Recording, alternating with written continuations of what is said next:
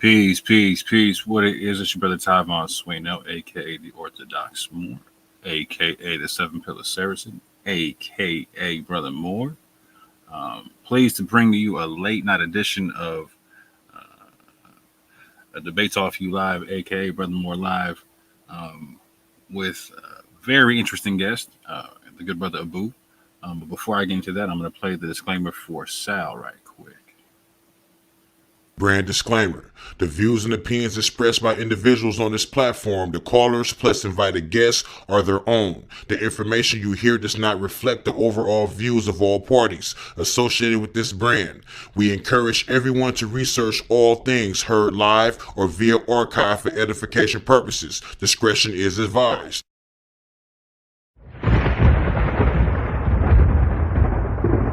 Don't touch that dial.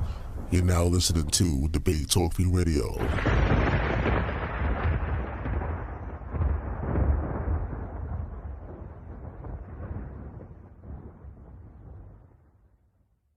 Help keep the show on the air. If you want to help, you can send your donation to PayPal. The email is debatetalkforyou@gmail.com or through Cash App, $Sal Showtime.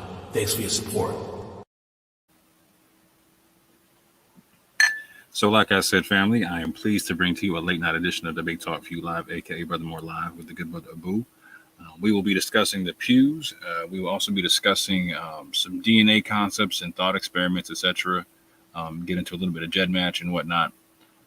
But before I bring Abu on, I wanted to say this. I deal with a lot of Christian apologists out here in this community, with all different stripes of beliefs and whatnot. And I want to say this. I really appreciate Abu's example, like I appreciate Elder Mike's example when it comes to how he dialogues and how he deals with certain people and whatnot. A lot of people make this a really emotional conversation in a lot of different ways, and it doesn't have to be.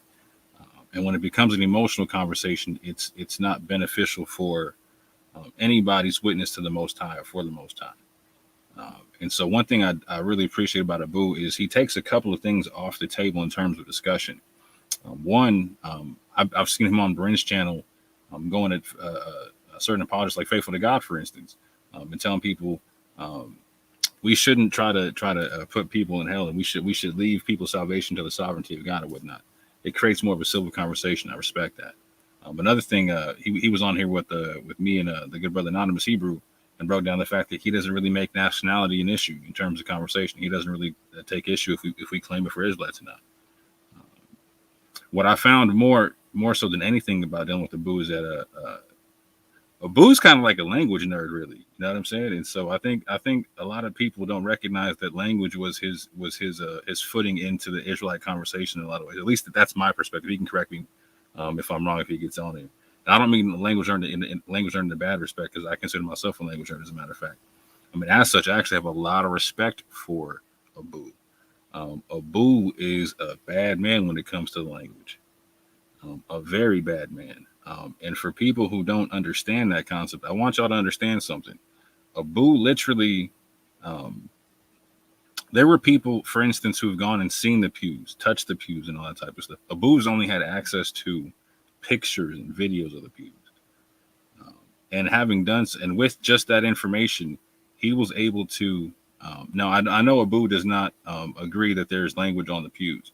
However, he was able to make assessments of 3 different potential phrases on the pews that were potentially in Arabic, that later on got corroborated by a Harvard scholar.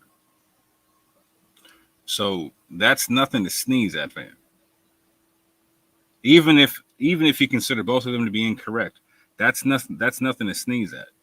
You can consider him an amateur linguist, but he's a top-notch amateur linguist at that, if you want to say such. But with that, I'm gonna bring the good brother on. I appreciate him for coming through and making time, because we were supposed to do this last weekend, but I had computer issues. I might have computer issues as we have this conversation. If for some reason I disappear, I will only be gone for a few minutes. Excuse me, my computer will have shut down, and I will need to come back. Excuse me, hold on.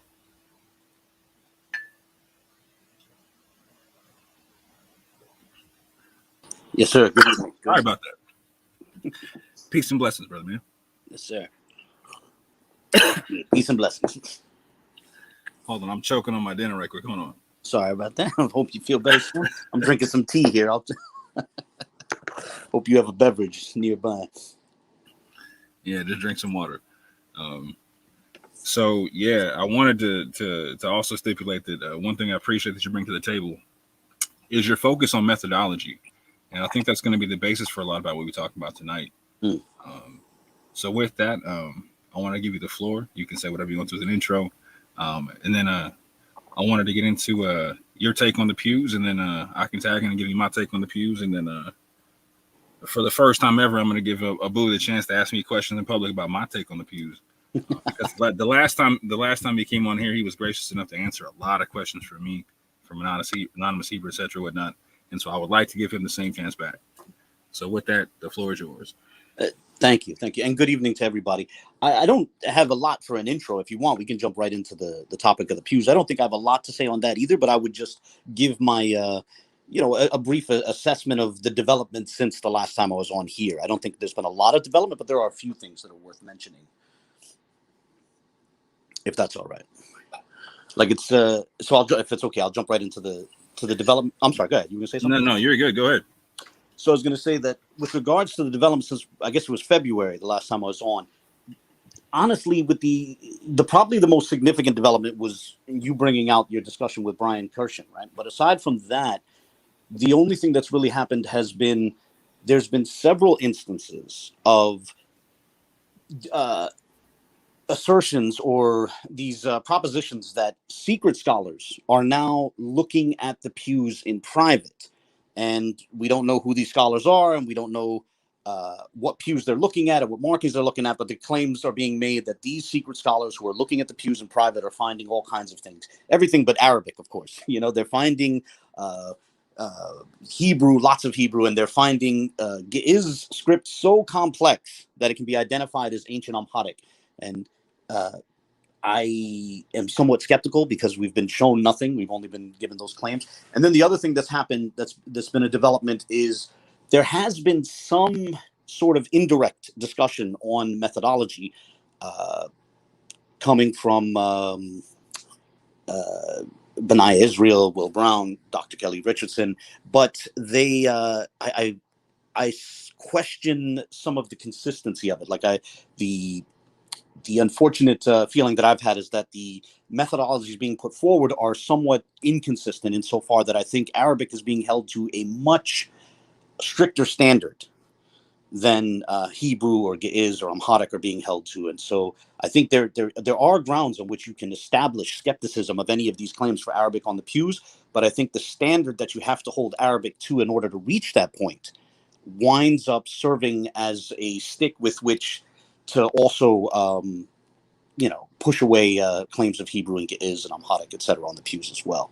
And I think that sums up everything that's the development so far. That would be my short answer on where things have gone so far. Are you sure? Because I think since the last time you were here, you've made a few videos about, for instance, like Sylvian Douf's work, and also. Yes. I'm so sorry. Yeah, you're right. That's something. I'm really sorry. Sorry. Continue, and then I'll jump back. No. Go ahead. You got it. Right. It's funny that you bring that up. I had that did slip my mind. I think one of the two very, very interesting developments. Hold on one second. Two very interesting developments were. His name escapes me now. Jamal. Is it Amir Jamal Torre? He's one of the. One of the tour guides at First African Baptist Church, or one of the gentlemen who gives tours of First African Baptist Church. There's a bunch of different people who do that. And he had brought up something that I had totally missed. There's a document out there since the late 19th century. There's been this document which refers to somewhere in Georgia, in Savannah, if I'm not mistaken. There's a document that records that a slave in Savannah had written down a sort of English patois in the Arabic script. And I had seen that, but I didn't give it much thought.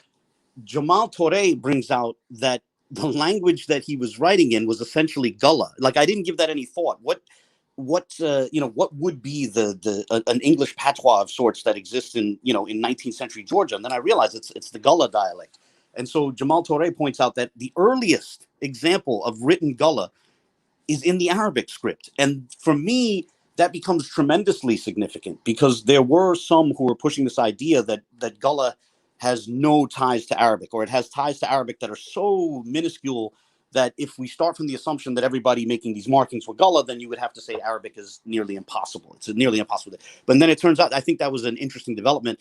The other thing that was really interesting was there was an interview that Will Brown did with some of the producers of the show on of that documentary that was on PBS called The Black Church. And as some know, Boubacar Diakite, who's a scholar from Harvard, both the book about the documentary and the documentary itself gives very little of what Boubacar Diakite said. It just shows him saying, "Oh, this is an Arabic type of writing," and people have speculated as to what he meant. And some were speculating that he just meant, "Oh, it just looks like Arabic, but it's actually something other than Arabic." Well, it turns out that what Boubacar Diakite, which didn't make it into the documentary, but what he was telling the producers is that he believed that La ilaha illallah appears on one of the pews, and perhaps Muhammad Rasulullah appears on one of the other pews, which these are the two parts of the Islamic creed of faith. Certainly the second part. I think Christians and Jews could agree with the first part. And so that was significant as well, because it shows that Boubacar Diakite, while we haven't really got to see what pews he was looking at, he apparently had reached the conclusion that there is discernible Arabic there. And the phrases that he felt he saw there were, these are historically attested phrases. I thought those were very significant points.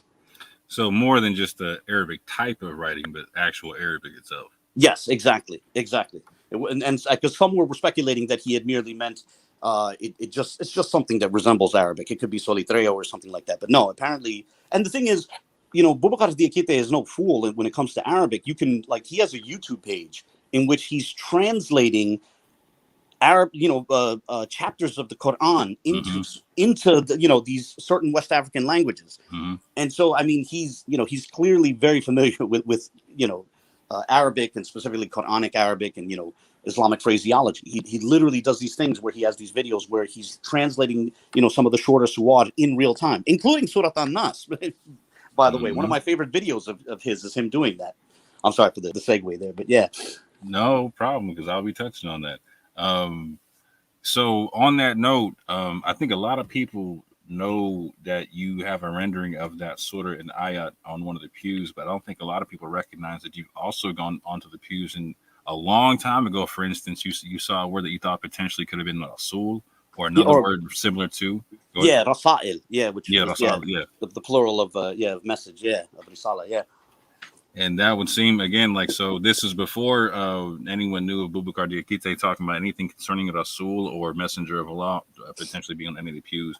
Then you also were able to find something you thought potentially could be also La ilaha illallah, or just the basic, the call to faith, etc. for a Muslim or whatnot. Yeah, certainly. I'm unsure about anything saying Muhammad Rasulullah, so I would love to see what Boubacar Diakite was looking at. But there is a pew that looks like it could be rendered La ilaha illallah, and I respect anyone who's skeptical of that. That's fine. But I'm just saying that it seems to me as plausible as just about anything else that's been proposed for the pews, Did you render that before or after you found out that Boubacar Diakite had said that was on the pews, or he thought it was on the pews? I never went public with it. I had noticed it and had considered mentioning it. It was something I had considered, but I didn't say anything. It was when because it's funny, before I found out about that position, I think I had used it as a screen capture from one of my videos. But I never went through with it. But then when I found that out, I was so amazed. I was like, oh, so now I have to take another look. And so then I started, putting a color coded kind of thing where trying to show, how that's at least possible.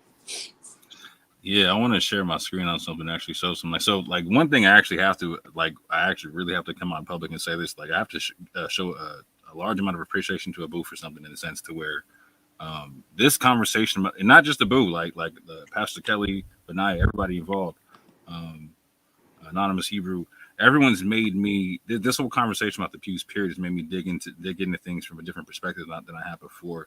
And even having to look at stuff that I've had before. So for instance, Abu was talking about this book from Sylvain Diouf called Servants of Allah.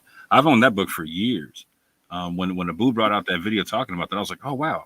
I'd read that chapter, I knew that chapter, I knew that part of the chapter, but I never, like he said, I never thought about it being Gullah before, right? So when I heard that, I went back and reread the entire chapter, and I was thinking, you know what? it would be a good idea to kind of like bring this out so people can kind of understand this, because that chapter was all about Arabic literacy amongst the slaves and whatnot. Exactly. It's an amazing chapter. I've had that thought as well, that a person could do a whole video just reading and commenting on that chapter, relevant to this discussion about the plausibility of Arabic in that region and time. Sorry. Yeah, and just so happens I plan on doing a video on such, but before that, you know what I'm saying, I'm going to do a small little preview. So this is Sylvie and Dove. Can you see my screen? Yes, sir. I definitely can see it. Yep. Okay, I'm going to make it big. Well, yeah, it should be big enough for the people to see. And now I can see it on the YouTube page as well now. I just saw it pop up. Okay. So this is Sylvie and Dove. She is a PhD historian. She has a lot of information, personal information on the screen. I'll let y'all get through that on your own time. She has a bunch of books she's written, including Slavery's Exile, The Story of American Maroons, Servants of Allah, African Muslims enslaved in the Americas, Dreams of Africa in Alabama, the slave ship Clotilda, and the story of the last Africans brought to America. She has a very wonderful array of books to go check out. But going forward, this book here in this particular chapter, Servants of Allah, chapter 4, is this is a very interesting chapter. I'm going to break down from page 159 to 209 right quick. In this chapter, there is over 20 examples. Over 20. I'm going to cite over 20 here. I'm going to cite probably around 24 examples of first-time slaves and recaptured slaves from Mandingo, Hausa, Fulani, and Yoruba descent, writing manuscripts, letters, and petitions using Arabic script and language, with examples of African and Creole languages also being written in a West African Arabic script. These writings being produced in Brazil, Panama, Trinidad, Jamaica, the Bahamas, and the U.S., including Georgia, North Carolina, Maryland, and Mississippi. So she states this on page 159 through 162. Page 159, paragraph 1. There's this concept of that literacy of the Muslims, of the Muslim slaves, set them apart from everyone else. The fact that they were literate in Arabic, etc. Page 160, paragraph 2, she states that the literacy rate was high in Muslim Islamic Africa. There is a narrative that only certain people were able to be proficient in Arabic, like the higher ups in the society, and that narrative is 100% false. And I will be breaking that one down in a book that I break down called The Walking Quran. But that's a whole nother. I'll say that for a whole nother time. On page 161, in the third paragraph, she stipulates that Muslims arrived with knowledge they acquired sitting cross-legged with wooden tablets, the style of teaching in Quran schools. And so what's interesting about this is, if I have time, I'm actually going to break down some parts of the Gullah language, to where the wooden tablets of these schools is actually part of the Gullah language. On page 162, paragraph 1. Now, I want you to pay attention to this, because this is something Abu was talking about earlier. Now, this is coming from a PhD historian who's Senegalese and actually descends from a very noble Islamic tradition in West Africa. She says this: some Muslims could write perfect Arabic as well as Hausa, Wolof, and Mandingo. Others possessed only a few rudiments of the written word and a clumsy calligraphy. So when Abu's talking about certain language rules being applied to Arabic that aren't being applied to Soletreo, etc., this is a scholar saying the same thing. No. They're like, you can find people with perfect Arabic and some people with clumsy Arabic.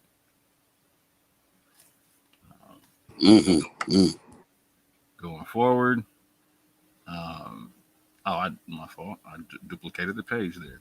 So these are just a small list of. Now this is not even everything from the chapter, family. I want you to understand that this is not even everything from the chapter, but these are instances of different slaves who had different levels of literacy in Arabic, in writing Arabic, reading Arabic, and using Arabic to even write other African languages, including Creole, the concept of a trade language or a mixed language amongst the slaves that had a blend of African languages and English, etc.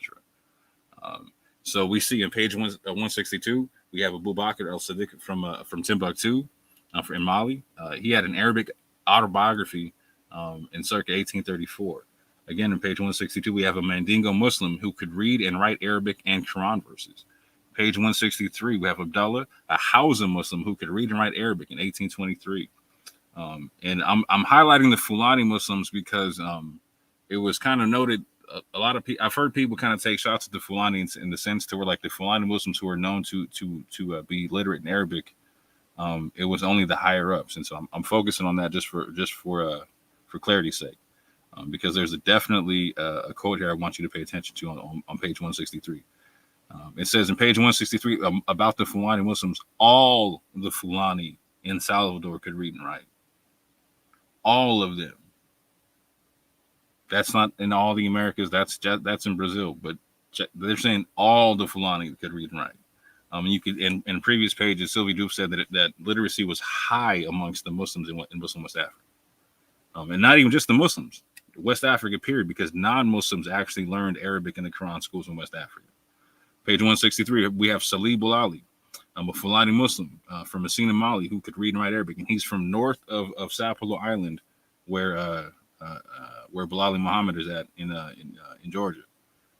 We have Omar Ibn Said, a Senegalese Fulani, who wrote an Arabic biography and Surah 110, when thought to have written a prayer in English or a prayer in Arabic, a Christian prayer in Arabic. Excuse me.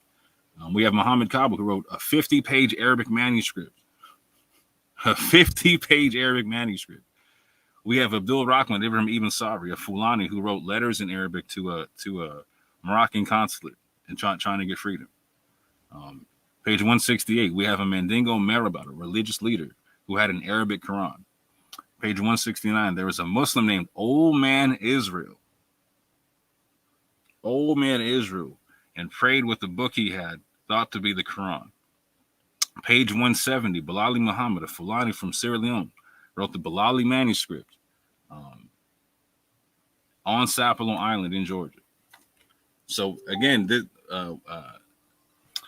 Abu was talking about a Mandingo named London who wrote the Gospel of John in Gullah and in the Arabic script.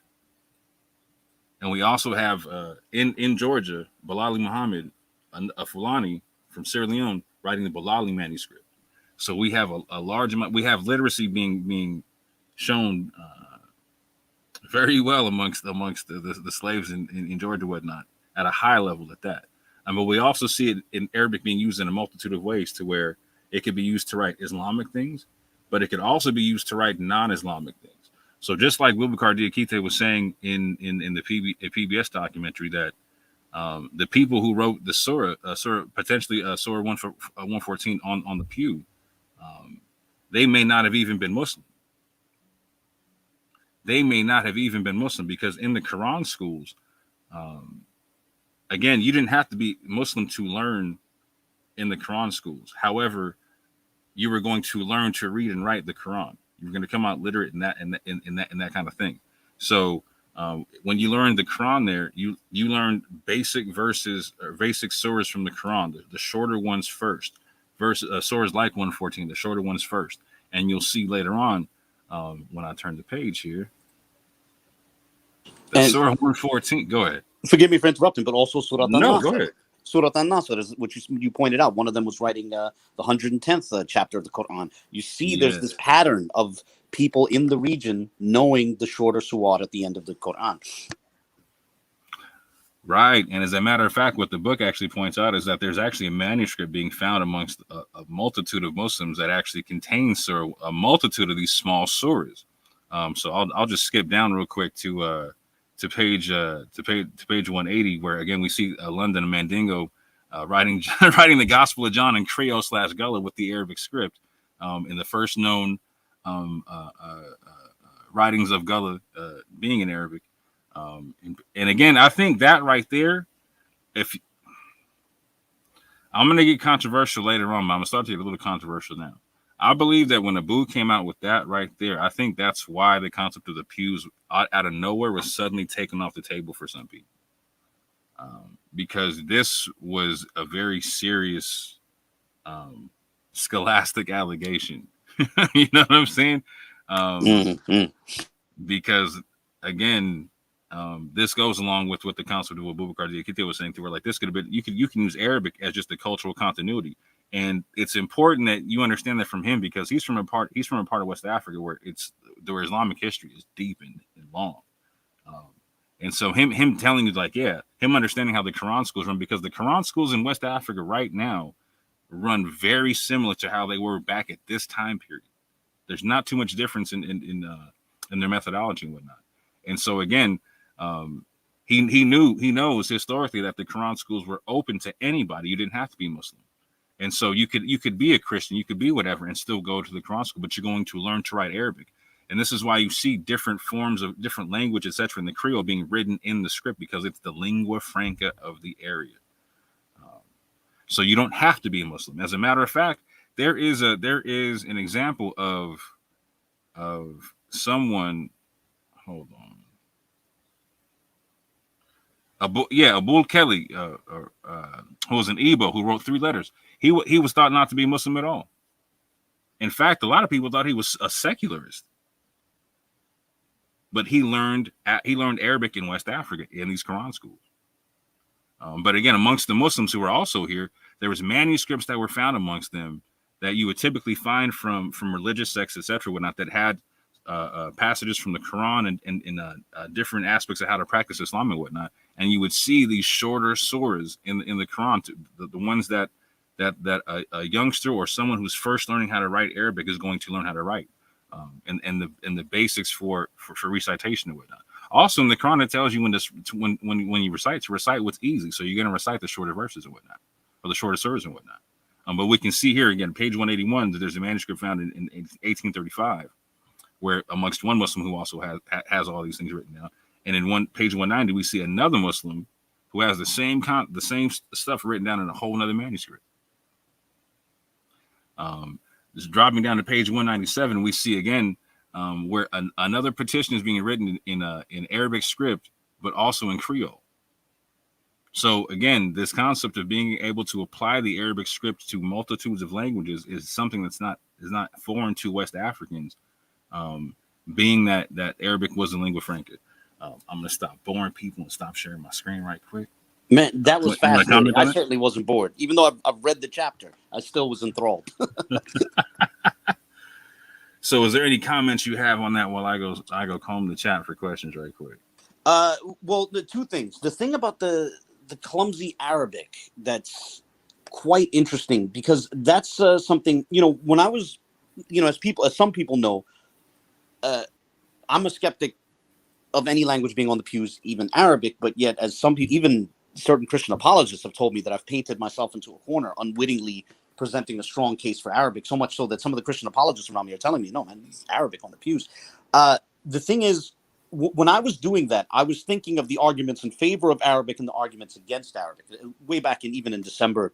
And one of the things that I thought about was the strongest argument for the case against Ilahi Nas appearing on that pew that's become the subject of so much discussion is the Alif Lam in the definite article of An-Nas is different, significantly different from the Alif Lam in Ilah, right? So that, for me, that seemed like the strongest argument against it saying Ilahi Nas, right? That maybe it just looks like it coincidentally, but somehow, the person who did this wrote the Alif Lam in one word, very different from the Alif Lam in the other. But the thing is, when you look at that document from Haiti, where there was a slave in the 1700s who wrote down Surat al-Ikhlas, one of the things that's striking is you see a very similar inconsistency in the way that he wrote alifs and lams. There's cases where an alif is really short, another case where it's really long, same thing with the lam. There's a case where towards the end of the surah, one lam is very small. It's smaller than the ha that comes right after it in lahu, right? And then the next, right after that, the lam goes, it's skyrocketing into the air. And then there's other places where he just omits an alif or a lam, and so it's interesting that what I thought was the strongest argument against Ilahi Nas, there's even a counter to it when you look at other unambiguous Arabic written by slaves in the Americas.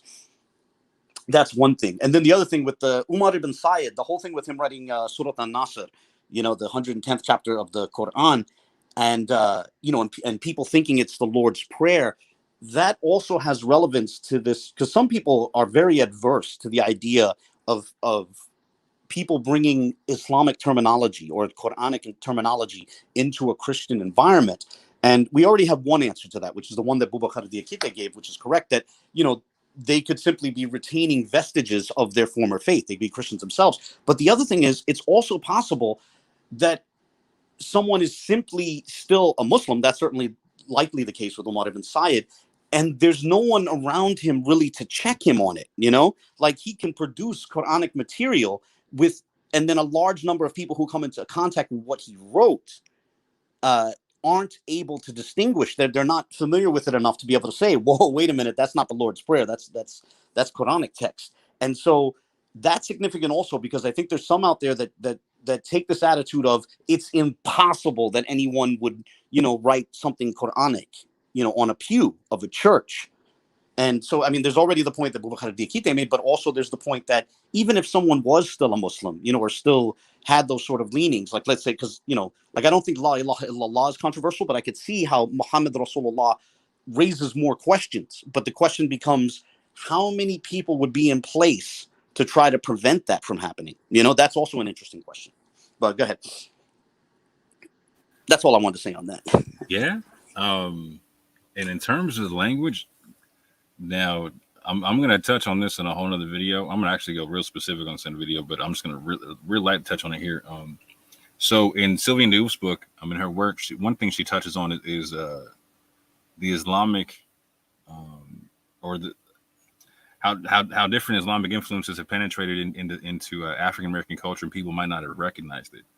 For instance, how certain ways of calling to prayer may have made it into the way people enunciate and hold notes in blues songs, etc. She also talks about how certain words, for instance, like alone or whatnot, were actually introduced in songs and elongated so Muslims could actually say the word Allah. And so here's here's an example of something like that, right? So a lot of people have said, for instance, that the Gullah were using a Hebrew phrase in a song Kumbaya. Now, what a lot of people don't know is how similar Hebrew and Arabic are. So this phraseology Kumbaya, like, it literally, you can see it in Arabic in the Quran. In the Quran, it's a little bit more like Kumbayat, but it's there still, and it has the same meaning as like the come by concept. And it also, like, so for instance, it even has the concept in the Quran is like come eat by night. So when you're talking about a concept of people who are potentially involved in dealing with runaway slaves or in the Underground Railroad concept, and again with Arabic being the lingua franca of the area, I might want to use a song that has people thinking about meeting by night. And when you hear the song Kumbaya, my Lord, there's a part where it says, "Oh Lord," real emphatic, Kumbaya. And so so I hear people talking about the Yah part. But at the same point in time, again, I can see this in Arabic to where the Yah is still there. But when I hear the "Oh Lord," really emphatic, just like what Sylvia Deuce talking about, it's equally as possible that they're saying Allah in a secret way.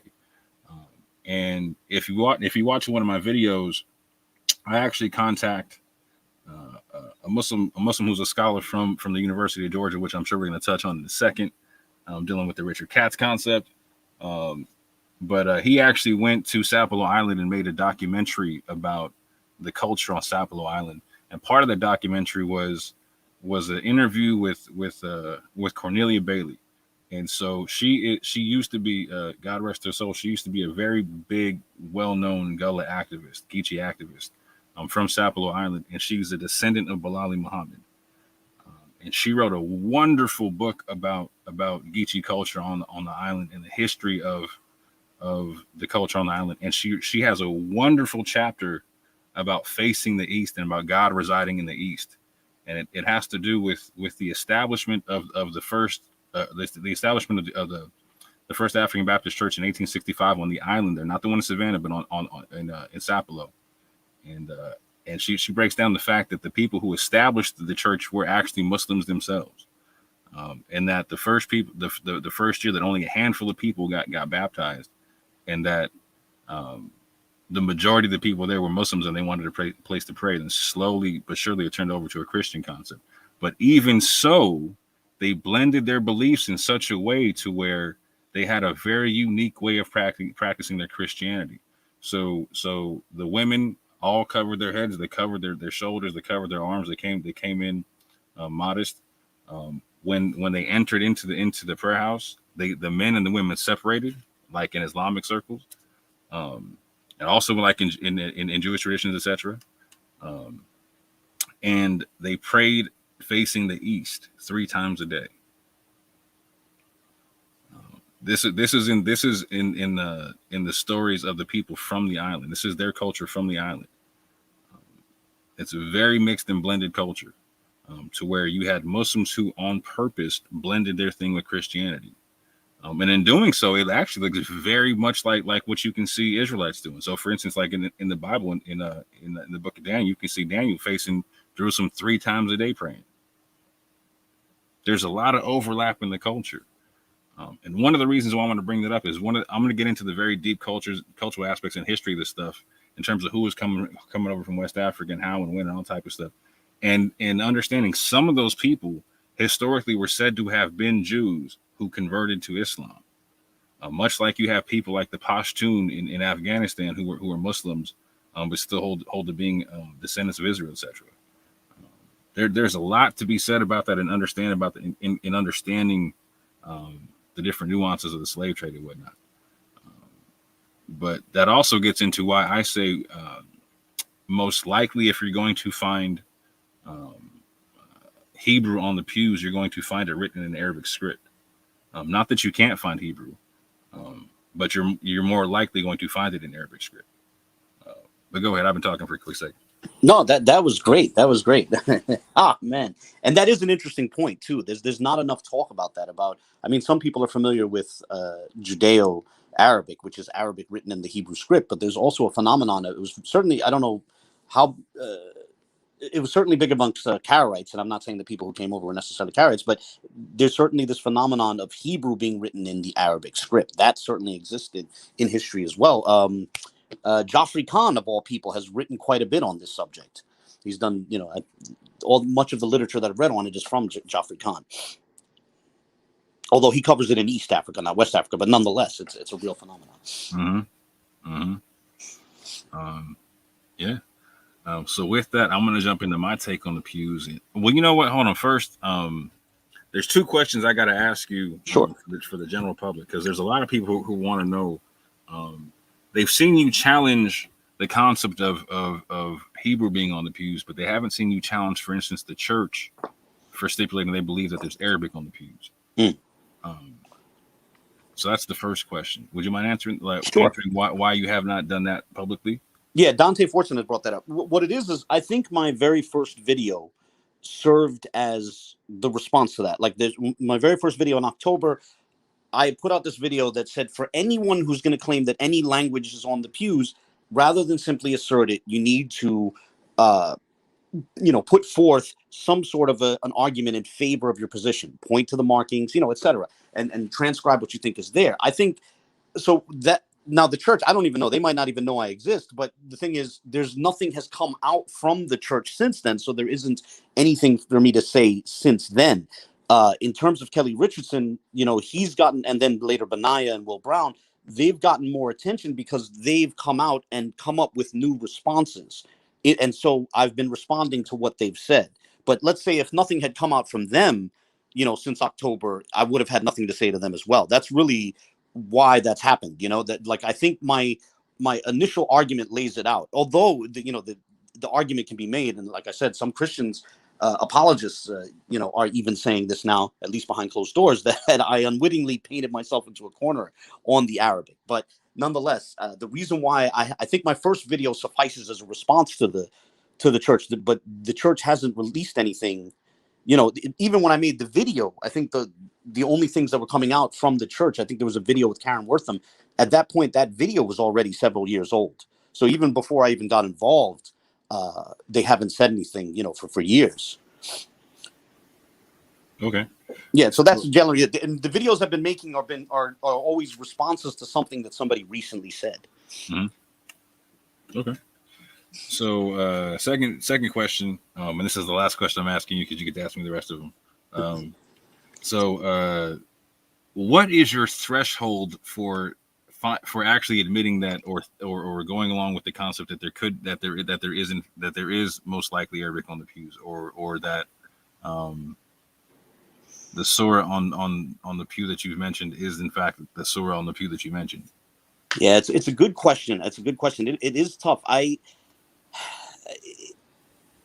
So I think that I guess it would have to be a little bit clearer, because for me, I do feel like, if I could use an analogy, someone remember that David Bunis had suggested one word from one of the pews, and then when later on he made clear that he felt that what he was pointing to was very much open to multiple interpretations, and I think that in the case of Ilahi Nas, right, it is open to multiple interpretations, right? And so that's why where exactly I would be convinced, I'm not sure. I guess if we could find something that's a little bit more clear, it's just, it feels like it's open to, and it is. I do think it's significant that there are other Arabic scholars who have looked at it. Like that's why I shared Mohsen Gudarzi, Mm-hmm. his sentiment on that, where he felt that it's sort of like interpreting a cloud or something like that. Our imagination is seeing a pattern that might not have been intentional, uh, and I think that's a very fair criticism and a fair concern, and that's what keeps my skepticism going. But I won't begrudge anybody, but I do think there is still room for skepticism. But like I've said in my most recent video, if there's going to be made a claim for language, or at least a script, I do think that at present Arabic has the strongest case. But then again, there's also the other point, that is something that you brought up back in February. We've honestly only seen a small fraction of what's there, so who knows? I really don't know where this is going to go if we get access to the rest of the panels. Right. And to that note, I have to say this: there's going to be some people who hear that answer and be like, he's just hedging his bets, blah blah, hope to. But I'm gonna ask people to do this. Go back to those videos to where Abu has put forth a rendering for something on the pews, like for Rasail or Rasul or La ilaha illallah or Surat al-Nas, all that, right? It's every time he's done it, he's had to deal with a clumsy kind of a concept, right? To where like it's somebody who would not be writing perfect Arabic. He would have to be kind of like, well, I would have to kind of work with it a little bit to make it say something. And so when he says he wants something to be more clear, I can understand that because in the area, particularly in Georgia, there are extremely clear cases of Arabic that can be found. And so this is also why I showed the quote from Sylvian Diouf, in the sense to where she's saying there's some that came over with perfect Arabic and some who would have come over with a clumsy Arabic. And that only makes sense when understanding that people are coming over with different levels of education. Not only that, they're trying to hold on to their different levels of education over many different years. So somebody could only had a basic level of education and try to hold on to it for 50 years. At that juncture, much is going to deteriorate. And also, go ahead. Also, the people were getting taken at different ages. Like a man who's taken in his 40s is probably going to be a lot more literate than someone who was taken at 12 years old. Right. And have written way more Quran verses, etc., to where them holding on to their literacy is going to be a lot easier than someone who is just learning how to write. I think, I mentioned this earlier. So with regards to Ilahi Nas, right, I said that the biggest knock against it, and it's funny because none of the other critics of it have brought it up. I've brought this up in my videos. The biggest knock against it is the fact that the Alif Lam in Ilah is very different from the Alif Lam in An-Nas, right? Assuming that's what it says. And then I said, well, the counter to that is that text of Surat Al-Ikhlas that came out of Haiti shows a similar inconsistency in the way it handles alifs and lams, right? So that becomes a counterweight.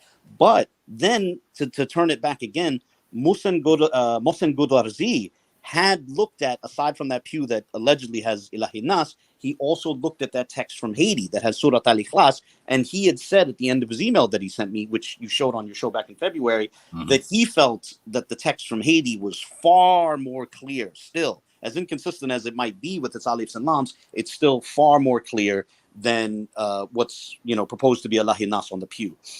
So yeah. On top of that, on some devil's advocate type stuff, like so the two professors who were proficient in Sotrail, who were consulted, David Bunis and Brian Kirshen, when they first looked at it, their first thought was Arabic, is what they said.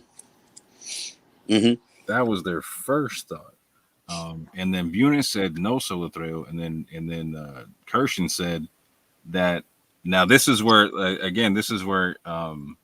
the clumsy part comes in. It says these letters don't particularly conform to Sotrail, so he had to kind of make him work too when he gave his rendering of Ariel.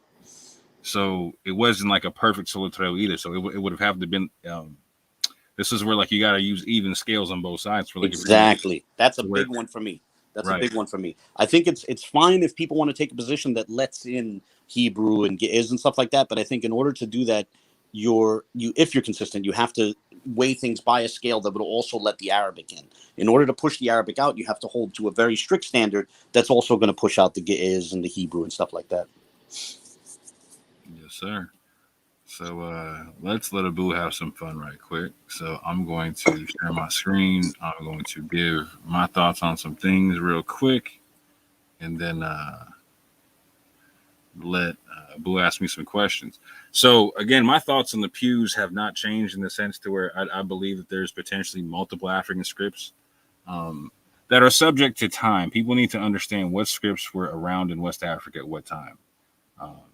So, for instance, Pastor Kelly has proposed Insibity potentially being on the pews. I think that's valid based upon the time frame and the people who were there. That's totally valid in proposing in terms of potentiality. But there's certain scripts that it's obvious that they can't be just there because of time and proximity.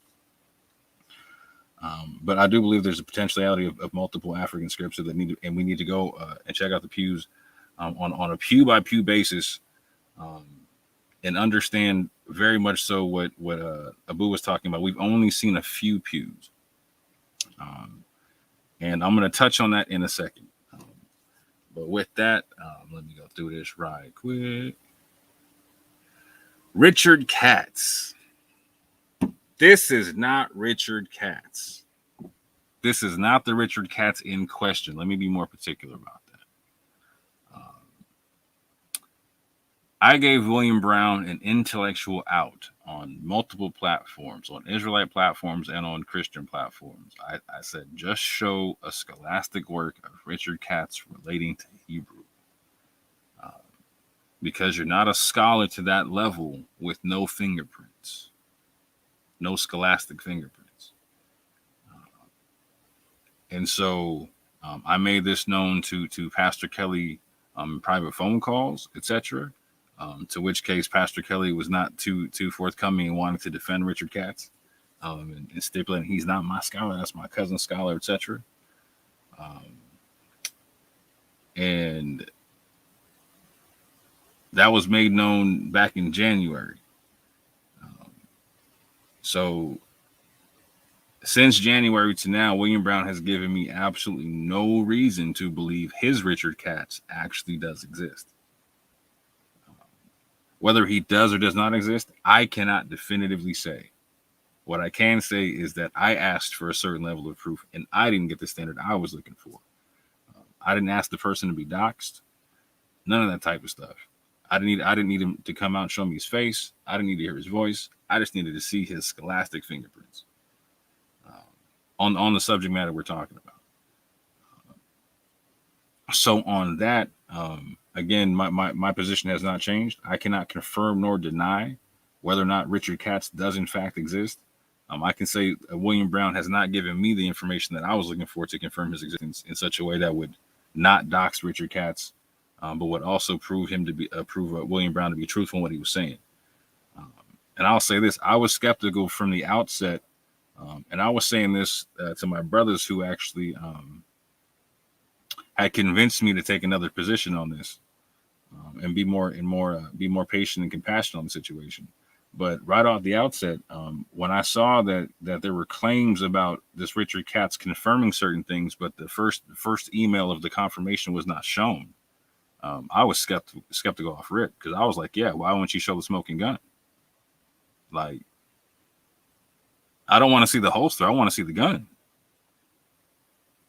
And so there was a consistency to show. There's a consistent concept of showing this second email to where Israel is being mentioned and whatnot, right? But there was no reference to the first email where everything was being confirmed, or there was no showing of the first email where everything was being confirmed, and that made me pause. But like I said, I brought it to my brothers, and they're like, "Nah, man, there could be reasons for that. So we owe them to do things a certain way." I was like, "You know what? You're right. This girl say I got to do it a certain way." So I did it that way. And when I did it that way, it didn't pan out. I got left hanging. To me, that was a really low threshold to meet. It didn't seem like it was a threshold that was too much to ask for, unreasonable. If it was unreasonable, no one told me it was an unreasonable threshold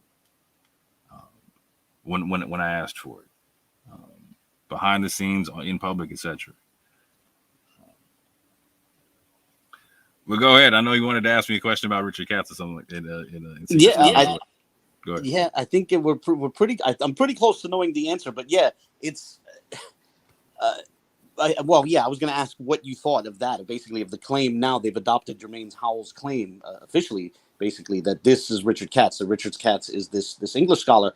A point that you had brought up is that back in February is that, or even before that, even in December when you were with G-Con and the gentleman Kevin G, that about his. That what is his, his let's see some of his CV essentially to see why, because it was basically the original insinuation is that we should simply defer to him.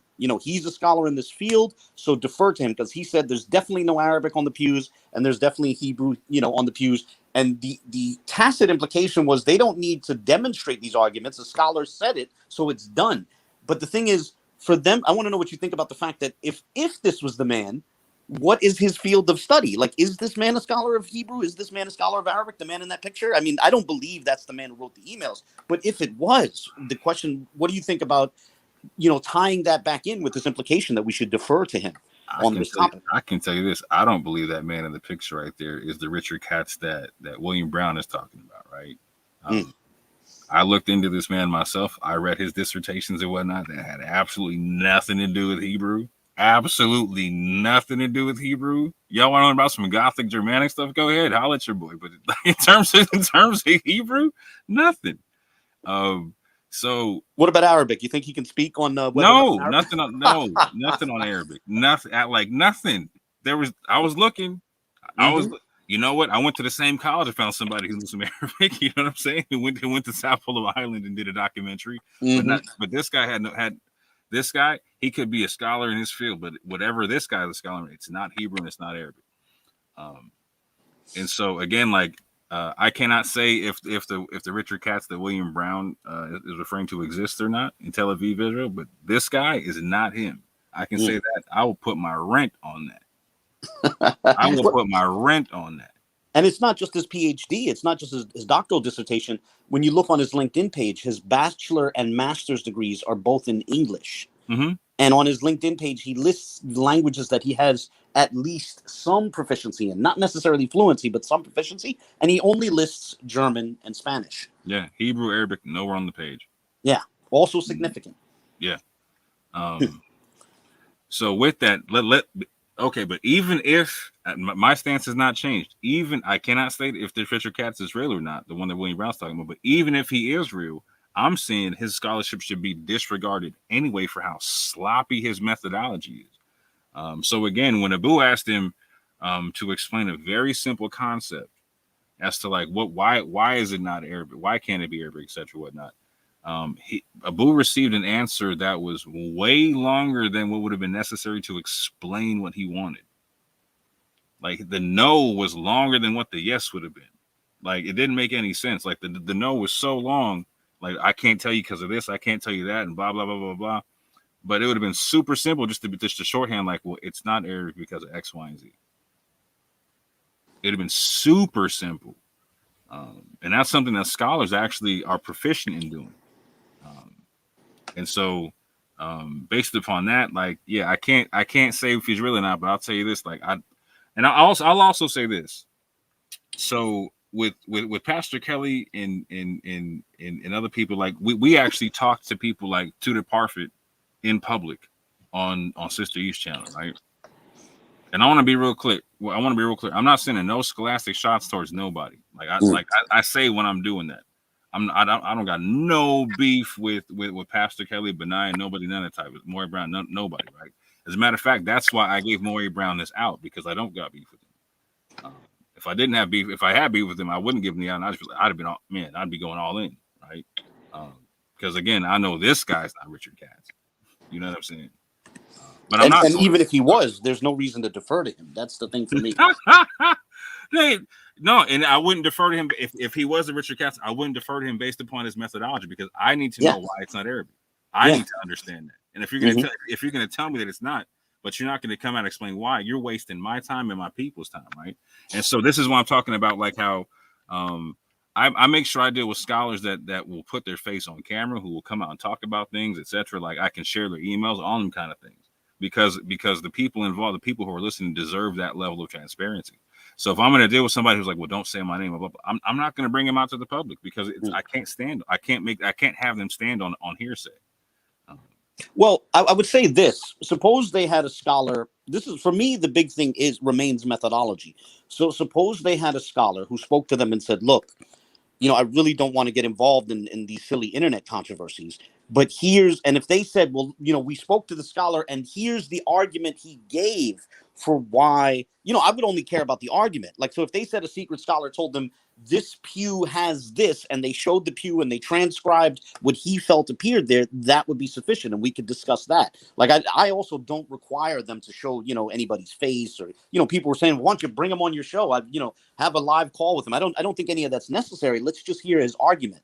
And that was alarming, that the person writing the emails was immediately in a mode of explaining why he can't be bothered to present an argument, and I don't know, so that's the methodology is what I'm most interested in. How did the scholar reach that conclusion, irrespective of whether we see his face or hear his voice or anything like that? What's his argument? My minimum standard is I got to be able to share your emails as a scholar, right? I got like, so if I can't share your like, if I can't do that, I'm not going to cite you in public. Like, I don't care. Like, if you don't want to share your face, cool. I'm not mad at you. There's certain people whose faces don't need to be shown. I'm not mad. There's certain for certain reasons, safety, etc. I can understand that. Job security and physical security, right? I can understand that. However, like, so if I'm going to talk to my people in a public fashion, I'm having a public discourse on this concept. To me, it's a waste of time to bring out people we can't verify, because anybody could be a secret scholar. Anybody could be a secret scholar at that juncture. So it's not, to me, it's not beneficial. And if you're going to bring them out, then particularly if you're going to bring out a secret scholar, right? Like, when we can't verify, you can't bring out a secret and say, like, okay, this guy's the end all be all now. Whatever he says goes. Yeah, no. You have to defer to the secret scholar. Yeah, who's presented the argument. I can't do that. You're molesting my mind. I can't do that. I need something I can stand on, something I can taste, something I can sink my teeth into. I'm not going to give the children behind us something we can't stand on. Right? I'm not going to give them a lot of opinions wrapped up in a nice box and a bow. No, I got to give them something concrete. So, like I'm saying, concrete. I know this guy is not Richard Katz. I can't say concrete that the Richard Katz that William Brown's talking about doesn't exist. But I can say for concrete that I would not trust his scholarship on the matter until he shows me his methodology. Yeah, I'm sorry. Forgive me for interrupting. Go ahead. No. Go ahead. You got it. No, I was going to say, sort of connecting to what you're saying, irrespective of who wrote those emails attributed to Richard Katz, whether it's a person named Richard Katz or someone else, irrespective of whoever wrote those emails, I think that's the real issue. The person presented no argument in favor of his positions. They didn't show what Pew allegedly had the Hebrew phrase that he found. We have no idea who this person is. There's no, as you said, there's no footprint, no fingerprint or anything like that. So it just becomes, there's no reason to agree with this person. And then on top of that, if I can be frank, what this person claimed about Hebrew gave the strong impression that the author was not familiar with Hebrew. That was one of the other, that's come up in some of the videos. It seemed like, despite the fact that it was claimed that there was a professor of Hebrew linguistics writing these emails, it seemed like the person was unfamiliar with some of the basics of Hebrew. Like, for example, what a plural looks like in the construct state or something like that, distinguishing between a plural and a construct state and a singular, that sort of thing. So you're being nice while being frank about it. So what Abu's trying to say is that your man was making kindergarten mistakes in Hebrew. That's what he's in a real nice, polite kind of way saying. He was making entry level mistakes. That were sort of familiar. Also, they were familiar. They're mistakes I've seen pop up elsewhere, but whatever. Oh well, I've covered that in videos. Yeah, and for the wide range of opinion, you can go check out Abu's video. You can go check out Benai's videos and Pastor Kelly's videos on the matter. For me, I try to talk about what I can prove and not what and leave the speculation out there for those who like the speculation and whatnot. To me, I don't find the speculation too profitable, so I leave that part alone.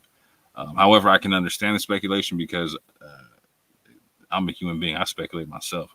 I got my own. If you get me behind closed doors and get me a strong batch of tea, we can have a good convo. But in public, I'd owe it to the people not to give them my opinions that I cannot prove. But moving forward, let's see what we got next.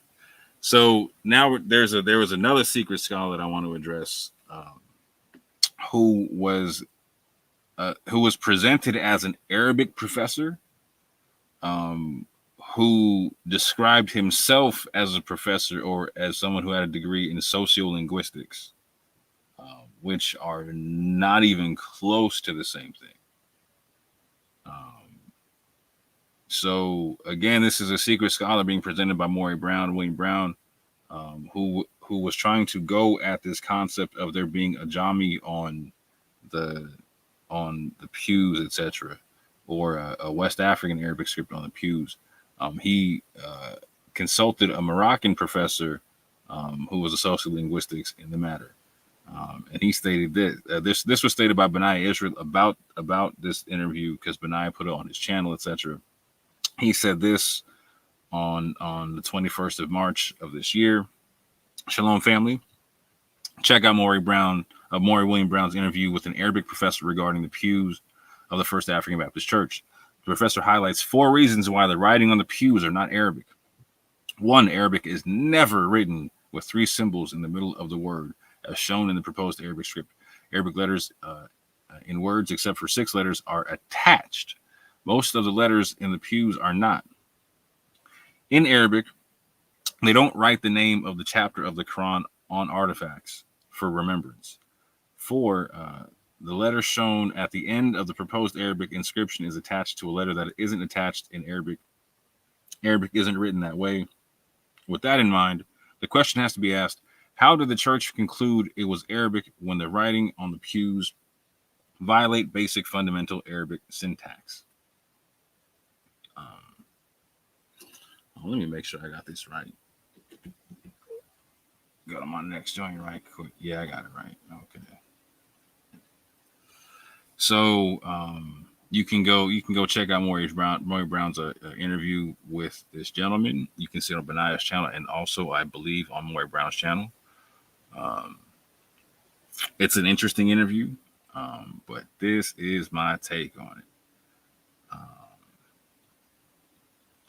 And again, this is my issue with secret scholars, is because anybody can be anybody, and it's hard to verify the information.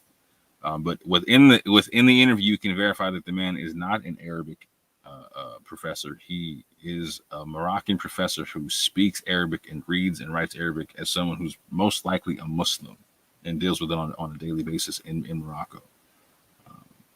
But again, he is a sociolinguistics, and one of the things he specialized in was code switching or language switching in places like Morocco, to where it's a multilingual society where people might go from speaking Arabic to French to Berber to maybe even a little bit of Spanish.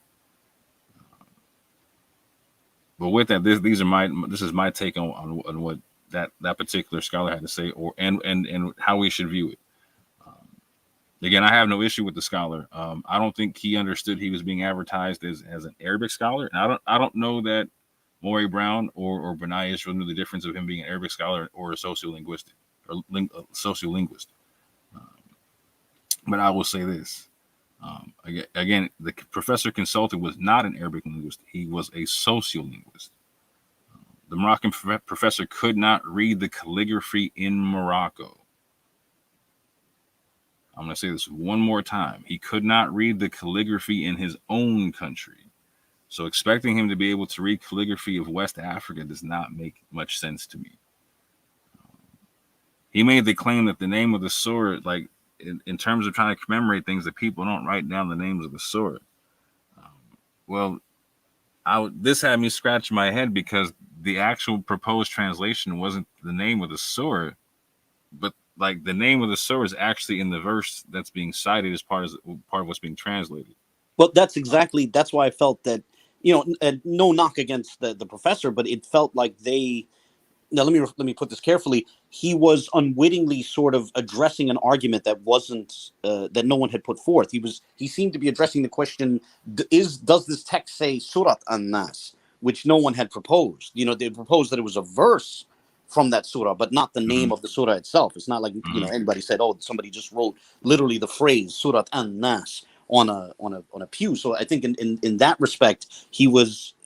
And maybe it's too harsh to say he was unwittingly responding to a straw man, but he was responding to an argument that didn't actually exist. He had, I don't know, he didn't get, they didn't provide him with sufficient information. This is probably the best way I could put it. But I'm sorry, continue.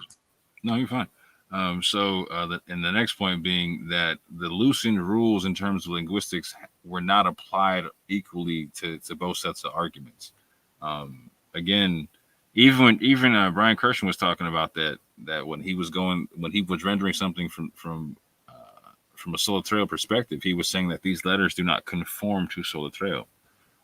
Just like the historian Sylviane Diouf states in her book, In Servants of Allah, that some Muslims could write in perfect Arabic, and others possessed only a few rudiments of the written word and a clumsy calligraphy.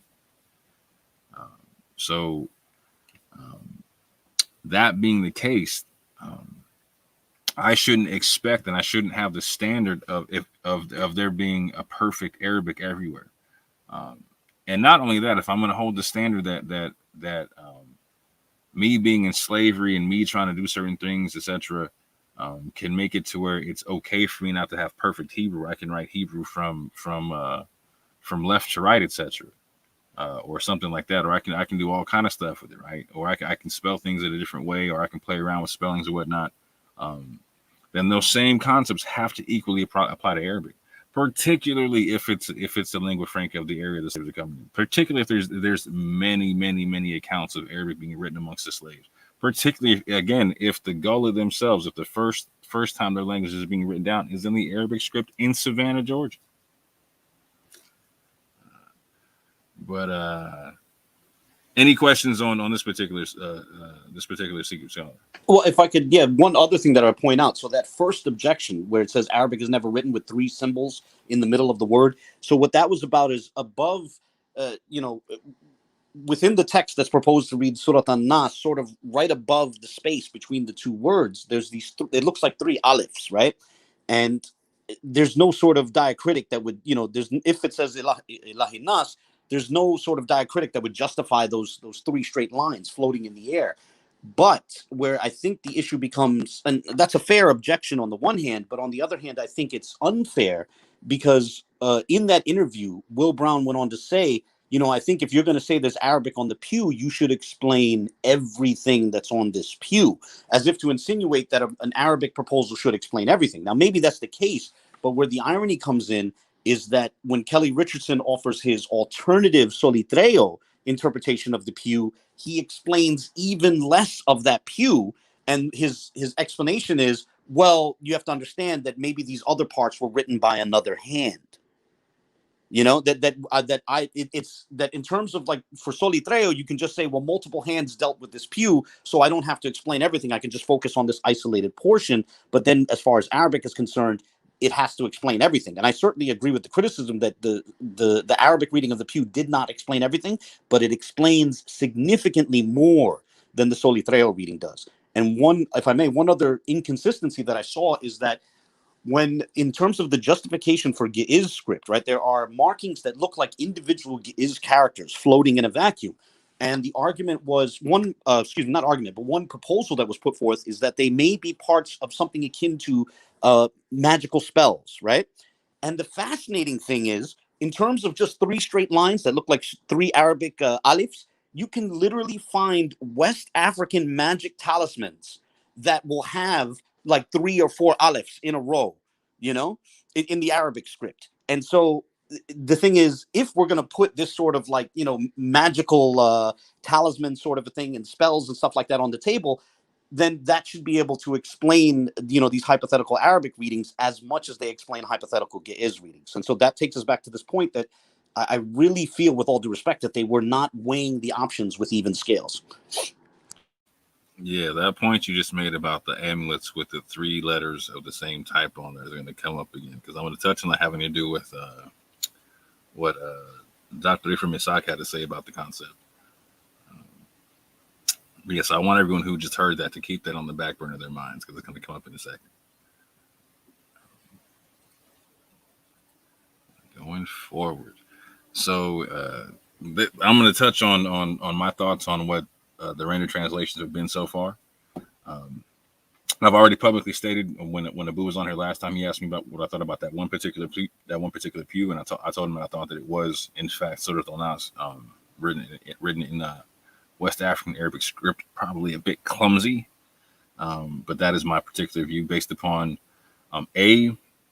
multitudes of different scholars weighing in on the situation, separate from each other, not knowing what each other was saying. B, understanding the history of the area at the time, and understanding the literacy rate amongst the Muslims coming over as slaves, and also the artifacts from around the area, i.e. from Bilal Muhammad and from London, the Mandingo slave who wrote the Gospel of John in Gullah in the Arabic script, and a few other reasons. I've actually seen a few other pictures that Anonymous had that hasn't been put on the internet yet. We're waiting for him to get to find his video cartridge or his video card that has the other pictures on or whatnot. But I can tell you that the other ones that I saw, there was some very interesting calligraphy on there that I would very much so like to have people look at in terms of. I would love to see that as well, and I'm sure others would as well. Yes, and I'm definitely going to touch on that in a second. But right now, I'm going to get into Benai's breakdown of one of the pews, and so this is what he had to say in terms of what he thought and what he rendered from a translation site. And this is from the 18th of November of last year. He says, Hebrew on the pews in Savannah Church. Shalom, fam. Yah willing, will forward all Hebrew text to multiple professional translation services. I highlighted text that's clearly visible and easy to translate versus marks that are not easy to translate. For example, the words the Lord or the God are straightforward. The fact that they should show up on pews in a church puts any arguments about these not being Hebrew words to bed. It's now a matter of accurately translating the words, and for that, we'll forward this info to the experts for analysis. Hope that helps Israel. Thanks for sharing your thoughts and input. Shalom, fam. And on the right, you can see the picture associated with this post.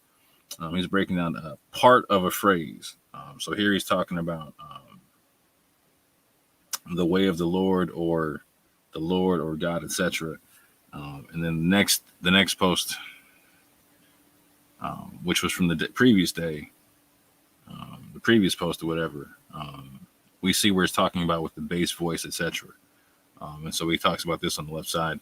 It's a Savannah Church Pew translation using Solitreo. Shalom, fam. This is a rough translation of the pew highlighted in red using Solitreo going from top to bottom. The bottom part of the pew is hard to read. The last 2 characters, however, I'm getting getting the God with bass voice or the God for defeat. Yah willing will try translating in the opposite direction as well to try other pews. Yes, fam, we see Hebrew Spanish words on the pews. Shalom. So, real quick, do you want to give your take on it, or you want to wait until I get mine? Oh no, I'd like to see what else you have to say on this, because I've already done videos on these particular arguments, but go ahead. I'm sorry, continue. No, you're good money. So here's my take on the take grasp of Yah with the bass voice, etc. That translation. I personally do not agree with this translation. And one of the main reasons I don't agree with the translation is because the translation is still awaiting expert analysis. Now, what's interesting about this is if the pews have been taken off the table, there's going to be no expert analysis of this translation. I hope that is not the case. I hope that my good brother Benai Israel has actually sent out this translation for expert analysis, and I hope that when he receives the analysis back, whatever it is, that we get a public understanding what the analysis was. Because if it's correct, we can learn something from it. If it's incorrect, we can still learn something from it. In particular, for people who really want to know what's on the pews. What we don't know helps us find out helps us narrow down what we can know. On top of that, the translation is taking it abnormally from left to right. So, like Benai was saying in his post, that he was kind of going from multiple directions to kind of see what he could get, which I can understand from a particular perspective and whatnot. However, again, it would be an abnormality that would it would need a precedent. So one thing that I got from talking to Brian Kirsch and whatnot is that I asked him, was there any? Well, I'll get into on the next on my next slide, on my next couple of slides, but I'll say it like this: is I would like to see a precedent for Hebrew being written this way in the phraseology he's talking about. Doesn't got to be the exact phrase or whatnot, but like just me seeing something to where like it's written in this direction, written this way, or to where it can be written from top to bottom or left to right or from a whole other direction. It's something. It's abnormal. No, but not only that. Even if this was accepted, then what that sort of brings us back to this argument that if the proposals for Arabic violate rules of Arabic syntax in any way, then we throw it out. But yet there seems to be a much looser standard for the Hebrew proposals. You know. Mm-hmm. And so, you know what? Real quick, I'm gonna play a real quick clip from, I think, the documentary from that has a documentary from Asakina right quick, just so people can see something I'm about to talk about right quick.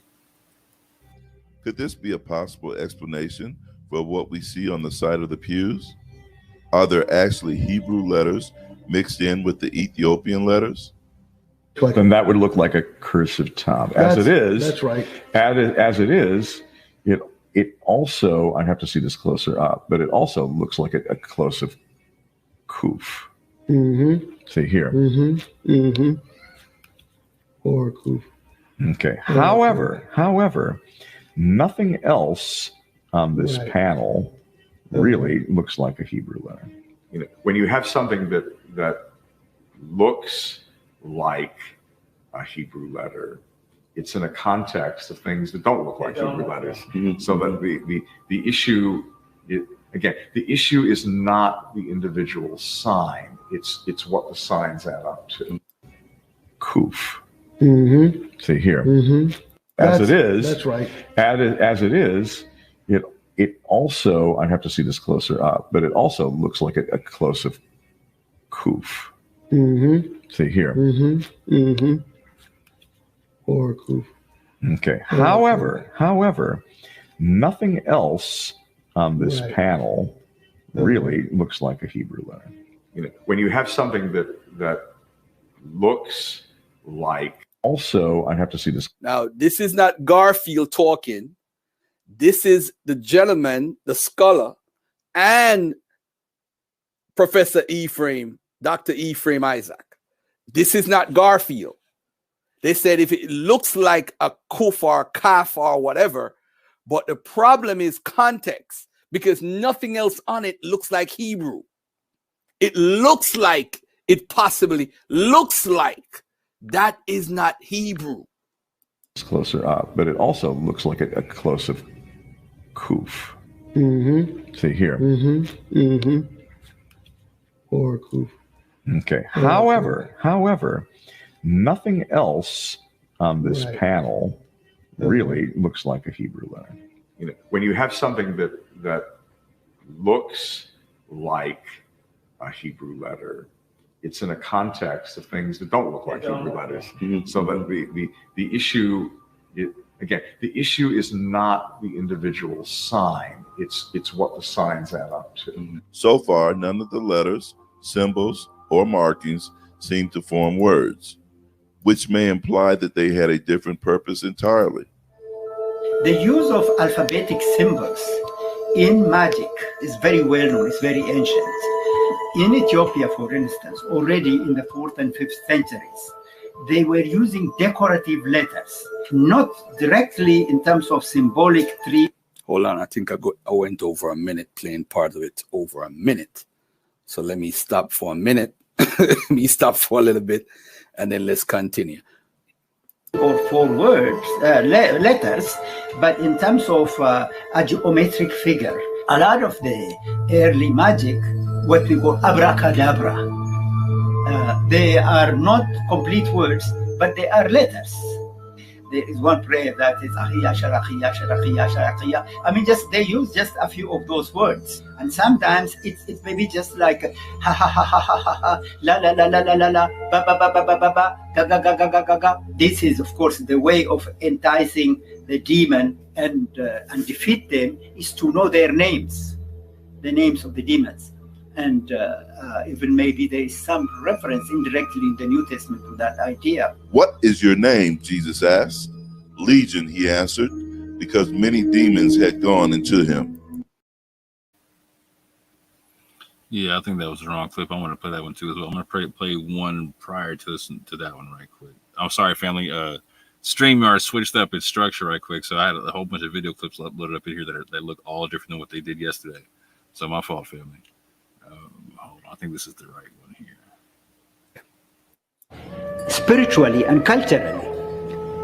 And that was so important for the survival and for the struggle of freedom for African Americans. Because as I said, physical energy and physical fights and physical origin are important. But sometimes people survive because of spiritual strength.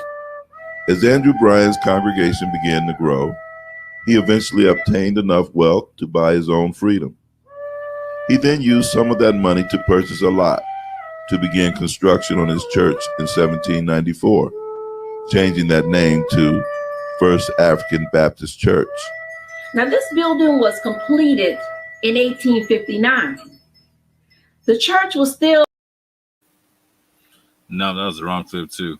Sorry about that, fam. But bottom line, I wanted to play a clip where Ephraim Isaac was talking about different letters he thought potentially could have been there in Ge'ez.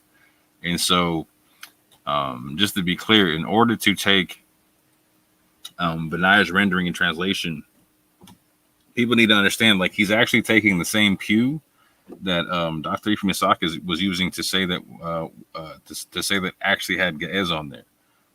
And so he's taking the same characters that Ephraim Isaac was saying were Ge'ez, and he's flipping them and making them a completely different translation and whatnot. And so, no disrespect to Benai, but we're all amateurs at this here.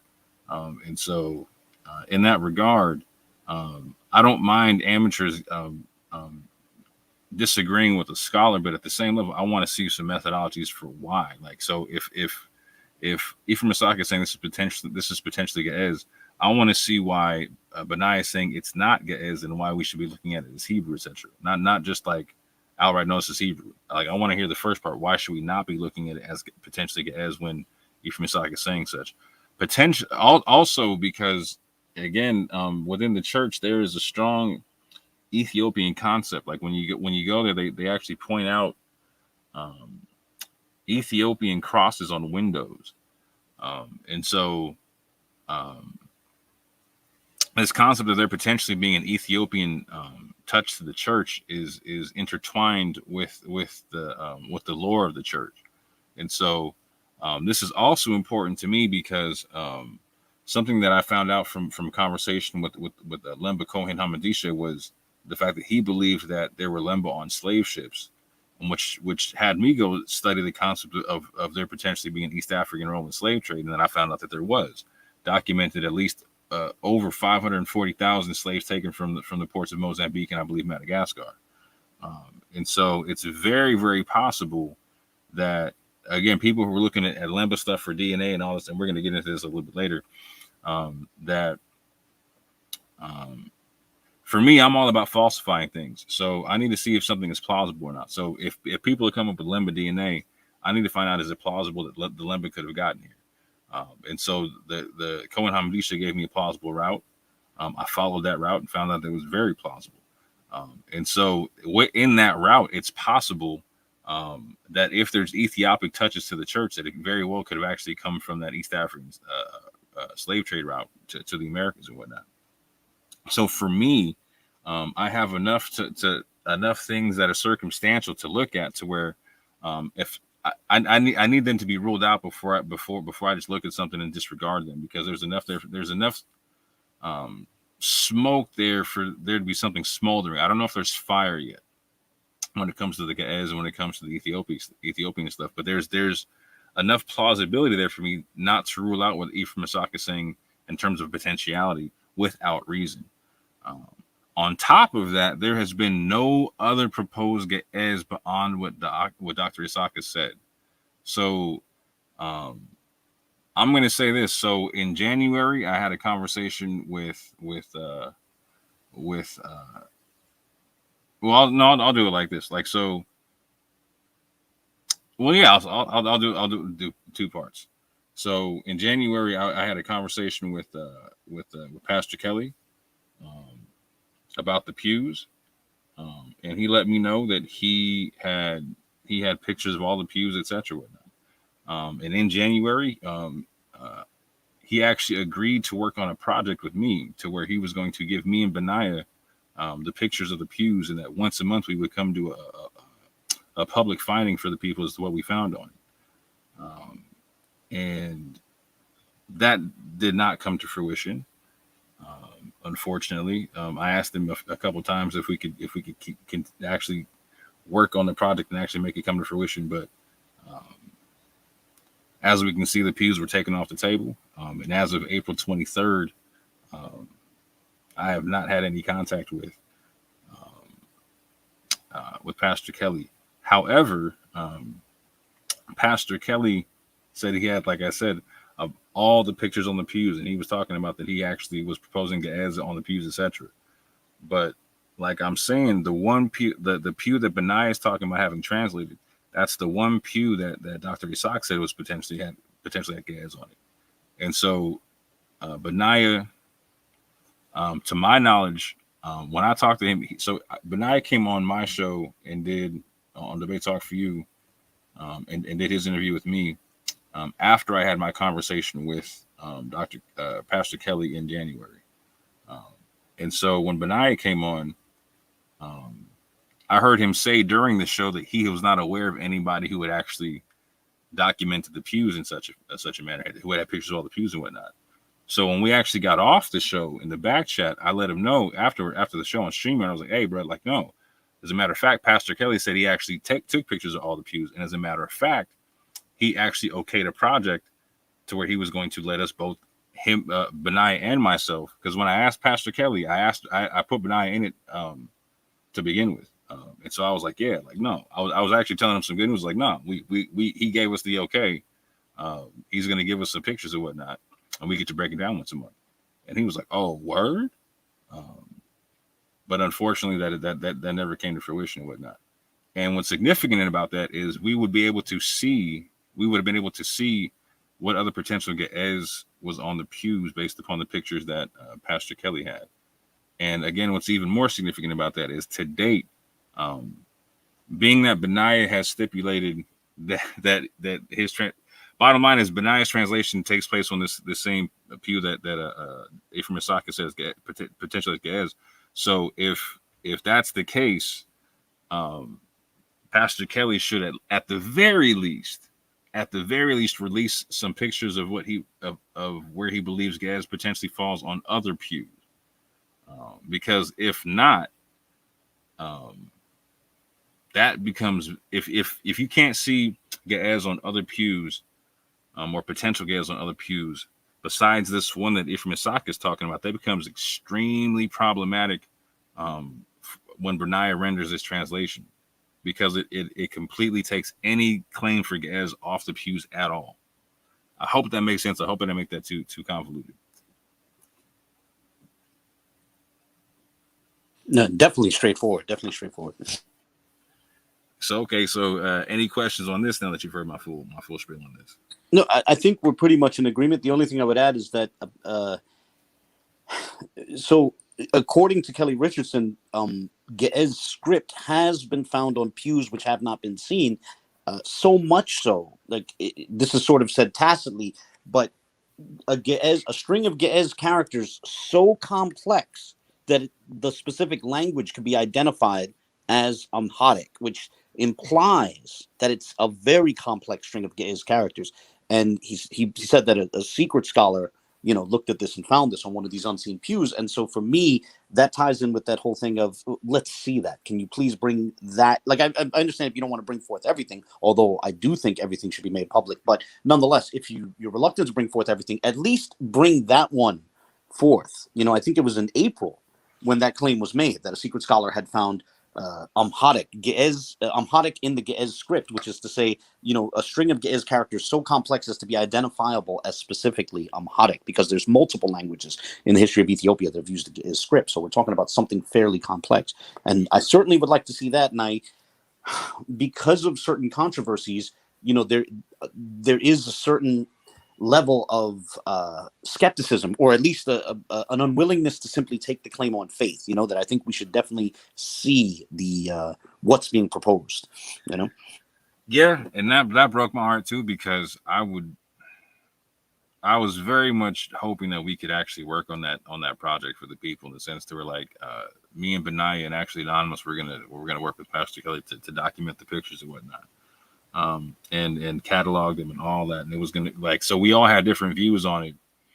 So I thought it was gonna be like a good counterbalance in terms of people being able to understand we have integrity with the whole thing. We could all check each other, etc., peer review the whole thing, all that kind of stuff, right? And we could all come talk about our findings publicly together and whatnot. And we could challenge them. We could go submit them to scholars, all that type of stuff. As a matter of fact, one thing I was really intrigued about was I asked Pastor Kelly if he saw any Aramaic on the pews, and he said he did see Aramaic on the pews, and so I was looking forward to be potentially looking at that concept. But like I said, unfortunately, that concept got tabled, and that whole conversation got shut down. And so I'm saying with you, where that conversation, where I feel like the pews got taken off the table when you brought out that source about the Mandingo slave London writing the Gospel of John in Gullah and Arabic, etc. For me, I feel like a lot of doors got shut on this conversation when on the 23rd I sent a video to Benaiah and to Pastor Kelly concerning my conversation with Brian Kirshen, etc. And looking at Sola Trail with another scholar, etc. And yeah, ironically, I have not had contact with either Benaiah or Pastor Kelly since the 23rd of April. And so, yeah, it's been unfortunate. You know what's interesting? One of for me, a really fascinating part of your correspondence with Brian Kirshen was him saying to you, someone else showed me these markings. Yeah. And I have to wonder, I feel like I could guess who that might be. And then I have to wonder if he likewise told whoever that was, that the surrounding context looks to him more like Arabic. Because there was the claim that, there's a bunch of unnamed scholars that have been shown this, and nothing looked like Arabic to them. Nobody brought up Arabic, and everybody was saying it's definitely not Arabic. There was that implication recently. These unnamed scholars are all saying this. So it would be interesting if Brian Kirshen was a scholar they reached out to, and he told them that the surrounding context of that particular pew looked more like Arabic. Because that'd be an interesting omission if that's the case. That would be fascinating if that is the case. Like I said, I don't speculate in public for me because I don't find it to be profitable for the people because I can't really stand on it, but it is definitely a possibility. I will say this though, because I want to touch on this concept of secret scholars who deal with very particular languages and whatnot.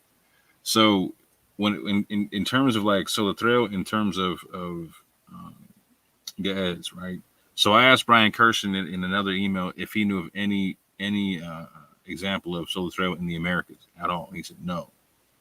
I sent the same email to David Bunis and whatnot. I got no reply from him. I'm assuming he's a busy dude and he probably didn't want to deal with nothing concerning the Pews. But I'll say this, though, concerning David Bunis, right? Like, so there was this concept of him being harassed to the point of not wanting to partake in this concept. And I want to be very clear about something. David Bunis is the world's foremost expert on Solatreo that I can find. I haven't found anybody who's more well-known than he is on the topic and more respected on the topic. And so someone like that, if they were able to find examples of Solatreo in a church on a pew in America, that's not something that they'd want to avoid. That's something that you kind of hang your hat on and retire on. Like, that's a major find, particularly if there's no known reference material for Solatreo in the Americas, particularly at that time. On top of that, the same goes for Ge'ez. Ge'ez being written on a pew in the Americas during that time period would be a scholastic neutron bomb. Like, that changes the game. Oh yeah, it'd be a huge deal. Same thing with Amharic. That if Right. just as it's amazing to see slaves literate in Arabic throughout the Americas, it would be fascinating. I mean, maybe it exists. I just haven't come across it. It would be just as amazing, maybe more so, because of what it would imply in terms of distances. It would be fascinating to see instances of that, people brought over from Africa and to the Americas, within this, 16th, 17th, 18th century, who are literate in Amharic or some other Ethiopian language. And that's one of the major reasons why I call for people to slow this conversation down. Because if you're someone of African descent or you care about the history of the slave trade, etc., whatnot, once you understand all the different slave routes that were taken and whatnot, it's the potential, like the literally, like every trade route or every slave route that was taken could have its fingerprints in that church. You could have people coming in from the Congo. You could have people coming in from the Rice Coast. You could have people coming in from East Africa and whatnot. But I mean, that's a lot right there. That there could be treasures upon treasures upon treasures in terms of what's written on the pews in that church. In terms of documenting what different tribes came here, speaking what language, writing what language. And so it's, again, this is where I'm kind of heartbroken on the fact that that project was taken off the table. And again, it wasn't taken off the table because, like, me and Benaiah and Pastor Kelly were having bad conversations that we fell out or anything. We were having cordial conversations about everything. Like, it was cool. Like, matter of fact, everyone was scheduled to come on the show. They just kept pushing everything back. Everything froze that day and just stopped on the 23rd because I shared a video with them. And so I didn't feel like I said anything in that video that was crazy. I don't feel like I brought anything on that video that was assassinating anybody in terms of character or questioning anything that shouldn't have been questioned. I reached out to a scholar on the matter who could deal with Arabic and Solatreo and got his opinion on the matter. And then gave my opinion on that. As a matter of fact, when I put out the video, I was like, you know what, reaching out to this guy actually makes it to where, like, I feel like it's even more possible that Solatreo could be on the pews. because I was extremely skeptical. I didn't believe that it was possible because of time in proximity. But when he was able to when he was willing to render something even in clumsy soil trail, I was like, oh, okay. Well, well, again, it's not enough for me to say it's on the pews, but it's enough for me to say, oh, I can't just wave it off, right? So to me, I felt like it was weird to where, like, when I'm actually making a video to where, like, I'm saying I can't wave off the soil trail to where, like, now the conversation stops and we can't work on a project that was okayed in January. Right. That's an interesting point. You had said in your video that it's strengthened your openness to the possibility of Solitreo on the pews. Yeah. So you weren't actually going in the opposite direction. You were moving towards it a little bit more. Right. So to me, there's a big question mark on that. I would love to have an answer as to why the conversation stopped. For instance, Benai Israel was scheduled to come on this show and have a conversation. Like, I told him that I'd actually bought the book that he was talking about in terms of the Gullah language and whatnot. And I wanted to have a conversation with him about the Gullah language and whatnot. And this is Dow Turner's book? Yes, sir. Yes, sir. As a matter of fact, I might as well just bore everyone to death and show a little bit about that too. Hold up. Let me do it like this. Yeah, it's all ready to go. I might as well bore everybody to death with this joint. Nerds are us right now. So it's funny you put it that way because I'm fascinated by this. I'm sure other people with an interest in language are going to enjoy this as well. Right. Some of us are not going to find this boring in the least. No, I'm with it. So yeah, so we're talking about Africanism in the Gullah dialect by Lorenzo Dow Turner. This book, and shout out to Benaya for even letting me know this book existed, because I had no idea. The moment, like, I'm literally ordering this book as we're talking. You know what I'm saying? While we're having the interview, I'm like, oh, this what? This book exists? I'm all over the book, right? And so I get the book and I inhale the book. I'm 48 hours like straight reading the book. I couldn't stop reading the book. And so there was an aspect about this book that I found that was extremely interesting. And I'll say this: me and Benai have a different take on the book, and we have a different take on a website that he cited concerning Muslim history, Islamic history in the Low Country in the South and whatnot.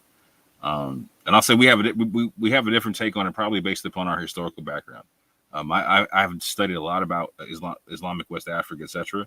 And a lot of people coming out of the Christian church, etc., typically don't do them kind of studies or whatnot. So I'm not saying Benai is incorrect on anything he said about the book or anything or any of his concepts about West Africa. I'm saying we just have a different understanding of the concept.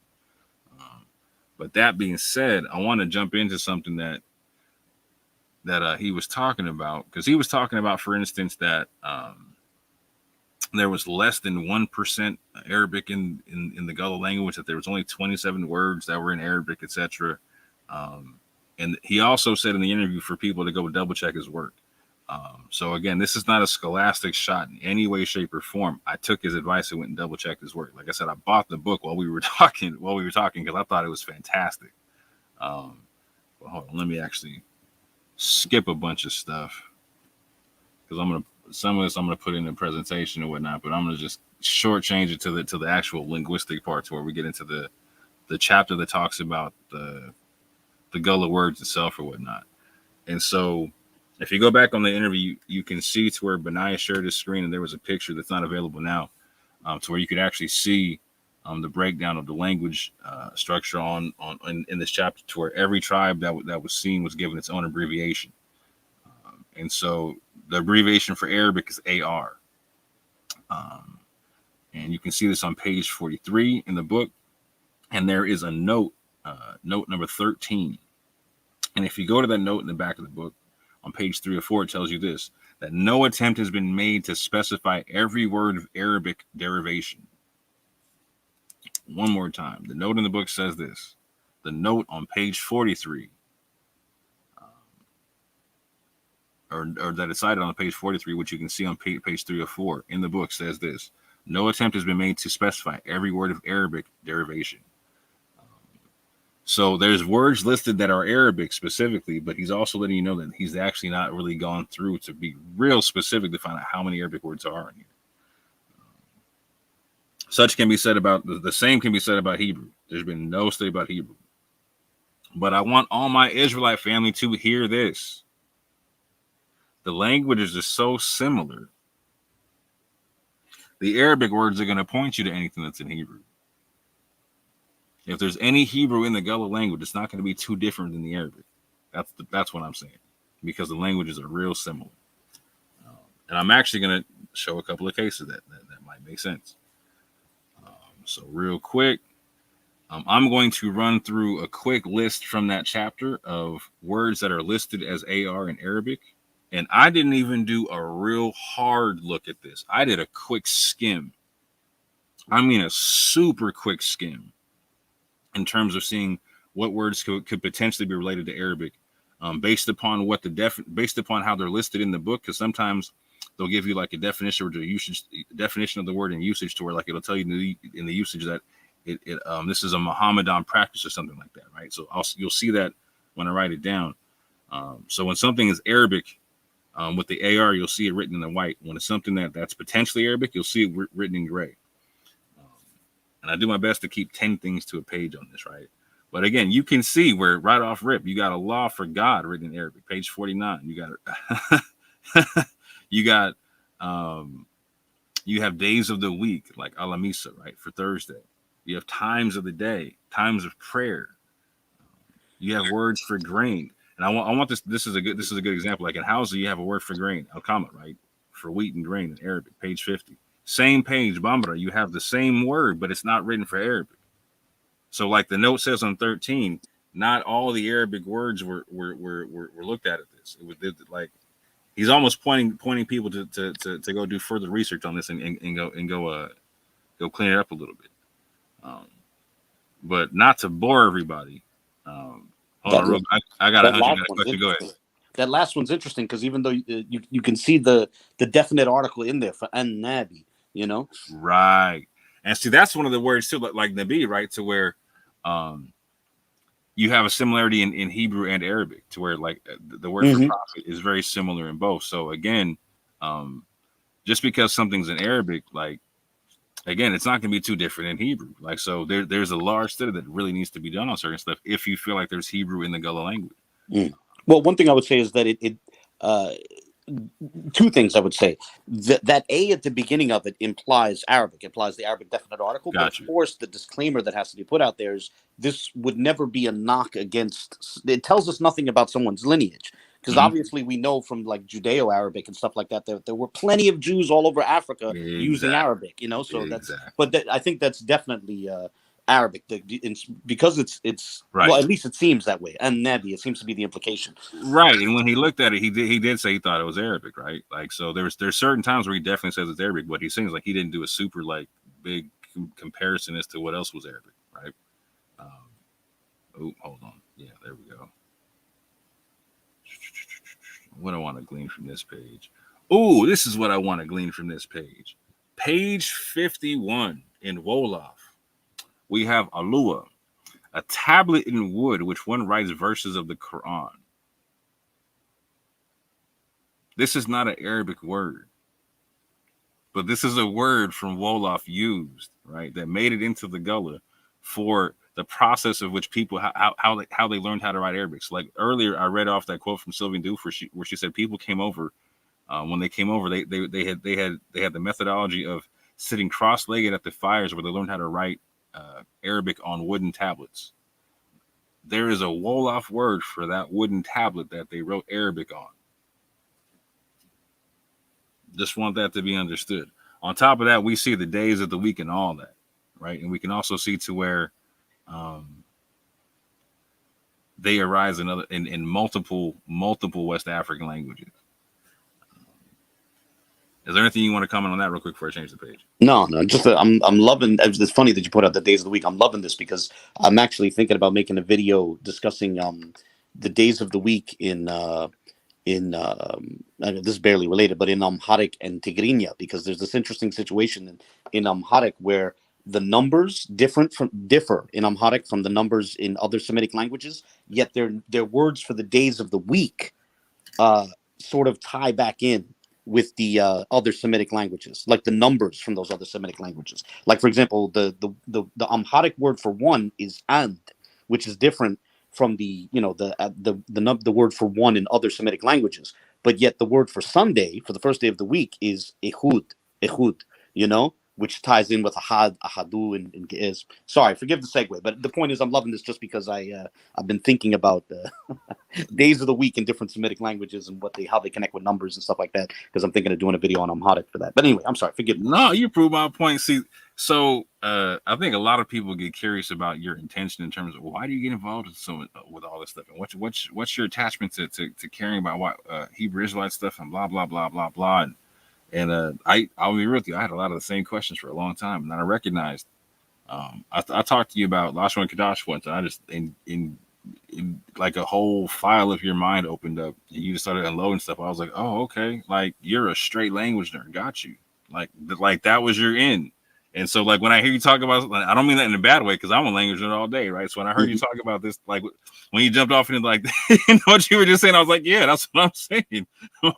my G is all about the language. He took a few semesters in some language stuff and applied that to a whole, like how many different scripts can you read? Well, I'm familiar with a bunch of scripts. I can work my way through the Hebrew script, the Phoenician script, the Arabic script, and the two different Syriac scripts, and the Ge'ez script. But it's beyond script. I wouldn't I obviously my vocabulary is non-existent basically for Ge'ez or Amharic. I don't even understand Amharic grammar, but I can, in terms of like working through a text, it would be Hebrew, Aramaic, Arabic, but even then I need a dictionary. Like I understand the grammar, but all across the board it's an atrocious vocabulary. But yeah, no, in terms of just familiarity with script, it's pretty much most of the Semitic scripts. I'm familiar with the Samaritan script, which is basically a more ornate form of the Phoenician script. Even a little bit with the man, I'm ashamed to say I can't remember the name of it. It's a form of Aramaic, Mandaic, which I think has reference to the Quranic name of Jesus. Straight, yeah, you're straight. I have like nerd. A 10-year-old video on that. You are a straight nerd. He said Mandaic. Wow. Yeah, case in point. I don't, like I said, I'm not even insulting you at all. He just said Mandaic, fam. Go look that up. Wow. The only reason I came across that is because that has relevance to to questions about the Quranic name for Jesus, which begins with an ayin, and it's very different from the sort of the Arabic name that most Christians use for Jesus, which is based on the Syriac and the Hebrew, and so that the Quranic name diverges. And I think a potential explanation of why that is to look at Mandaic, because it shows the possible evolution. Because, for example, what's his name? I'm going to mispronounce his name, but that famous German scholar Noeldeki, the Noeldeki, it looks like it says. I don't know. I'm terrible with German names, but yeah, me too. I'm not going to. So he had proposed. Apparently, Mandaic shows that there are instances where a yod, he gives a bunch of examples where like a yod in Syriac becomes an ayin in Mandaic. Like this happens a lot. And then, of course, we know that also in Mandaic, a lot of times an ayin will turn into an aleph or just drop off. And once you have that, you can easily get from Yasur to Isa, because then, you just have to, you need that initial ya to turn into an ayin, which is what happens with the Quranic name of Jesus, and then the ayin at the end drops off. Like it seems so different at first, but once you take into account what happened when things went from Syriac to Mandaic, you can suddenly see a possible line of evolution that leads us from Yeshua or Yasua or whatever unto the Quranic name Isa. That's the only reason I ever got into Mandaic, because it was part of my, from like a decade ago, I have a video on that, on the name of Jesus. And, that Mandaic helps to explain how that might have happened. It gives us a natural explanation, because I think a lot of people polemicize against the Quranic name, for Jesus. But there is a plausible natural explanation, and it becomes, the plausibility of it becomes more obvious when a person gets into Mandaic. Sorry for this segue. Oh no, because see, this is how you know we're both geeks and nerds, right? Because I'm stopping myself from like bringing out an argument for Ya'isa in the Quran, like a whole like, bro, like yeah, I'm stopping myself from geeking out too, right? So, but that's what I'm saying, fam. I recognize the language nerd in you because I got the same language nerd in me, right? Like you just like we both just geeked out over the whole like, yeah, man, Dave, Ya'isa, like out of nowhere, right? Out of nowhere. But we could probably talk about that for an hour. That's the cool part, right? But that's what I'm saying. Like it took me a minute to recognize. Like, oh, okay, you're just about the language stuff. Like it's fun for you. I got you. It's fascinating. It really is. I mean, the nexus of the different Semitic languages is fascinating. Facts. But going further, because I'm losing everybody. I know. Yeah, sorry about that. I'm gonna mute myself now. No, you're good. We had to geek out for a second. It was bound to happen at one point, fam. So I wanted to point out as well, like, so we have non-Arabic mentions to like the companion of the prophet on page 51. We also have like non-Arabic in terms of like it being phrased that way by the author. We have comments of like the mother of Muhammad, also amen, and so be it, Amin or Amina, right? Depending on how it's being understood in Mandingo. Going further, we have again in Bambara, Amina as Amen in page 51. We have all kind of stuff that's related to the prophet and days from Muhammad on days and festivals, etc., whatnot. Sins and vices, thanks, bilahi. Like these are terms that you hear in comments, so like bilahi or whatnot. And Bilali, the first Muzin, the son of Ali, etc. All kind of stuff on page 64. There's all kind of references to this stuff, right? I'm kind of just going to speed through this a little bit. We have like daughters of the Prophet of Muhammad. We have names of prophets in the Quran. This here where you hear, let's see the Bukhari stuff, like the name given to the second son. I didn't touch on it, but I have it in my slides. Like in the book, it actually talks about naming traditions amongst different tribes of Africans, and it talks about how the Muslims do it in different tribes, like the Yoruba, the Mandingo, etc. It talks about the Islamic naming practices of these tribes coming over in this book. It talks about the deen or the religion or the faith. It talks about like the daughter of Muhammad. I mean, wow, Fatima comes up in that book. That's interesting. Page 80. Oh, fam, you got Khadijah in the book. You got all kind of people in the book. Wow. Oh, wait. Hold on. I gotta go back. So I was showing you the word for the writing tablet. Here is the Arabic word for ink on page 71. Being introduced by the Bambara.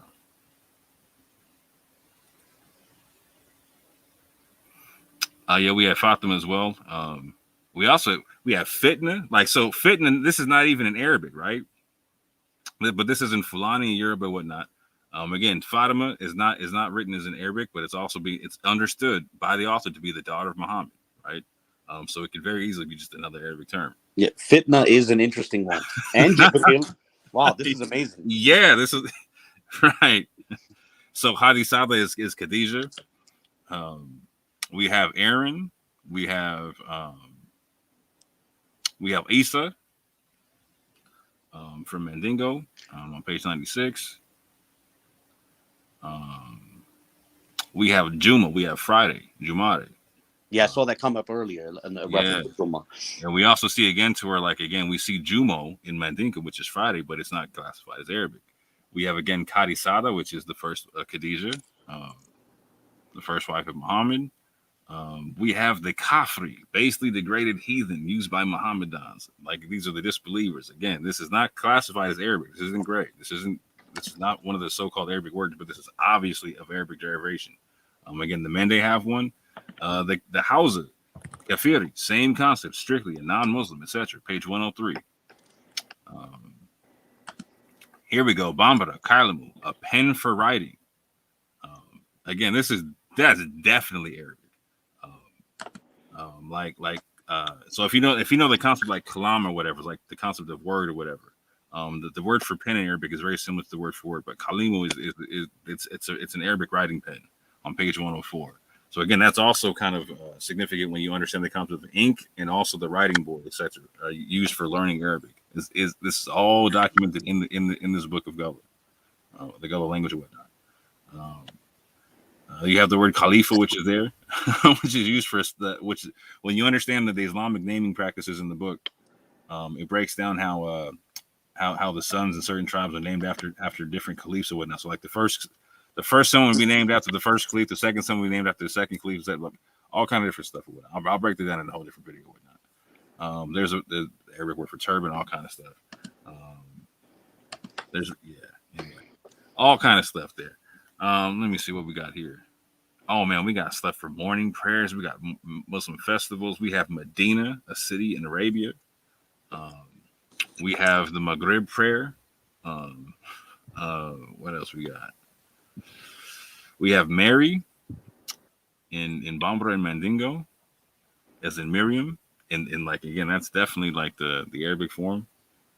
Well, not that it's only used that way, but you can see to where it's actually both. We have Misra, which is Egypt, which that's interesting because that could actually be from Hebrew or Arabic. But you'll see this term here a lot, like Mole or Male or all kind of stuff. It's just a term for Muhammadan. That's in like multiple languages. Let's see what else we got here. We have a Mariba, which is a Muhammad hermit or a saint. And this is something to understand, which is very significant because in that chapter 4 in Servants of Allah, there was a lot of marabouts that were marabouts that were taken in slavery. These are Islamic teachers, people who were highly proficient in the ways of Islam, who taught Islam, who were like the imams basically in the area. And so we also find them being represented in the Gullah language. We see Musa in the Mandingo.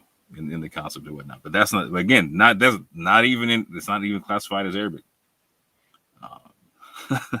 But we have Sadaka in Arabic, and this becomes real big, particularly in the fact that it's in Hausa and Fulani, because this becomes part of the tradition of the people actually in like Sapelo Island, etc., whatnot, to where they actually make Sadaka cakes or Sadaka cakes, to where they give alms on the first of the month or whatnot, to where they would make rice cakes with honey. In a tradition from West Africa, found amongst West African Muslims, where they would make sadaka cakes made out of rice and honey, etc. So that's actually part of the Gullah culture itself on Sapelo Island. They have Safa in Hausa, which is a mountain in Mecca. And again, all the stuff in gray is me skimming through this in 48 hours in one weekend. And just like I said, in one or two skim throughs of this, because it was 4,000 Gullah words. I wasn't going to do that more than a couple times. But if I really sat down and really, really, really, really, really wanted to compare and contrast what the Semitic potential words are in here, there's a lot, fam. There's a lot. Let's see. We got the last prayer of the day in Arabic. We have, let's see, the act of prostrating. We have sajda. Sajada. That's not, but again, not classified in Arabic on page 153.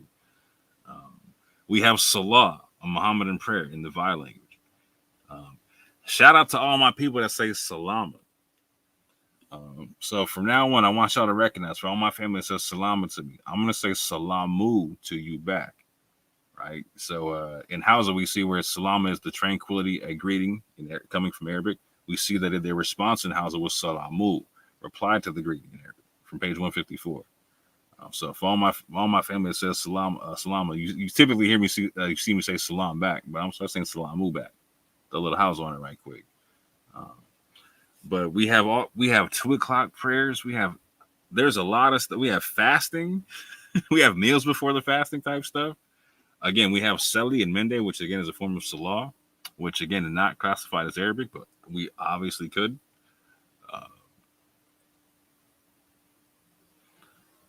Let's see what else we got here.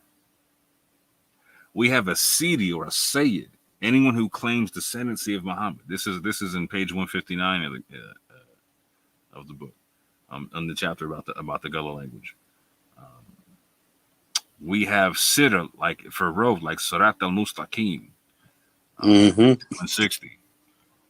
We have Siyaka for Isaac on page 160. We have Satan or Satan, an evil spirit, in Arabic, 163. We have the words for Monday. I thought this was interesting.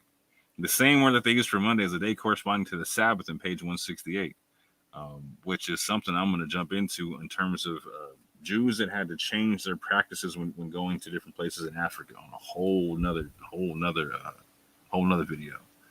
But they got a tobe or a thobe. They had a garment for the Mohammedan, etc. They got a whole bunch. Hold on, what I missed? Was it Wallah there? Yeah, here we go.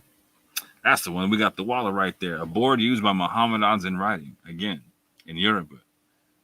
In Bambara, same word. Small board of Mohammedan students, page 176. And when it's not me interjecting this word Mohammedan in these definitions. These are from the book, family. Every time you see Muhammad or Mohammedan, that's from the book, family. Let's see here. We have a wasi as a Mohammedan sermon. We have, again, another division of the day, which is very important in Arabic concepts because you have the day broken up for prayer, etc., whatnot. We have Yahya. We have John the Baptist, page 185. We have La Illa. Oh, God. He used weather. You know what's interesting regarding Yahya and then earlier Isa, that these aren't just Arabic. They're specifically Quranic names for these figures. And that's also part of the naming part. So there's the chapter before this in the book breaks down how the different tribes have different naming traditions and whatnot. And that's actually the Quranic names are part of the naming traditions of different tribes. So different ones do it different. Like some of them will do it after the caliphs or whatnot, and some of them do them after different people in the Quran or whatnot. But yeah, again, you'll see it again. You see Job, Ayuba. You see Adamu, right? You see Ali, the name given to the fifth male child, again having to do with the nephew of Muhammad, etc. Now, this is one that I thought was interesting. This is Saut. To move around the Kaaba, a religious ring dance. This is page 202. Now, this is huge. So in the video, so you clipped up the Muslim tour guide Amir. I forgot his last name. Torre, Amir. Yeah. Torre. There you go. You clipped up his video, but at the there was a portion that you didn't get in your version, to where like if you actually listen to the whole Facebook video, he actually talks about the ring shout. And how the fact that the ring shout was actually their version of performing Hajj because they couldn't go to Mecca. And so it says in the book that the ring shout, the term for ring shout is based off of an Arabic term saut, to move around the Kaaba as a religious ring dance. And so even the ring shout concept. So we hear people talk about like, well, there is no Islamic songs or Arabic songs in the song tradition of the Gullah, etc.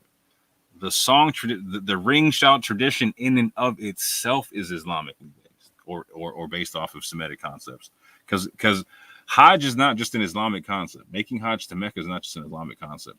The concept of making Hajj or Hagag is also in Hebrew. So the Israelites would make Hagag to Jerusalem, which in the word Hagag also means to circumambulate. Just to be clear. And not only that, circumambulation is while it's not so explicit in the biblical text, it's very common within like the rabbinic literature. Like, for example, at the end of Hoshana Rabbah, they go specifically 7 times counterclockwise around the bima in their synagogues. You know, so but yeah, you can also see that, like, so for instance, when they circumambulate around Jericho in the Bible or whatever to get a concept of it. And there's even rabbinic literature that talks about them making circumambulations within the precincts of the temple. You know, so yeah, it definitely has a place within Jewish thought. You know, right. And so again, just to be clear, the concept of the ring shout though was even by the author of this book is said to be from an Arabic concept, an Islamic concept. Again, which makes total sense when you understand. Now, either whether you're Hebrew or also whether you're an Israelite or a Muslim, right?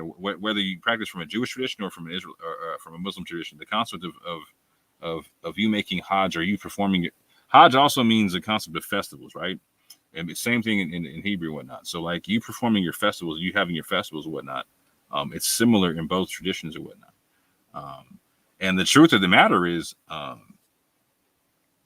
going to say this: if I was a practicing Israelite, I would actually really want to be around a place like Sapelo Island, where like there was a Muslim who was in charge. Because, so let's say so just so people understand, like for 4 months out of the year, there were no Europeans on Sapelo Island and most of the islands in the Low Country because of mosquitoes and whatnot. And so a lot of people don't recognize that the Low Country was like it was left to us for 4 months out of the year, which I'll touch on in a later video, having to do with the potentiality of it being a benefit to the Underground Railroad or whatnot. But one of those aspects is like, so if I was going to choose to be anywhere, if I had the choice, I would love to be under a Muslim if I was going to be a practicing Jew who was running an island, because my religious ceremonies wouldn't be too different from their religious ceremonies. Not only that, their Quran actually has them uphold my religious ceremonies. So my Sabbath, my festivals, all them type of things. But that's a topic for a whole nother video. I would like to also point out at the bottom of the page, we have the Bismillah in Bambara and in Mandinka on page 205. Is there anything you'd like to comment on this page before I change this page? No, sir. Fascinating, though. But no, sir. And again, Brother Benaiah, if you are willing to have the conversation, I'm always willing to the door is always open for the conversation we were scheduled to have. Because I would love to talk about this book a bit more. But along those lines, we have the Gullah tribes that brought Arabic words. So I went through the book and I wrote down every tribe that was found to submit an Arabic word. When I say Arabic, I don't mean what was in the gray. I mean what was in the white that had the white parentheses AR. Those words that were in the parentheses written by the author as Arabic were 45 Arabic words in total. I do believe Benaiah said there was 27. Again, there's 4,000 words, and you gotta really look through it. So I don't blame my man for missing a few. But I went and double checked it. I actually double checked it twice. But there is 45 Arabic. I went through the 4,000 Gullah words 3 different times in the weekend just to double check and whatnot. And there's 45 Arabic words in total that are written in AR. 100 plus Islamic words so far that I've been able to count. And when I do the word count altogether, out of the 4,000 words in Gullah, around 2,200 were submitted by the 10 tribes who had also submitted Arabic words. And of those tribes, the ones with the stars by their name, the Fulani, the Hausa, Mandinka, Mandingo, the Wolof, and Yoruba, they were actually very literate in Arabic itself. They had the Arabic script amongst their tribe.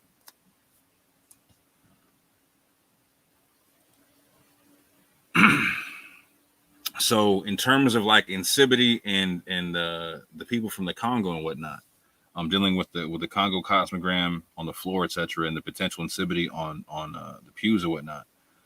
There were 3 tribes that were amongst the Gullah that potentially could have contributed insipidity once you understand that language, the Efik, the Ibibio, and the Igbo.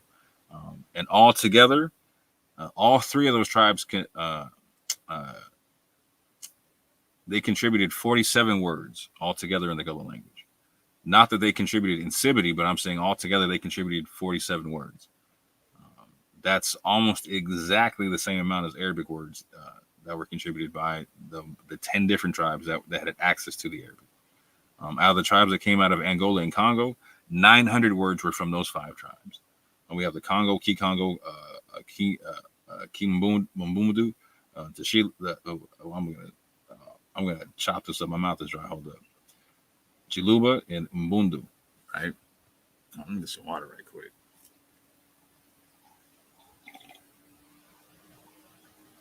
So in comparison, there was a narrative that there was less than 1% of the Arabic, or 1% of the Gullah language had Arabic in it. In fact, it was being said it was like 0.0006 or 006, something like that, 007, something like that. Whatever 27 divided by 4,000 is. And so just as these are the numbers that I came up with, and again, I could be wrong. So please double check my work. And my methodology for this was like, so when it came down to the Efik, and when it came down to, or the people who contributed in Sibiti, and the people, the times that like Arabic was used, I got real meticulous, real super meticulous, and wrote down every time I saw one of their words.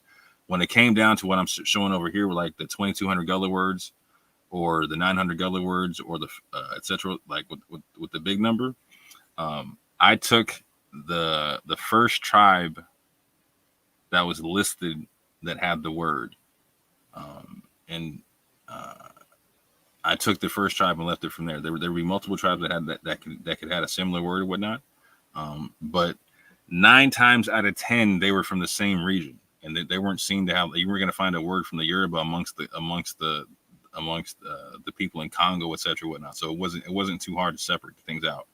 So in order to save time, instead of going through all of them meticulously, I took the first word, or the first tribe that was mentioned, and categorized that word from their language group and whatnot, from their area and whatnot.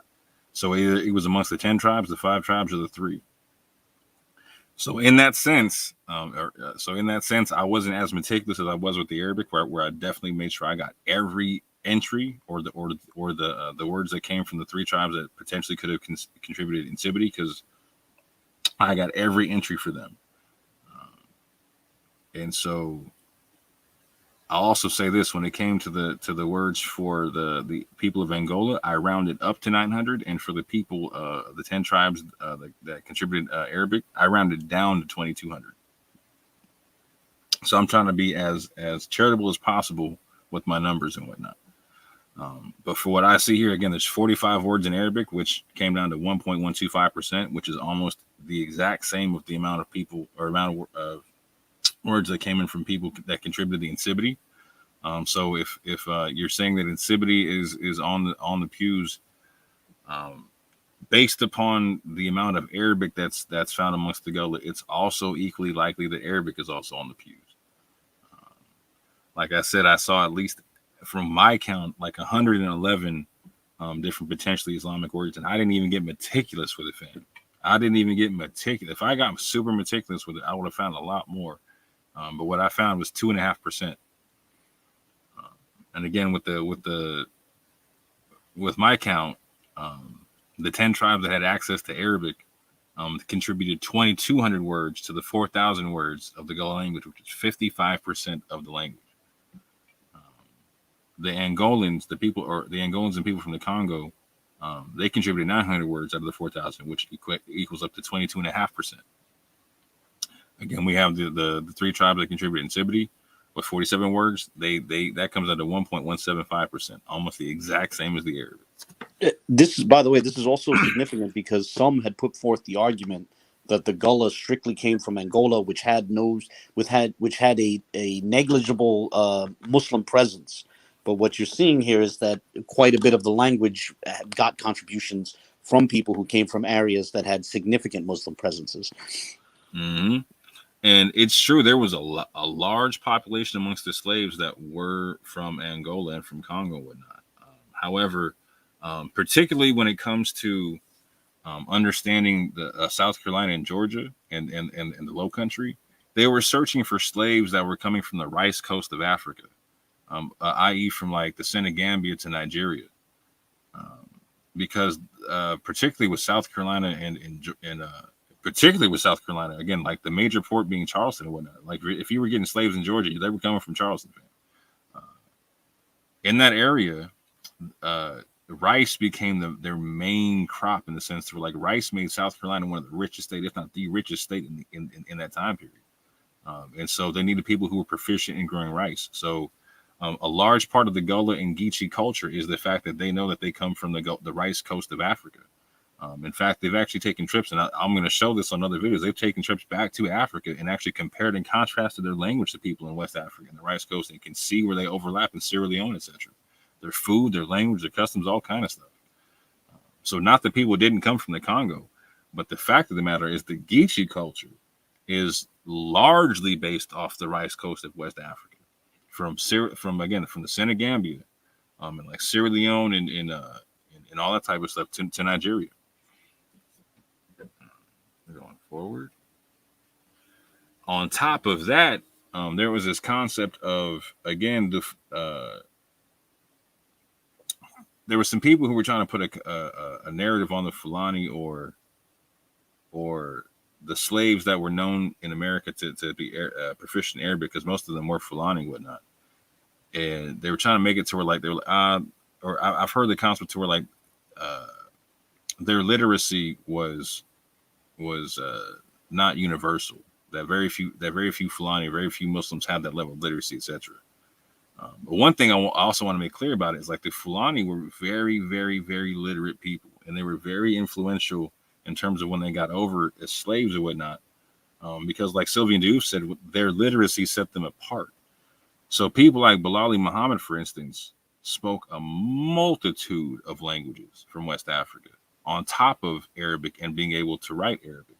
So being able to speak a multitude of languages makes it to where you can actually navigate between multitudes of tribes coming over, particularly if you are the head, like basically the foreman. You're the guy, you're in charge of the labor and whatnot, which Bilali Muhammad was. But what's interesting about that is we see that in the Gullah language, the counting system is almost identical to the Fulani counting system, which makes sense when you understand that people like Bilali Muhammad and Salih Bilali ran two islands on the Low Country coast and whatnot, and had anywhere between 800 and 1,000 slaves between the two islands. So if they're the head people in charge, they're Fulani. They speak multiple languages and whatnot, and they're having the people work underneath them in a universal fashion and whatnot. It makes sense to where they learn the Fulani counting system. The people that learn the Fulani counting system to work with.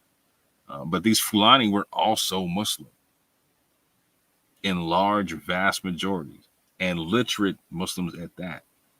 So the fact that the Fulani counting system is the Gullah counting system lets you know how influential Fulani culture and Islamic culture was in Gullah culture. And again, these are recorded in Darren, Georgia. These numerals here, recorded in Georgia. I believe that's the last I got on this. Yeah. Now that I bored everyone to sleep.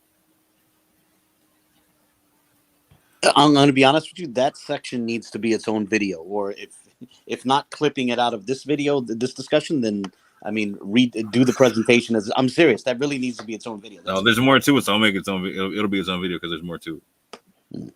I only got through like half of it. Oh man, and then I'm definitely the rest of that. Because man, that was interesting. That puts certain things into a much more different context. So just on and again, there's two books I'm not touching on, fam, just for sake of time. Like again, that's what's his name? Miss Bailey's book. She's no longer here. It's a fascinating book. I can't wait to break that one down. But then also the Walking Quran from. I'm losing my name to scholars right now. I'm sorry. I haven't slept too much.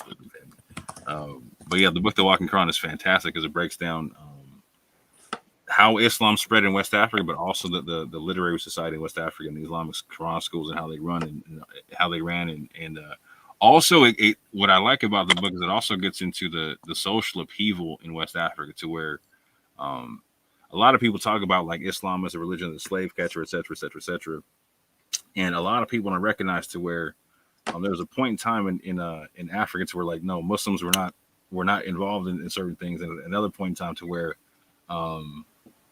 when the higher ups started getting involved in trading slaves amongst Africans, and it actually started a bunch of wars amongst the Muslims. And so there's a large domino effect amongst that the Walking Quran and also Dr. Bilal Ware, the author of the book. There we go. Remember? Yeah, that's it. Rudolph Ware, yes, would be like yeah.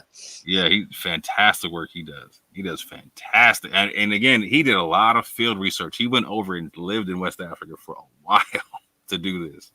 He put in a lot of research, fam.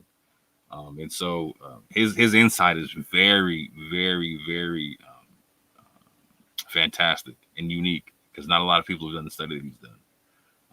And so he actually breaks down the concept to where, like in West Africa, there was a large split between the upper class and the middle class and lower class to the extent to where there was actually wars being fought against the upper class because they were seen to be disregarding the laws of Islam and selling Muslims and slaves and imprisoning people who could recite the Quran and all kind of things. Where like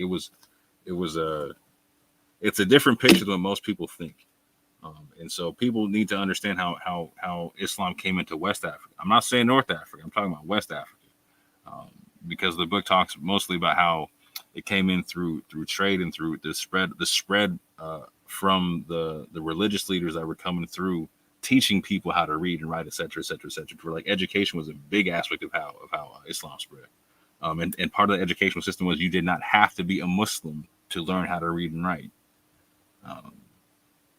This is something that you can find common in a bunch of it. Like, so you could go to like Al-Andalus and find this amongst the Muslims there, to where you did not have to be a Muslim to learn how to read and write. You could go to a free public school and learn that. A free public school in Al-Andalus, in a city, for instance, in Cordoba, in a city where they had the largest population in the world at the time of 1 million people, right? You didn't have to be a Muslim to go to the schools to learn how to read and write for free. But anyway, that's a whole nother boring topic that I'll get into in a whole nother time. Any thoughts, brother man? No. I mean, a lot. The only thing I'll say is I'm definitely looking forward to your fuller presentation. Definitely. That the little bit that you showed, or the half that you showed, was, man. There's a lot to say, and it has a lot of relevance to some of the conversations that have been had recently. You know? I just recognized that I did not finish my whole breakdown of the Pews. I have to give my commentary on Pastor Kelly right quick. I'm interested. Hold up. That was a whole side note. See? Yeah. Easy to get out of some Quite the segue. That was a big, yeah. Yeah. So yeah. So let me see where that leave off. Yeah, okay, I talked about that. So getting into the concept of the sola treu on the Pews, and the rendering and translations given by Pastor Kelly. Pastor Kelly has said it is possible that Arabic may be on the pews. However, he takes the hardline stance that there is no Quran verses on the pews. Ironically, that was the last thing he actually said to me in our last conversation. Was that he said that he knows that I believe in the Quran, etc. And he says he doesn't deny that there could be Arabic, but he's like, his exact quotes was, "You're not going to tell me that there's Quran verses on those pews in that church." And so, to me, I was kind of saddened by that statement, because to me, I try my best to be a skeptic, in the sense to where, like, even if I believe something, I have a threshold to where I falsify that belief. So if you bring a certain level of information or proof, I can't believe what I'm saying. Like if it's against what I'm saying, like, okay, I got whatever I believe is false. If there's a certain, I also have a certain threshold of proof to prove what I'm saying. So if I meet a certain standard, like, okay, no, that's true right there. So I personally, like, the moment I heard that, I was like, there's an issue right there. And I'm going to touch on that in a whole other video, because I don't think it's intentional. But I do think it is problematic in terms of being able to render fair judgment and fair critique with even scales and whatnot. But that being said, I'm going to move into what he proposed in terms of translation. He proposed, and you can break this one down better than me, because in terms of the letter by letter breakdown of what he was saying here, because there was a bunch of the way the spelling, the way that Israel was spelled with the Z and also the Yods was a very interesting spelling. Could you break that down? Yeah. So the word Israel is typically spelled Yod Sin Dresh Aleph Lamed, right? So he proposed that it was spelled initially with 4 Yods: Yod Zayin Dresh Yod Yod Yod Lamed, right? But then he proposed yet another Yod at the beginning.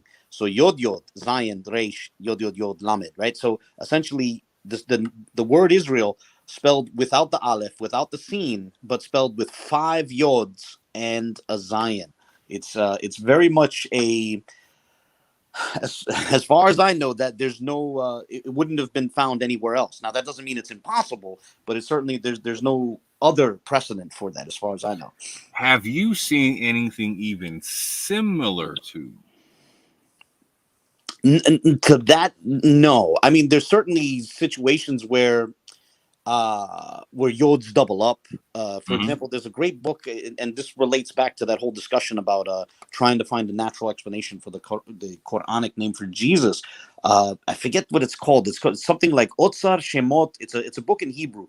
Otsar Shemot ha something. I can't remember the last word, but it's the treasure of words of some sort of Jewish language. And there you see there's a lot of divergence in Hebrew names. Like you see the Yosef becoming going through all this sort of changes where like alephs are coming in and yods are being doubled up in like even Yeshua, like there's a double yod at the beginning. That happens. But in terms of Israel turning into this, no, I haven't seen that. But I mean, I don't know. Yeah, I mean, but certainly there is a precedent for names changing. That's for sure. Even in the Bible, you see Yehoshua become Yeshua when you reach Nehemiah 8. But yeah, in terms of this specific spelling that he's proposing, I can't think of anything like it. It is certainly a very strong change in the spelling. Not impossible. I'm not going to say it's impossible, but yeah. So from what I understand, when it was submitted to David Bunus, he said this was not Solotreo. And when I submitted the same rendering to Brian Kirshen, he said, that the letters didn't conform to Solotreo, but when he actually tried to read it, he wrote Ariel versus Israel. Right, and what that's about is what Kelly identified as a Zion. Brian Kirshen was instead identifying as an Aleph. And he was not taking into account what Kelly proposed to be 2 yods to the right of that character. So he starts with that character that looks like an S. He interprets that as an aleph, and then moved from there. That's why I said, while he wasn't explicit on the string of characters that he felt was possible, it seemed that what he had in mind was aleph resh yod yod lamed for Ariel, which is somewhat of an irregular spelling of Ariel. But I do think that exists. There is precedent for that. Fact. And moving forward, Pastor Kelly also proposed insipidity, which I misspelled there, but I also agree is very possible to be on the pews. Definitely. But going forward, I disagree with Pastor Kelly Richardson's assessment of there not being a possibility of a Quran verse being on a pew, based upon works like Servant of Allah by Sylvain Diouf, which illustrates many instances of Arabic literacy in the Americas, and Surah 114 being found in multiple places. Not only that, I would add, like, I can understand things that are considered contrary to the Christian faith, like Quranic material that would be interpreted popularly as being contrary to the Christian faith. But if we're honest, and I think we touched on this briefly last February, despite all the acrimonious debates between Muslims and Christians, the reality is most of the Quran is not controversial from a Christian perspective.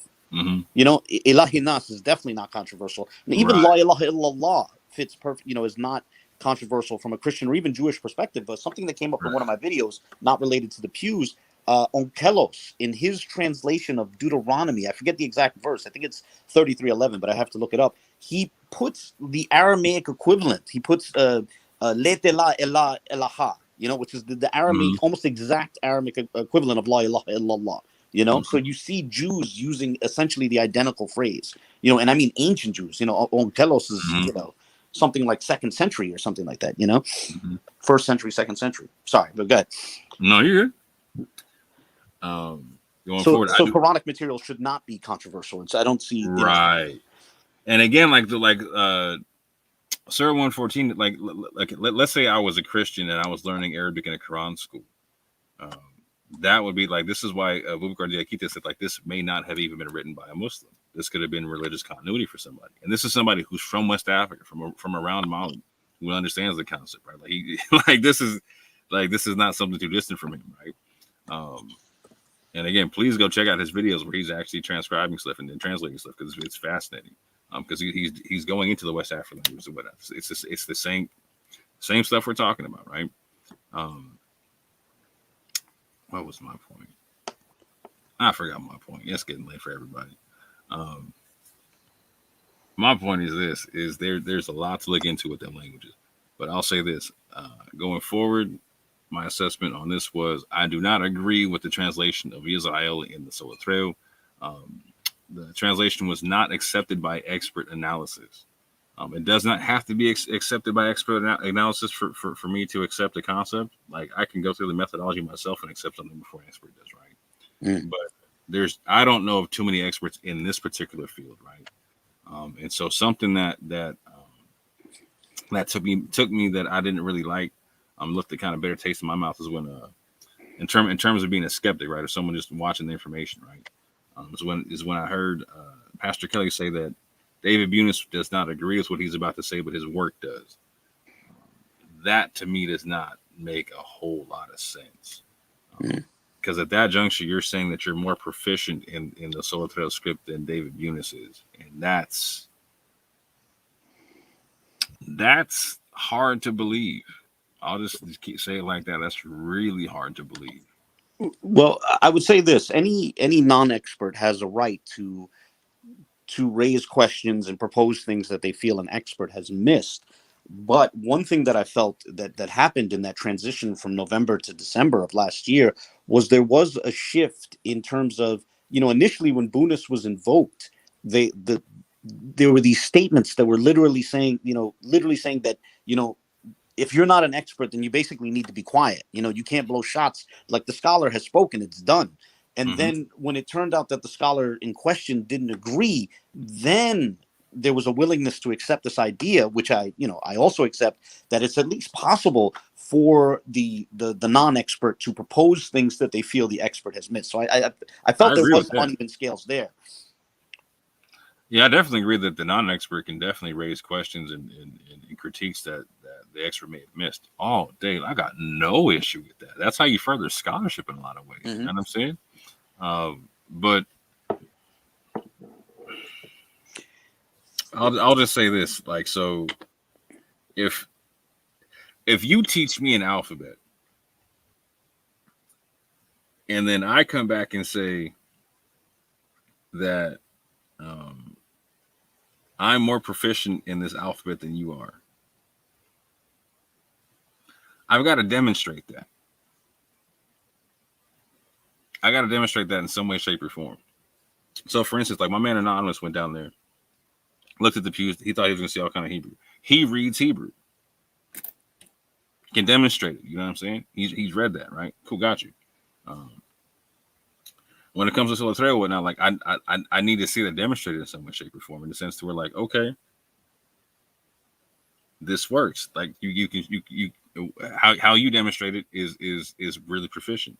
And so, like, just with the concept of Israel and me sending that to Brian Kirsch and whatnot, Brian Kirsch saw a different concept. Like, so where my man saw a yod, Brian Kirsch didn't see the yod. Not like that. Like, not the way he saw it, right? I might have got the letter wrong, but yeah. No, he treated what Kelly treated as two yods, he treated as superfluous. He didn't take it into consideration. Right. And then in terms of that, what Kelly thought was a Zion, he thought was an Aleph. Right. Or so in that situation where I got two people proficient in Soletreo who were disagreeing with what the amateur is saying, right? And so, okay, that's what I'm saying. At that juncture, I have to see something to where Pastor Kelly can demonstrate some proficiency in the Soletreo on a level to where it's respected, to where I can see it challenging what they're talking about. Because, like, so if I got two people at the top of the game saying no, I don't see what you're saying. I don't see what you're saying. They're like, okay, they're saying that for a reason. And again, they gave the reasoning for it.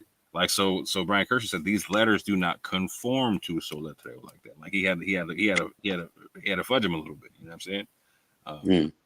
So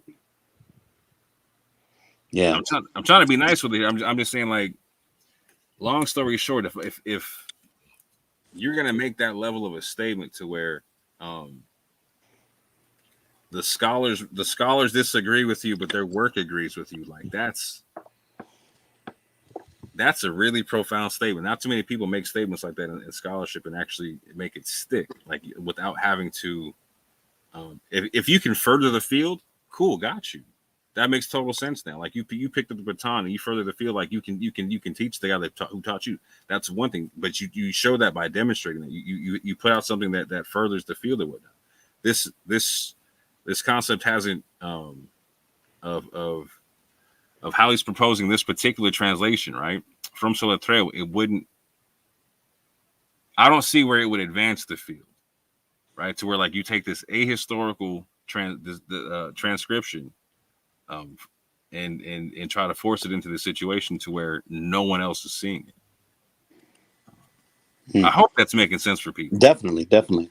Another big issue for me. These markings are from the exact same pew that an Arabic reading was proposed for, and I think another case where and I'm not sure how to put this in a polite way, but an inconsistent standard was applied where the Arabic was knocked down on the grounds that it didn't explain the entire pew. They left out some, these 3 straight lines that are up at the top. So it explains most of it, but there is a small portion that it doesn't explain, the Arabic reading. But yet, when it came to taking this Soletreo reading, a different standard was applied where now the Soletreo reading is not required to explain the entire pew. Rather, you could reduce the portion to literally, if I'm not mistaken, less than half. This portion is less than half of the markings on that pew. And so that I felt was unfortunate, that the Arabic is required to explain everything. The Soletreo reading for the exact same pew wasn't even required to explain half of it. And, that was one of my major concerns about inconsistent standards, Yeah. And so my last point is that the translation is abnormal in its spelling. Absolutely. Very much so. So that's another major reason why I do not support the translation. Again, I think I put it on the next one. Yes, I think it's possible that there is Soletreo on the pews. And that is based upon my dialogue with Brian Kirschner, because beforehand I was 100% skeptical. But again, him even being willing to force something, I was like, oh, okay. I can't just wave that off, because again, like, so even amongst my mother's people, like I've never been able to find a single solitary instance of Soletreo being written in the Americas. So if this is the first case, like that's a big deal. And again, scholars not wanting to jump on it, like the Brian Kirschner or the David Bunis, whatever, like that. To me, that was a red flag. Like, okay, like they're not really seeing a smoke or fire there, because if they did, they'd want to hang their scholastic hat on that, because I mean that gets you known everywhere. Particularly like Brian Kirschner, because he's young. Yes, indeed. He would definitely want to jump on that. Like Bunis, like he's cool. Like in the world of Soletreo, he's established. Like he's the guy. But Brian Kirschner, like, oh, word. And so again, like, now this is where a red flag went up for me when he told me he was contacted about it before. I was like, oh, you know about it. Okay. So if you know about it before I said something about it, like, if you thought it was something, you would have written about it, you would have investigated it more, etc. Like if you thought it was something to hang your hat on. But he obviously did not think it was something to hang his hat on. Also interesting, I mean, you had showed what Benaiah wrote in November, and something that had stayed with me, and you brought it back to the forefront of my memory, is that at the time in November, they were saying that they're sharing this with multiple scholars, and that they also found Spanish amongst the pews. And I mean, I don't ask this in any sort of accusatory way, but I do wonder what happened with that. Like, if they showed this to multiple scholars, can we see what those other scholars said? And can we see the Spanish that, he felt he saw in the pews? It is unfortunate that after that first interpretation of that pew, there was the attempt to get people to defer to what Bunis allegedly said, and then the whole thing dropped off after that, Yeah. To me, yeah. So I can also say this, like I was shown a few different scholars behind the scenes to where it was the story like we consulted them, et cetera, et cetera, et cetera. We think they think this, they think that. But and again, I was told like they consulted a number of scholars. Mm-hmm. They've also said that publicly, dozens of scholars. Yeah, and if that's the case, like I'll just say this. I haven't been in contact with a million scholars in my life, but I stay in contact with a few. I interview them, etc. And the people I talk to, I've never run into a large group of them that don't want to be known or that don't want their information known or want to be behind or want to be kept secret.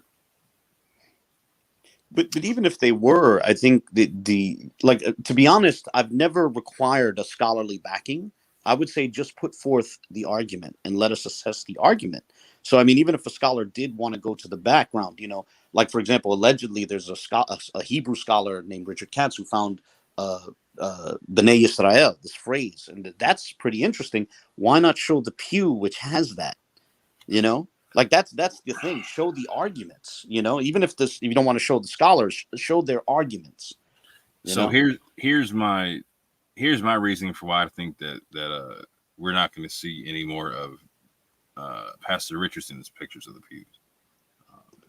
Well, I'm sure we'll see other people's pictures in time, but I doubt we'll see any more of his because I'll just say this: like I haven't seen a whole bunch more than what I've shown. But the little bit that I've seen, it would seem like if I was to extrapolate what I saw and extrapolate it and put it to the rest of the pews, like I said, we shouldn't do the last time we talked. If I was to do that, it would seem that the majority of markings would be Arabic. Wow. Oh, man. And that's something I said in my most recent video, that because the what's claimed about these secret examinations, these private examinations of the pews, is that they were looked at and there's nothing else that looks like Arabic, and the case for other languages gets stronger. I certainly think it's possible that if we brought out a view of the rest of the pews, that the case for other languages could get stronger, but it's also possible that the case for Arabic could get stronger, And yeah, so I would love to see what else is available. Yeah, that's so. I don't do my speculation game, right? Understood. I hate doing a speculation game, but I'm saying just both ways. Yeah, no. This is the one time I'm speculating.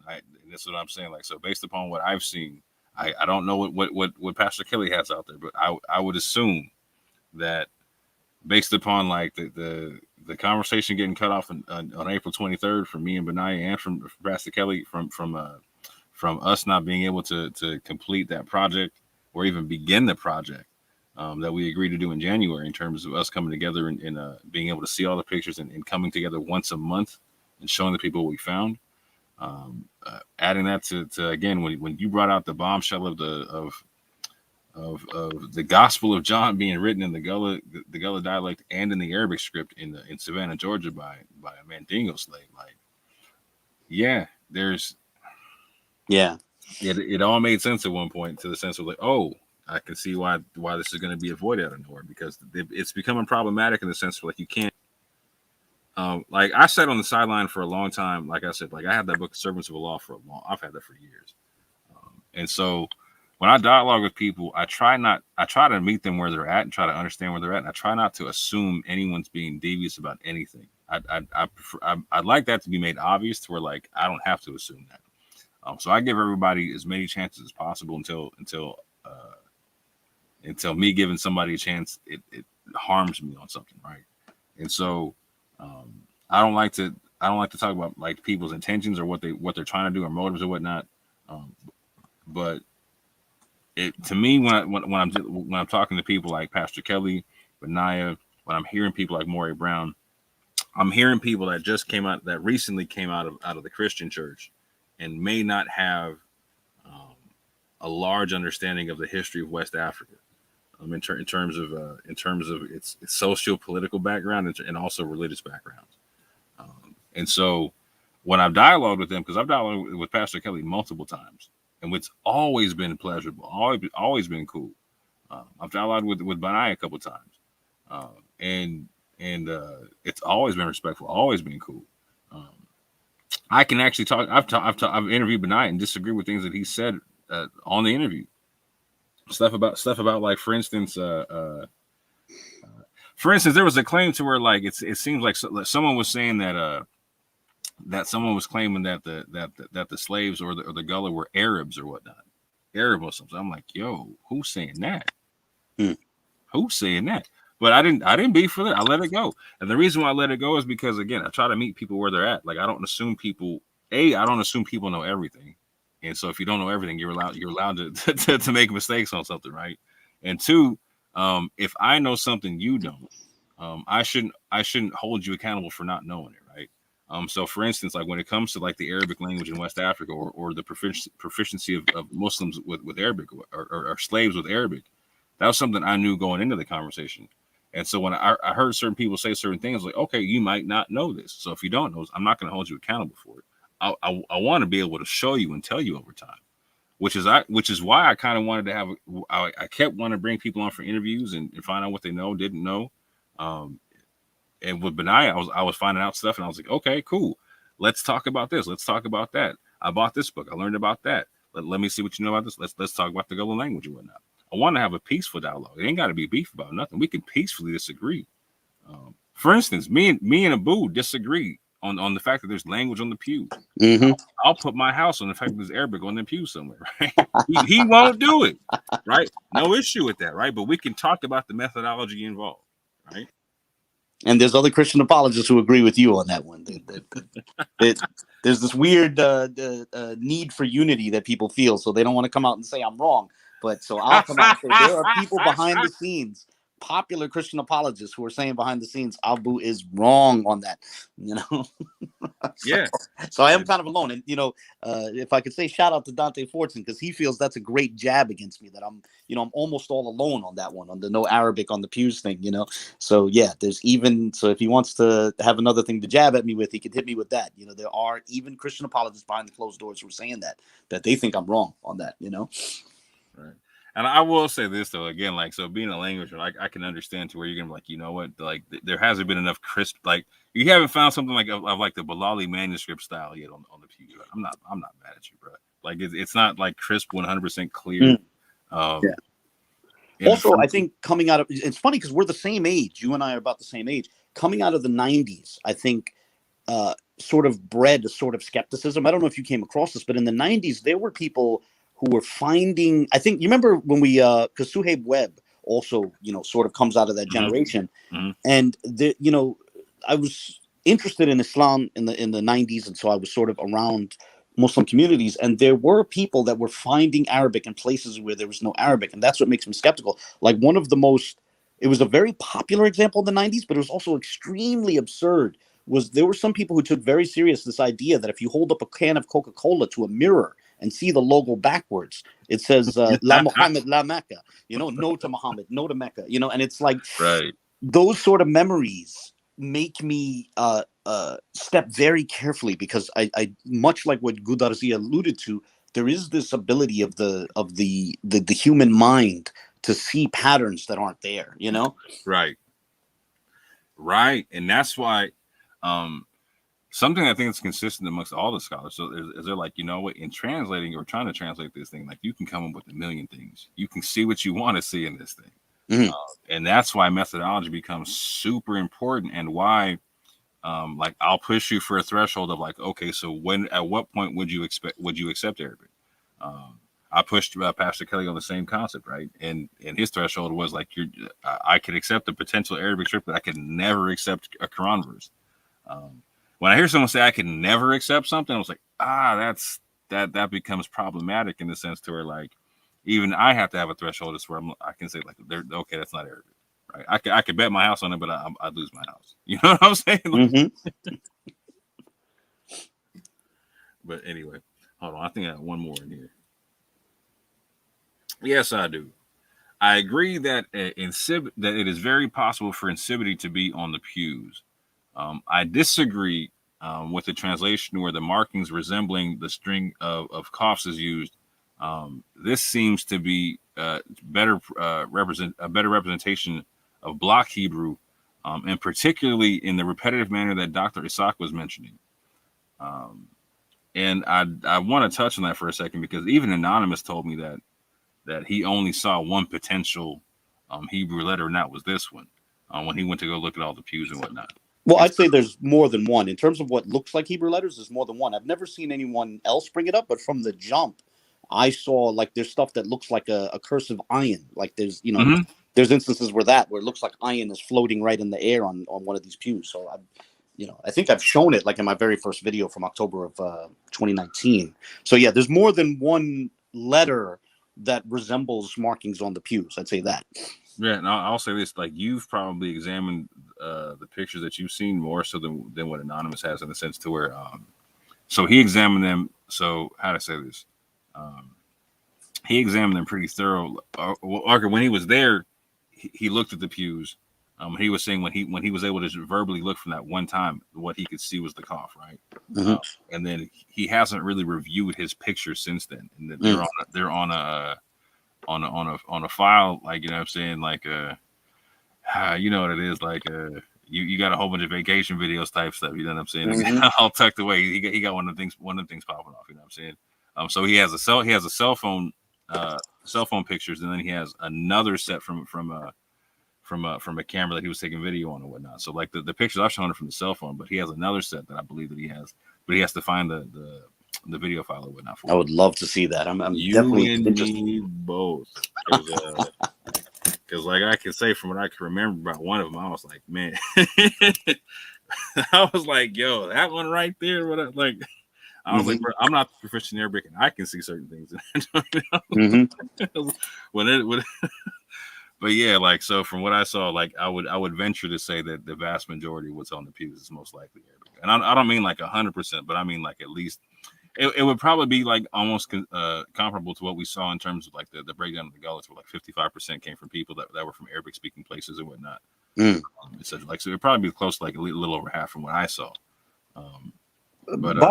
By the way, another reason that it's good to get to get these images public is because then you can get more eyes on it. Because I think, for example, with La ilaha illallah, like we talked about this, right? That there's a pew. I had noticed that there's a pew that looks like La ilaha illallah, but I didn't present a highlight of it, until after I heard that Boubacar Diakite had proposed that, right?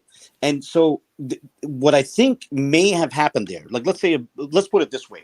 An advocate of that position, like for example, someone who takes that, aside from Boubacar Diakite, Jamal Touré, Amir Jamal Touré takes the position that La ilaha illallah appears on the pews, on one of the pews at least. They could a legitimate accusation that they could raise against me is that because I'm coming at this from a place of skepticism, right? I may be just sort of without, not deliberately, but the thing is, I'm less willing to throw it out there, and especially since people are like accusing, because merely suggesting hypotheticals resulted in a large number of people accusing me of taking the position that there's Arabic on the pews. And so I may have, without thinking about it, that may have played a role in me not bringing that out earlier, right? I didn't bring it out until I realized that people were taking that seriously. My own skepticism may have caused me to take it less seriously. And that's an interesting thing to keep in mind, because if these pews were all public, and let's say you got lots of Muslims looking at it, right? And they would be perhaps less skeptical. Maybe they could produce more false positives, but at the same time, they could produce more suggestions, Like my skepticism may be holding me back in a certain degree, Like I may see stuff and be like, I'm not going to, there's a part of me that's in my mind that's saying that's ridiculous, While someone else might be more willing to put it forward, and then you can have a conversation. I think that sort of happened with Amir Jamal Touré and Boubacar Diakite, that they put it forth, and it's like, okay, now we have to give this a second look. When I was looking at it alone, my mind kind of told me it was ridiculous, so I didn't bother mentioning it.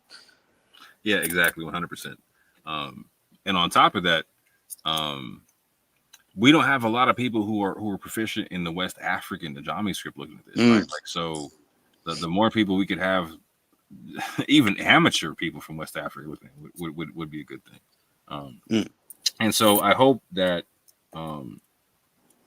Pastor Kelly, if you're listening, I am still more than willing to work on that project with you. I would love to work on that project. I know Anonymous would love to work on that project. I know Benaiah. When I talked to him, he was all elated about the concept of being able to catalog the pews and whatnot. So we all were. All our tails are wagging and whatnot. Because this church is a treasure trove of potentialities in terms of what it has there. When it comes to the language and whatnot. And so again, this is not a scholastic shot at you, Pastor Kelly, in any way, shape, or form. I can understand. I'll say this. I understand why he's being guarded. I personally feel like he's being guarded about a lot of things because he's trying to protect the family history. And I can understand that in a lot of ways. And I don't take issue with that in any way, shape, or form. However, in terms of having a public discourse, in a matter and having even scales, I do take issue with a couple of things. It's not a serious thing. It's not like, oh, I need to go. Like, you're not my brother no more. No. It's just a scholastic disagreement and whatnot. However, I do think if we can put those pictures out for the public, here's what I want. Here's what I want, Pastor Kelly. I would hate to think that you're not putting forth the pictures because there is more Arabic. You believe that there's more Arabic on the pews than what's not, or at least the potential for people to wrongly claim more Arabic. Right. I don't want that to be the case. You know what I'm saying? I'm not saying you have to put the pictures out. I wish that kind of cloud wasn't over the whole thing. That cloud does not need to be there. And again, if you have the pictures, like there's no reason to not put them out in the sense to where. More people are like, again, so from what I understand, they're already trademarked, etc. So you can't, so no one can steal your pictures. So there should be no reason as to why the public shouldn't be able to see them and catalog them and be able to work on them themselves or whatnot. Because we may catch something you miss, you may catch something we miss, and together we can fill in the gaps. And the more eyes that are on it, the better the chance. Yeah, exactly, 100%. Because different people might know. Man, how do you know? Like somebody, there's not a Nigerian kid in West Africa right now who's watching you, watching me, watching whatever, and knows a scholar over there who could easily run through this stuff. Mm-hmm.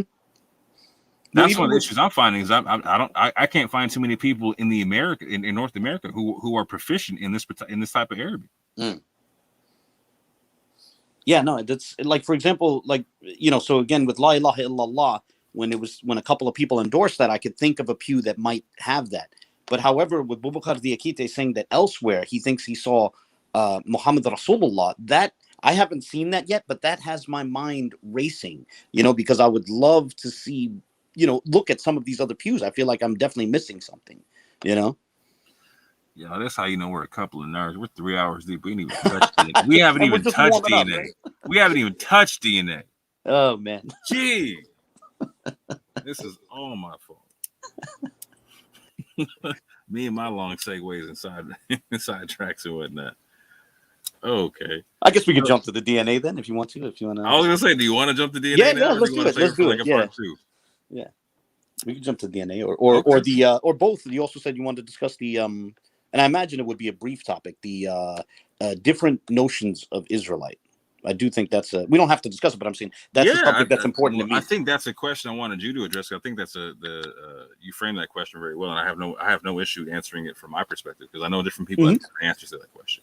Mm-hmm. And I think I know your answer to it. I think I know, but it does become important because it has so much relevance to interpreting evidence, to attitudes towards percentages of mainstream Jewish populations, and all that kind of stuff.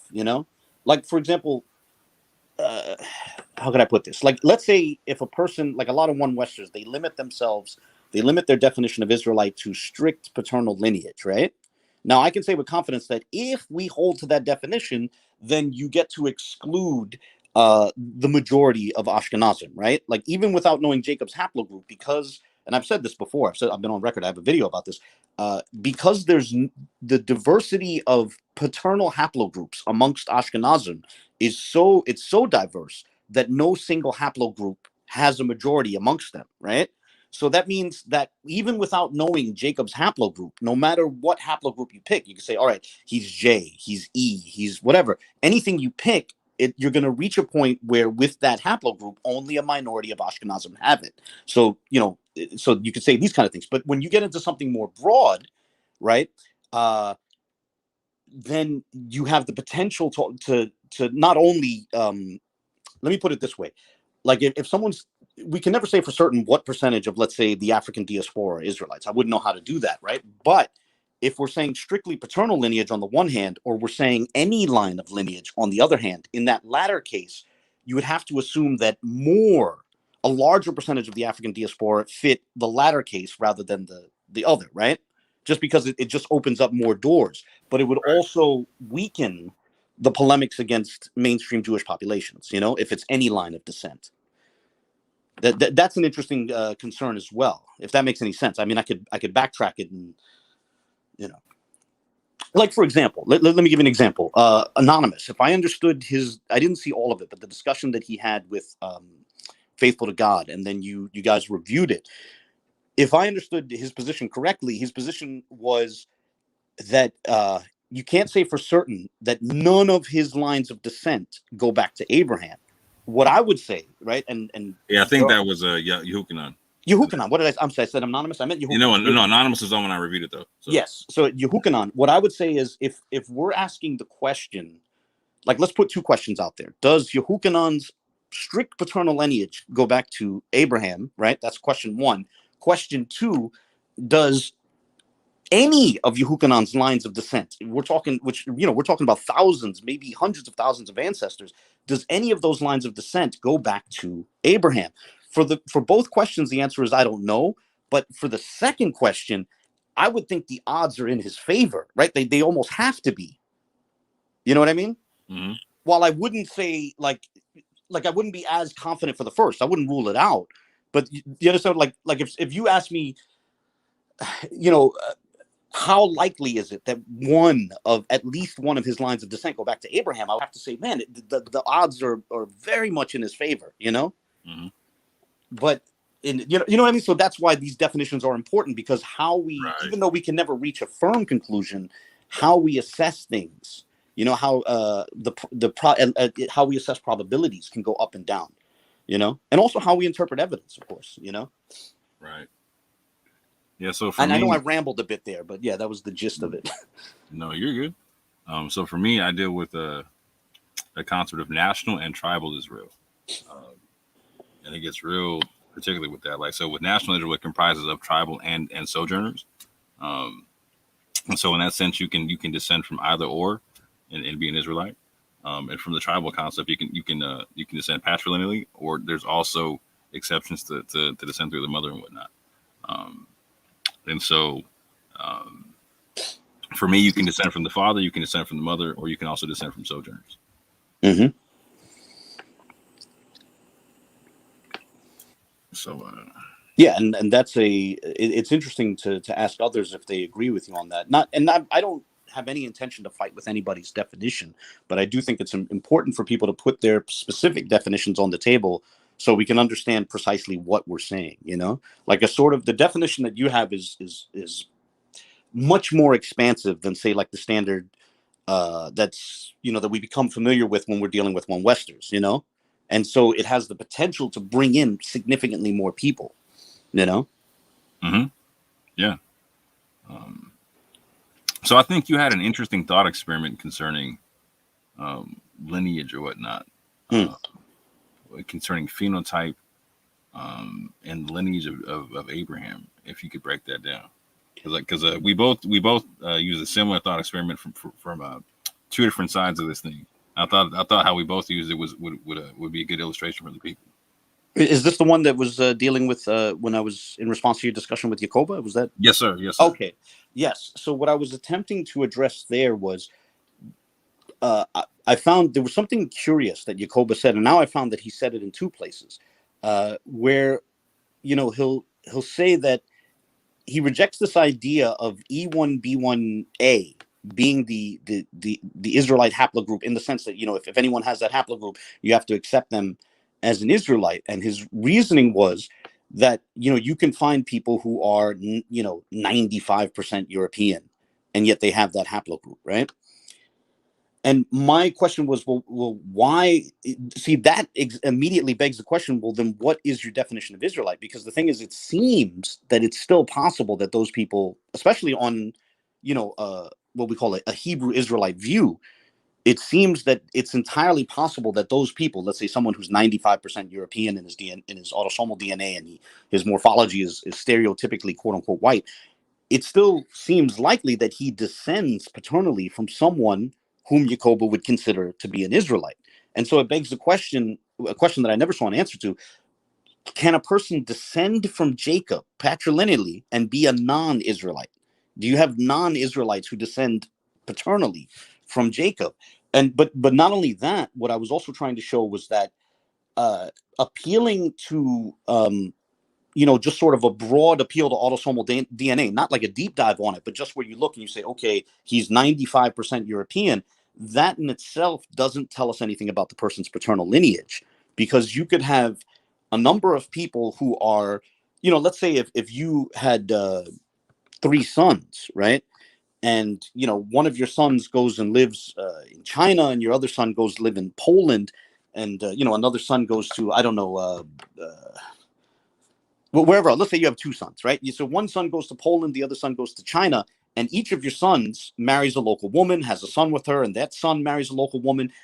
You'd have a situation where within like 5 generations, you'd have a situation where you have 2 men, both of them who descend paternally from you, one who would be, 97%, DNA indicative of China, and the other one 97% or something like that indicative of Poland. And yet they would both descend from you. Like saying a person is 97% X does not rule out their paternal lineage. And that brings us back to the question, well, what is your definition of Israelite then?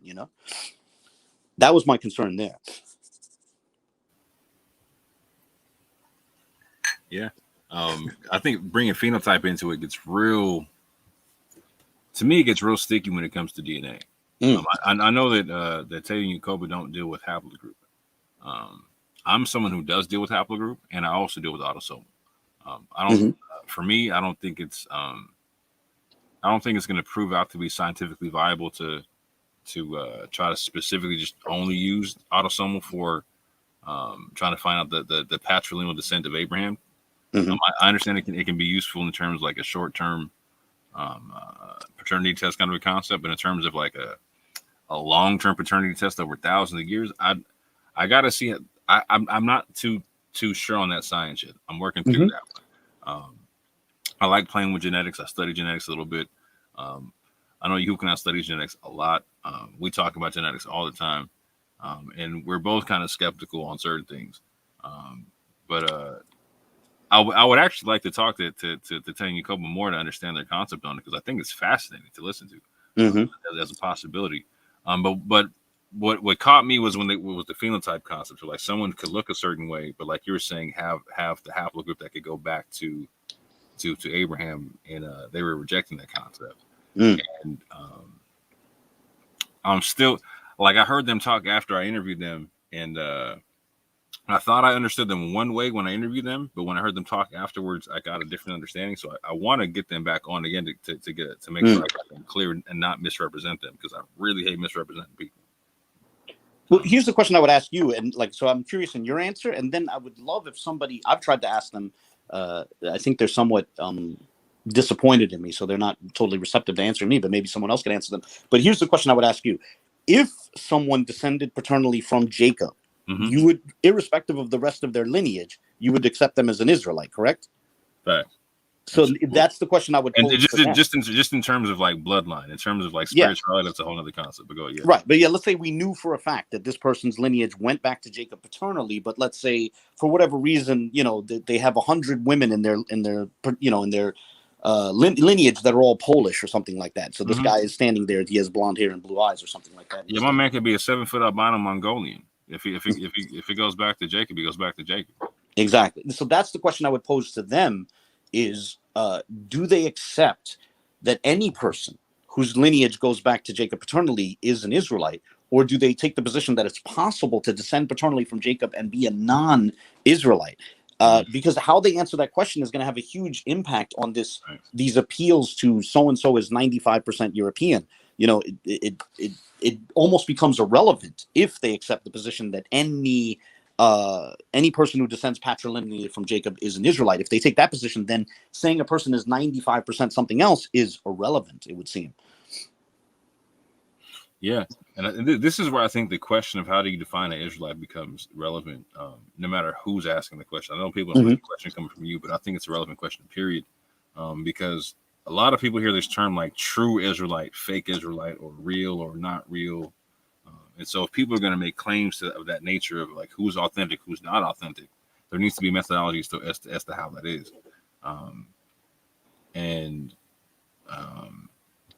Because a lot of people, first of all, like that can be really incendiary language. First of all, like saying like fake or real or a true or whatever. And I'm actually having to parse it because the more I'm hearing people talk, I'm hearing people say like, no, I'm not saying like. So for instance, I'm not going to say names on this one, but I'll just say like this. Like so I've talked to different people, heard them talking about stuff, so universally, I think I've heard. Well, I'll say the names on this one. Universally, I think I've heard Dante. I think I've heard telling you talk about everyone gets salvation. I think I've heard them talk about it specifically. And that's fine. I haven't questioned everybody in the community on the concept, but I know them for a fact. I've talked to them on that, right? I've heard them they're pretty clear on that. I think they're very clear on that. And so, when I hear them talk about like fake and real, like sometimes I get the concept of like they just mean like what's the original population, not like not the sojourners that came into, like not that they reject the sojourners. Right, but they're saying like, okay, some people are sojourners who are saying they're not sojourners, or some people are sojourners who are saying that the original and whatnot, and that needs to be clarified. I'm with that, right? But again, there needs to be a clear methodology on that concept, and so I think this is where genetics becomes a really interesting conversation, and so. And even their methodology becomes a question, like how are we right? And that's the results what I was we get. just gonna say is because like there's so many different ways of looking at this. So for instance, like when Tay and Koba say that they want to deal with autosomal only, right, and not deal with haplogroup at all, that would be like a groundbreaking way of looking at the thing. And so. Like I'm not saying it's not possible. In fact, like when I heard it, I was like, you know what? I couldn't knock the logic right off the top. I was like, because you know what, it does work. And when I denied the paternity test proving who my father is, like I couldn't say no. You know what I'm saying? So I was like, all right, I got to think about that. They put me in a spot. Like I got to think around that. Like why would I got to falsify that? But at the same point, I can't falsify that at the moment, right? Well, but not only that, I think your view, again, this brings us back to definitions. Your definition of Israelite is so expansive that you, if you wanted to, you could disregard, say, a paternal haplogroup without excluding a person from the definition of Israel. Like, so for example, let's say we had Jacob's haplogroup and we're testing somebody and he has a different haplogroup and it's so different that a geneticist says, yeah, I don't think this person descends paternally from Jacob, but some other genetic material shows a connection. You could say, autosomally, you say, well, he's still an Israelite because your definition is expansive enough that it can go beyond, So Jacoba's approach is fine for a more expansive definition of Israelite, which is why it takes us back to exactly. How do we define Israelite? But see, and that's why I need to have another conversation because I thought I heard him say that he also believes in certain bloodlines or certain paternal stuff, and I was like, okay, wait a minute, like it didn't quite add up the second time I heard him say something, and so I need to get it clarified, and like you're saying, it like what they're talking about does work great for what I'm saying. However, even with me, I do believe that Sarah had a mitochondrial DNA. I do believe that Jacob had a paternal DNA, right? And so I do believe in that concept of the seed of the father, seed of the mother, and whatnot. So we should be able to see that. I also do believe that we have sojourners, and we're gonna see that. So like I do believe that in the national scope of Israel, we're gonna see multiple haplogroups. We're gonna see all kind of stuff, right? But we should also be able to differentiate eventually from who would be like the natural branch and the grafted branch. Right? That was a question I was actually thinking of, is that via what method do we determine who's a natural branch and who's not? It seems to me that on any of these definitions that I had mentioned, I know we didn't mention them here, but the ones that I listed in my post, any of the definitions, it seems very difficult to say who's a natural branch and who's not, you know? Right. And we won't know until we get some verifiable DNA from some bodies and whatnot. It just is what it is on that one. Or till Christ comes back and lays it all out. Right, exactly. I agree with that concept. And so this is where I take issue with people that say like they just stick with the J1 concept. Because I'll debate anybody on it. Like I can make an equal argument for J1, R1B, and E all day. I can make an equal argument for all three of them. They got to get ruled out at this juncture. You know, it's interesting. I heard something third hand. I didn't see it directly, but again, third hand, emphasis on third hand. So I could be wrong here, but I heard that Dante's haplogroup is E1B1B. Yes, sir. That's interesting because I would be the second hand on that, putting that out everywhere at this juncture, because I keep trying to tell people that's a kill shot for people that keep trying to make this J1 argument and whatnot. Go ahead. Well, E1B1B has a very strong case as well. I don't think J is plausible. I think J is, because J is found so widespread amongst. Now, this doesn't prove that J is Jacob's haplogroup, but it is interesting how widespread it is amongst different Semitic groups. But the thing is, once you go down that road, E1B1B is also like everywhere as well. It's amongst everything from Semitic Ethiopians. I mean, by Semitic I mean Ethiopians who speak Semitic languages, Arabs, even Ashkenazi Jews. For it to be that widespread, it seems to imply that it's been amongst Semitic populations since antiquity. And so that's fascinating, because even the Cochin Jews have the E1B1B. Fascinating. And so what that says is, I know Dante is also disappointed with me, so I'll give him something that he, I hope this will give him a reason to smile. I think if that's his haplogroup, that makes me sit back and say, the possibility that he descends paternally from Jacob is decent now, without disrespecting anybody else, but I'm saying like that it Right. feels like the stakes go up, in that regard. Yeah.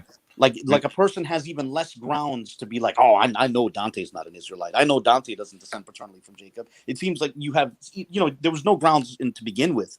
But if that's true, that it's E1B1B, it's like, man, that's interesting. That it feels like the likelihood of him descending from Jacob at least got a little bit better, or descending from some Semitic population got better,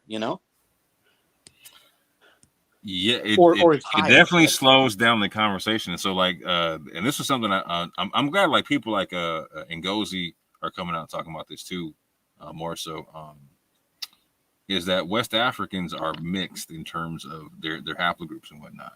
Mm-hmm. And so a lot of people seem to think that most West Africans are just E1B1A, and that's not the case. Like, so me and my crew, Anonymous is EM180. Again, it's I think it drops off from EM96, etc. whatnot. Like Yukonot's R1B. I'm E1A. My joint goes back 56,000 years and whatnot. You know what I'm saying? Again, Dante's E1B1B, and not just any E1B1B. He's a subsection of EM34, which is like the Natufian marker and whatnot. You know what I'm saying? Not only that, so with regards to Dante, you talked about this in a couple of shows about this idea of East Africans winding up in West Africa.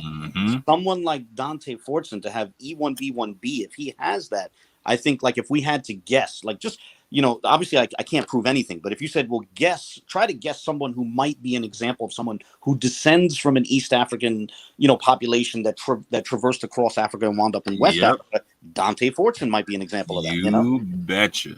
Yeah. So we will be doing a show about DNA, hopefully in the next couple of weeks, he and I. Where we talk just about that particular thing, because when I looked at his DNA, particularly his 23andMe, he has very little European DNA, and particularly very little European DNA from the areas that would have the E1B1B. And this particular, and again, this particular kind of E1B1B, there's a bunch of different clades. He has a very particular subclade, which is heavy in Arabia and East Africa. Yeah. So a lot of what I talk about is information from like Dana Marnich and other people where I cite I talk about a migration from like Southern Arabia, East Africa into West Africa. And people like Dan Marnici think that, and myself also, we both agree on the concept that the migration from Southern Arabia and East Africa was probably a lot larger than the migration from the Levant. However, like there was a large Semitic population in East Africa, Southern Arabia, and whatnot. A lot of which one migration I talk about a lot is the migration from the Himyarite kingdom over into Mali when the Himyarites fell to the Christians and whatnot.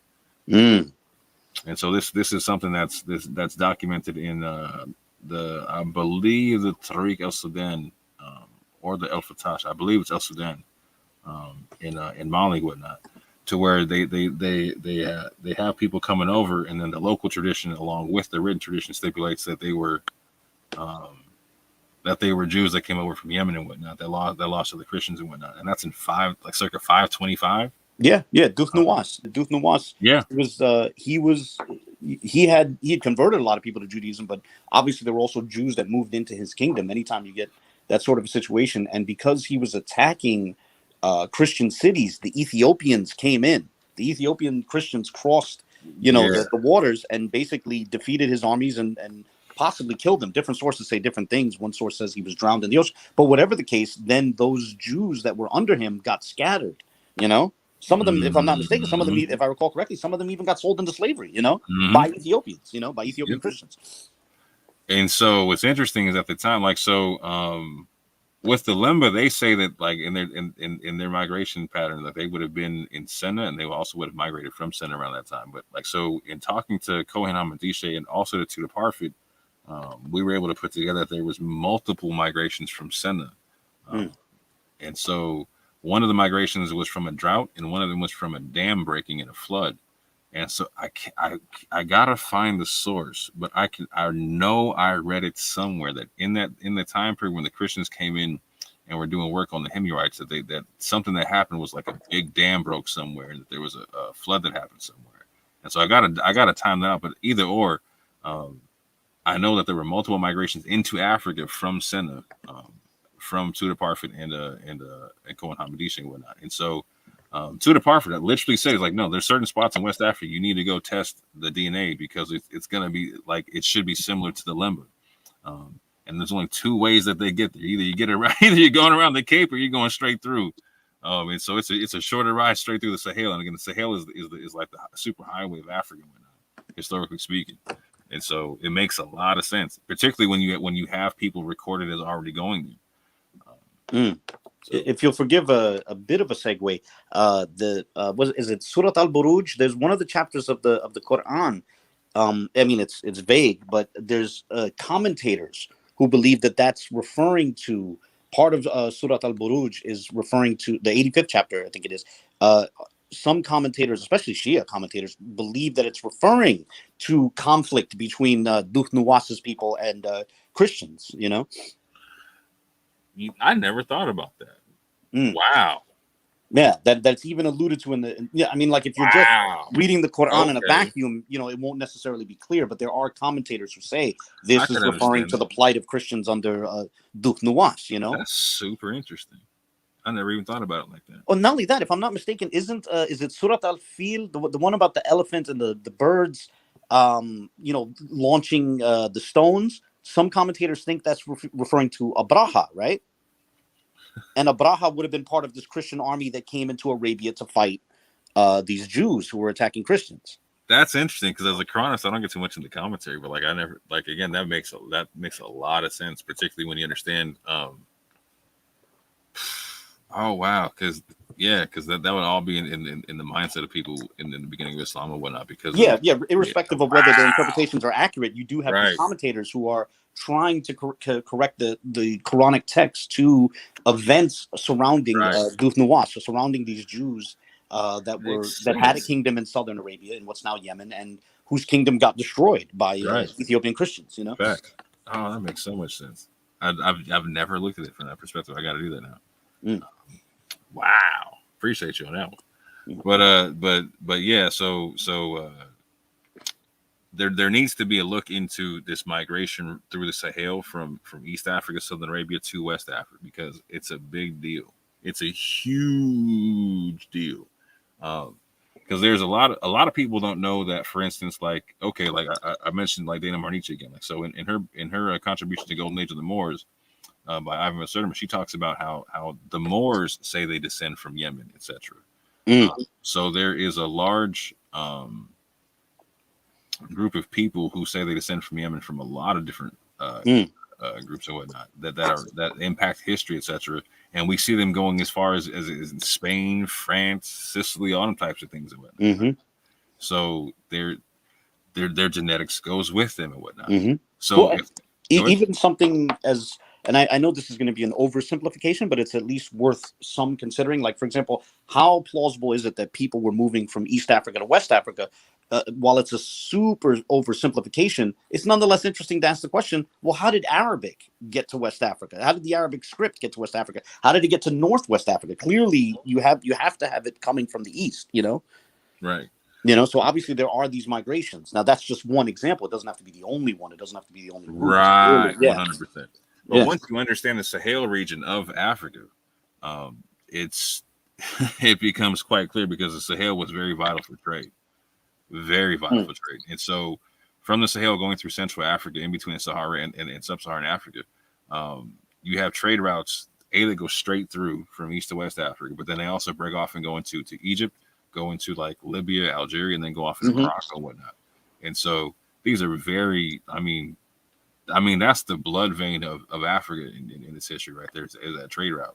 And so it makes a lot of sense for people to be on that route. I mean, and you see a lot of people making the east to west migration. And what I was going to say is, like, you can actually see these patterns of migrations in the DNA. And this is what I appreciate about what people like Ngozi are bringing out now, is because he's on Clubhouse all day, banging everybody's head, getting everyone to understand these migration patterns and whatnot, and haplogroups to understand, like, no, people in West Africa are a mixed people. And not only that, the E1B1A was introduced to West Africa from an east-west migration.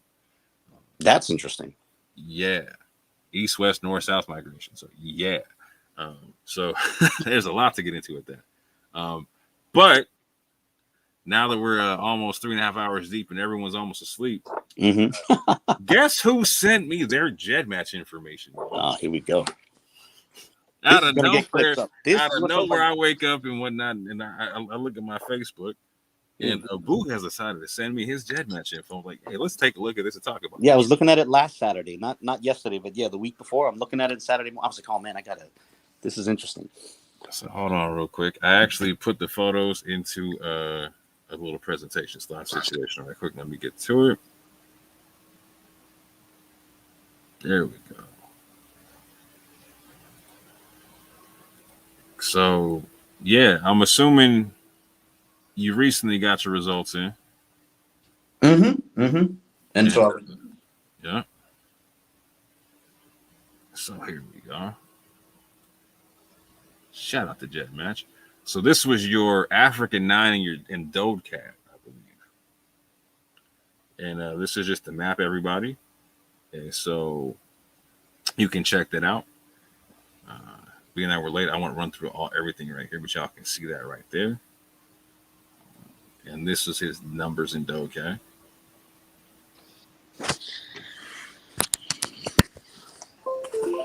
Now, do you want to break that down at all, or what did you find interesting about these numbers? First of all, well, I mean, it's I was more interested in the Oracle results, because I think there's a discussion to be had about what's in Oracle, because I do think that that there needs to be a slowdown in terms of what's found in Oracle, right? So this is the way I would put it with Oracle. Like, the best way to think of the Oracle results is in terms of modal logic, right? The Oracle results are not necessarily saying, right, that these, what's coming up there is necessarily the case. It's talking about possibilities. And so that distance figure should be thought of as like referencing probability, right? So if I can explain modal logic, right? If I'm not mistaken, you were born in the United States, right? You were born in the West Coast? Yes, sir. Okay, so in terms of modal logic, the statement Orthodox Moor was born in Canada is false, right? But the statement it's possible that Orthodox Moor was born in Canada is true, right? Even though you weren't actually born there, the statement that it's possible you were is true. So with that in mind, that's sort of what's happening here. It's not discussing, it's trying to, with the oracle results, you have the 1 population, the 2 population, the 3 population, and the 4. It's trying to, imagine what your DNA would be similar to if you descended from just 1 population, or if you descended from 2 populations, or 3 or 4. And that distance figure sort of is like a probability figure. So the higher your distance, the more improbable your likelihood of descending from that sort of group, right? And there are texts like GEDmatch has a wiki on it that talks about it, that even if something comes up in specifically your oracle results, that doesn't mean your parents actually descend from that group.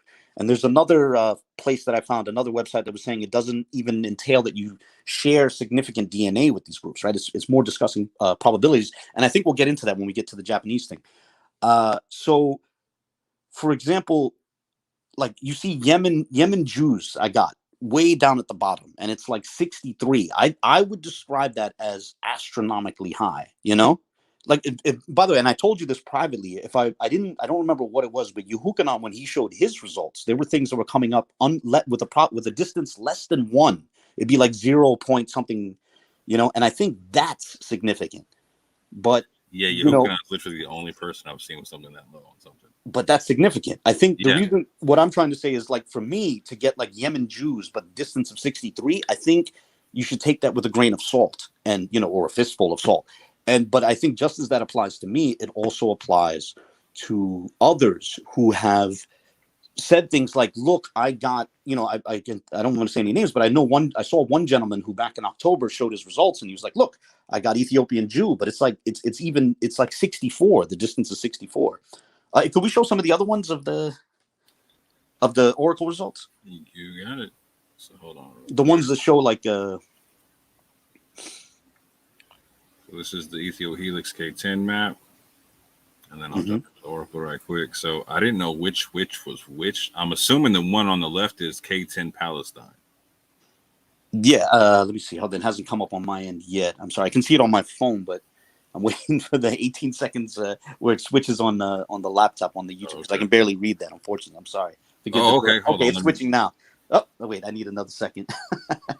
And let me do this and make it a little bit bigger. Okay, good. Yeah, no, I got it now. Yeah, so This is interesting. So, because a lot of people would get excited about finding Ethiopian Jew in their in their oracle results. Again, oracle is not necessarily showing it's talking about possibilities. So it doesn't, if you get something in your oracle results, it doesn't mean you actually descend from that population or share DNA. Now, I'm not ruling that out either. You could share DNA with them, but it's not guaranteed. So I got Ethiopian Jews at distances that were very, very high, and yet still lower than the distance that a gentleman who was showing something last October, who I have in mind.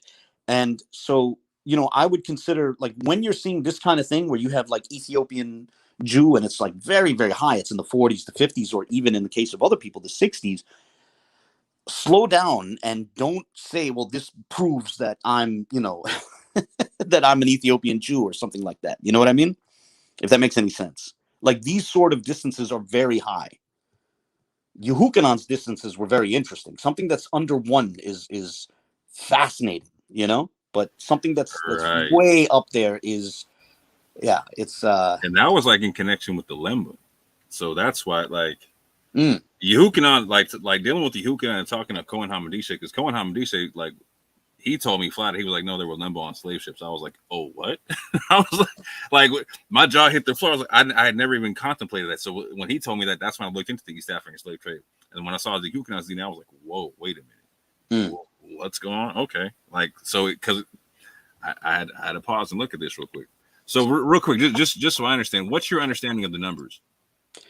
Well, what I would say is that when you see these numbers that are, anything that's like, first off, I would even be skeptical about stuff that's like, in the single digits, but anything 10 and up, and the higher it goes, the skepticism should go up as well, because what it's saying is it's becoming more improbable. So certainly Ethiopian Jew, like you see, I'm hitting 46 on one calculator, 52 on another, 55 on another, I would consider those numbers astronomically high and therefore very improbable.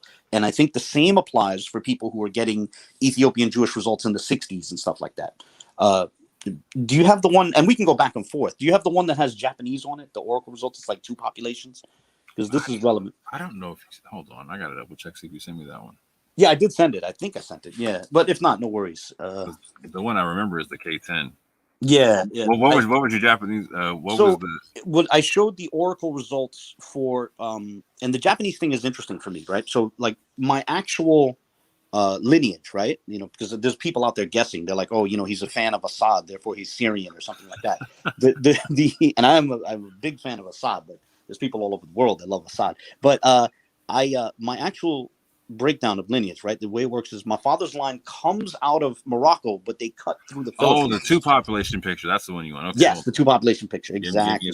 Give me a second, and I'll so while you're setting that up, my actual lineage is relevant to this, right? So my mother's population, you know, as far as I know, it's, you know, both her parents were from Western Europe, right? So my mother's population is European. My father's family comes out of Morocco, but they cut through the Philippines. And so I have Filipino heritage, right?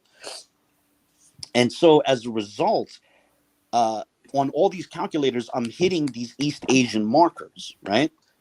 And what's interesting is some of the calculators were able to correctly guess Filipino. One of them, I forget which one it was. It might have been one of these DNA L things. It even guessed the region. It had like Ilocano, which was the Ilocos region, was where my father's father, because his mother was Ilocano, he spoke Ilocano. Like I never met him, but the story I heard is that he used to say that because he could speak Arabic, Spanish, English, and Tagalog and Ilocano, but Ilocano was the language that he dreamt in, you know. So that's why he would say that Ilocano is his mother language, because that's the language, you know, that his mother spoke to him. So when he would dream, when he would think, he thought in Ilocano. He dreamed in Ilocano, you know. But anyway, so because I have that Filipino heritage, on some of these calculators, some of them are saying Filipino, but others, in terms of Oracle results, strictly Oracle results, I'm getting... I'm setting off their East Asian markers, but they're giving me stuff like Thai, Cambodian, Vietnamese, and Japanese. And that's why if you have that two population thing, it's also relevant to the probability. And it helps us, explain some of this stuff with the probability. So it's easy. He looks K10 Japanese. Well, whatever. I think I only sent you one thing with two populations. Let's say two, but let me see. I should go into my own. Yeah, I'm just making sure. I'm titling the whole thing. So if it's the wrong title, it's my fault. Yeah. Let me see. I'm gonna open up my thread with you. It would only make sense to me that it's the K10 Japanese. That's all. So. Yeah. Although I don't know if it'll say K10. I think it'll just say. No, not in the two population. But okay. Yeah. Oh, there you go. Yeah, I think that's it right there. Yep. Yes, that's it. Okay. So this is relevant. You see it hitting, like I get a bunch of these things. So again, obviously I don't know the exact amount of Filipino heritage I have, but it's somewhere hovering around between 10 and 20%, right? 15% according to, 23andMe. So because I have that East Asian heritage, on some of these calculators, I'm hitting Japanese in Oracle results, and others I'm hitting Thai, Cambodian, Vietnamese. But I'm not any of those things. I'm definitely not 15% Japanese or 20% Japanese. But if you look at the distances, right, you have the situation where I'm getting, like, for 15% Japanese, it's my distance number is in the sevens, right? It's 7. Yet I don't actually have Japanese heritage. I think the point to be made there is, even if you get something around that low, like 7 or 10. Like I'm seeing people say, look, I got Lemba and their distance is 10. Just as, forgive me. Just as me getting a 7 or a 5 for Japanese doesn't mean I actually have significant Japanese DNA or descend from somebody that's Japanese. Someone who's getting Lemba in their Oracle results and at a distance of 10, it does not mean that it could be, they still could have Lemba heritage, but it does not mean that they descend from a Lemba or share significant DNA with them. You know, that's the point to be taken, that the probabilities are significant. And so from my own example, I know for a fact that I'm not 15% Japanese. So a number like 7 should be considered, even that should be considered a high distance, a high level of improbability. It's better than, what I'm getting for Ethiopian Jew, which is in the 40s and the 50s, but still. So I think there needs to be, when a lot of people out there, or some people out there, I've only looked at a few people, but some people were quite excited simply by seeing Ethiopian Jew, Moroccan Jew, Lemba. And I didn't get Lemba, but I got Moroccan Jew and Ethiopian Jew and all that in mine as well. But there needs to be a serious conversation about the distances and what they say about probabilities and improbabilities. That was the main point that I was trying to make. Mm-hmm. Yeah, I don't really deal with the two population stuff too much, because when they deal with the two population, they're kind of guessing to see what you can kind of mix and match to see what your stuff looks like. So I'm mixed as well, right? Like, so being West African, North African, Southern Mediterranean, Native American, all that, like, I'll come with Puerto Rican, Dominican, all kind of stuff, because like that's like when you go to the Puerto Rican, the Dominican, like that's what the blend is, you know what I'm saying? Yeah, exactly. But at the same point in time, like, so like I'm like 13 to 20% Native American. Like, so when I put my DNA in the Ethio Helix K10 Japanese, that reflected in the Japanese part. You know what I'm saying? So I see what you're saying on that. However, I look at GEDmatch probably more than anybody I've talked to in the community, and I get to look at everybody's GEDmatch. So like everyone says their stuff. I've looked at Hukanons, Anonymouses, G-Cons, Kevin G's, everybody. You know what I'm saying? And compared and contrasted, and gone through all the different projects, and gone through all the different emails with GEDmatch to see what they're talking about, etc. Gone through all the different projects and the spreadsheets and all that kind of stuff to see who's in what project, or what people in what countries in what project, etc. Whatnot. And it's interesting.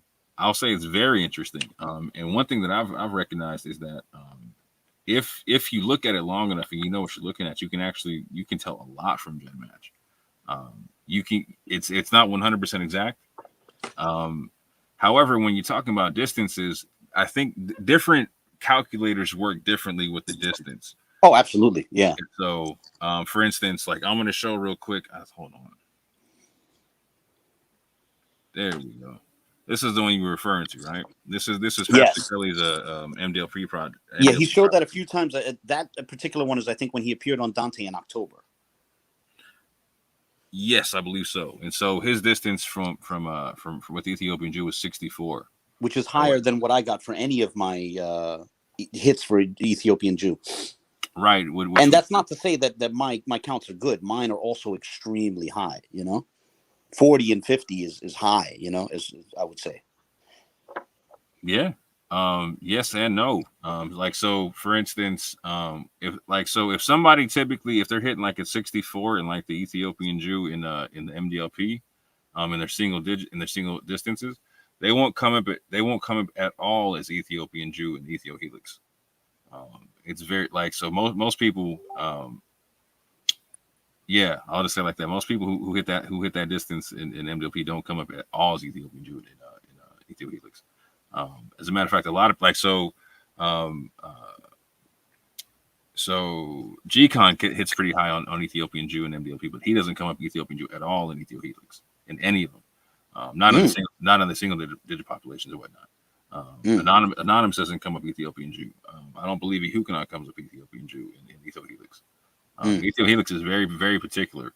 Because I got it all across Ethio Helix. Yeah, that's surprising that some people didn't, because it's funny. You're sort of you're shutting down a silent assumption I had. The question that I had, I was thinking, show me a person whose family cut through Africa, any part of Africa, who doesn't get Ethiopian Jew somewhere in their oracle results. But you're telling me of people without me even asking the question. Because that was honestly my assumption, that the only reason I'm getting it is because anyone who has recent family coming from Africa, even North Africa, the northern part of North Africa, right? Like my family that came out of Morocco was in the north, Well, yeah, and so what's interesting about that is, so your genetics looks very. Do you mind if I show your genetics in comparison to my mom's and mine? Yes, of course. Yes, please do. Okay, because your breakdown was almost identical to my mother's, in terms of the number and whatnot. And so, hold on, I'm gonna run through these real quick because I did it twice and I got me in here too. Like, so this is me. This is my DodeCAD, African 9 in Africa in the World 9. Like, so the right is the World 9 and the left is the African 9. So you see my top on the World 9. I get Dominican, Puerto Rican, Somali, MKK 30 is Kenya. Ethiopian Jews at 6. Here's my 6th place. I get a 40. This is a 42. All types of things. And in my African 9, I got Moroccan Jew and North African Jew at a distance of 44 and 46. So lower than mine, yeah. In terms of the Ethiopian, right? Wait, I'm sorry. Do you have Ethiopian Jew in there? Not in the African 9, no. Okay, sorry. However, okay, this is you versus my mom. So your top skin Moroccan Jews. Oh man. So now you only gave me 15. This hers has the 20 on here and whatnot. Oh, sorry about that. Yeah, I have to go back in. Yeah, I was grabbing these screenshots fast because I was. No, you're okay. Because we're gonna do this then. So I'm gonna put it. So I look at Jet Match quite a bit, and so I'm gonna make a bet, right? Gentleman's bet that you have Ethiopian Jew in your next 5 that says anywhere from the high 67s to the low 70s. But so I'm saying that to say this, like, so my mother's father has E1B1B as his haplogroup as well. He's EM34 whatnot, and so there's 2 big pockets of that. There's a pocket of that that's in the Levant. And there's a pocket in Ethiopia, Kenya type area. You know what I'm saying? And so, fascinating. Yeah, that makes it more plausible. Right, but yeah, your numbers are almost exact. Like, so Moroccan Jew, you're 17. My mom's sitting 16. North African Jew, you're 24. My mom's sitting basically 24. You go down to the Druze, Jordanians, Egypt, all that type of stuff. It's real simple, real simple stuff. And so, what's interesting though is, like, so in looking at my mom's genetics, looking at my uncle's genetics, and whatnot. Like, so they have Middle Eastern genetics. They also have my uncle actually has some South African and some East African trace genetics, etc., whatnot. So it's very possible that their migration came from like Yemen, Ethiopia, etc., and came through to North Africa and just mixed for a lot of years or whatnot. And so there's a large people don't recognize how large that population is. Like, so for instance, and even doing the history, and like you can read about Ibn Khaldun, who writes about this in terms of like the Berber populations and whatnot in North and West Africa, and like the Jewish people who were amongst them, etc. And he says they come from two places.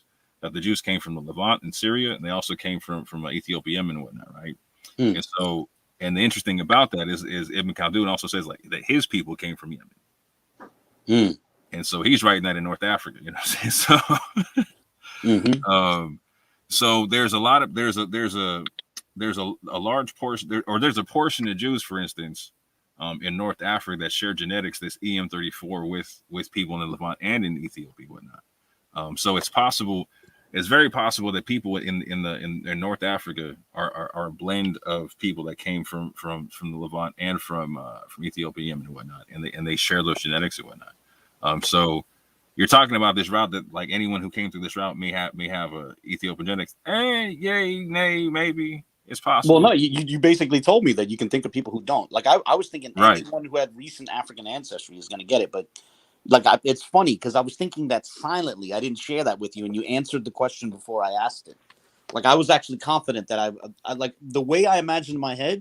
I was confident that I could say to you, "Can you name anyone who has like some sort of family ties to Africa who didn't get Ethiopian, Jew in their oracle results?" And I was confident you can be like, "No, I can't think of anyone." But before I asked, I can literally only name one other person who's told me in the community. I believe Yakoba has said that they come up Ethiopian Jewish in the Ethio Helix. But beyond that, me and them are the only ones that I know of. Interesting. And so I say that to say this. You may actually be Ethiopian Jewish, my G. You know what I'm saying? I don't Like, know. no, Those distances are still pretty high, though. no. Here's what I'm saying. Like, so you're talking about like from your father's side. There's the Moroccan side, right? Mm-hmm. So it's very pot. Like, so, in your head, do you think it's possible that you're Moroccan Jewish in any way, shape, or form, or that you have any Jewish lineage from your Moroccan side? I mean, it's possible. The problem is that what I've been told, like the Moroccan side of the family, what they did is they cut into the Philippines, and like my father never, met the people who came from Morocco into the Philippines, but I met an old man from Lawag who said that he knew my great grandfather who came from Morocco to the Philippines. He told me that, now again, my father didn't even know the story, so take this with a grain of salt. But this old man from Lawag said that he knew who my great grandfather was, that he comes from Morocco, that he was a Muslim who at least nominally took on a Catholic persona when he was in Ilocos Norte, and even that's right. So the thing is, I don't know. I mean, that's all I could tell you. For all I know is that the family became Catholic, but the people who came over from Morocco were Muslims apparently. Now, does that rule out the possibility that they were Jews? No, but the honest answer is I don't know anything about them. Well, yeah, I'm looking at this and I can tell that you're at least half North African, Mediterranean. You know what I'm saying? Like strong, like because I know, like, so for instance, like I know what my mother's genetics look like in terms of her DNA test, right? Like, so I can look this and see, like, okay, y'all are pretty close. You know what I'm saying? I know, like, so for instance, like when I put when I took a family tree, right? They kicked all my Spanish DNA into North Africa. They made me 24% North African with that, right? So, that in turn making my mom like 48%, right? You know what I'm saying? Like, yeah. But here's what I'm saying. Like, so in that vein, if it's possible that you're Jewish and whatnot, the Jewish would have come into the Morocco or into North Africa from either the Levant or from Ethiopia, Yemen, and whatnot, and or both or whatnot. So I'll just say it like this: when looking at my family history and looking at the genetics thereof in what seems to be the migration pattern, because it seems that they had a east to west migration pattern that touched East Africa or like Southern Arabia, etc. whatnot. Particularly, I can see this with my grandfather's genetics and whatnot. It seems like that they would have also had a migration pattern that's very similar from going from Yemen to North Africa. Maybe not necessarily to like Mali or West Africa, because they didn't have to. Because like I said, there's multiple breakoff routes in the Sahel or whatnot. But it definitely seems that when I look at their genetics, because even with my DNA test and family tree, where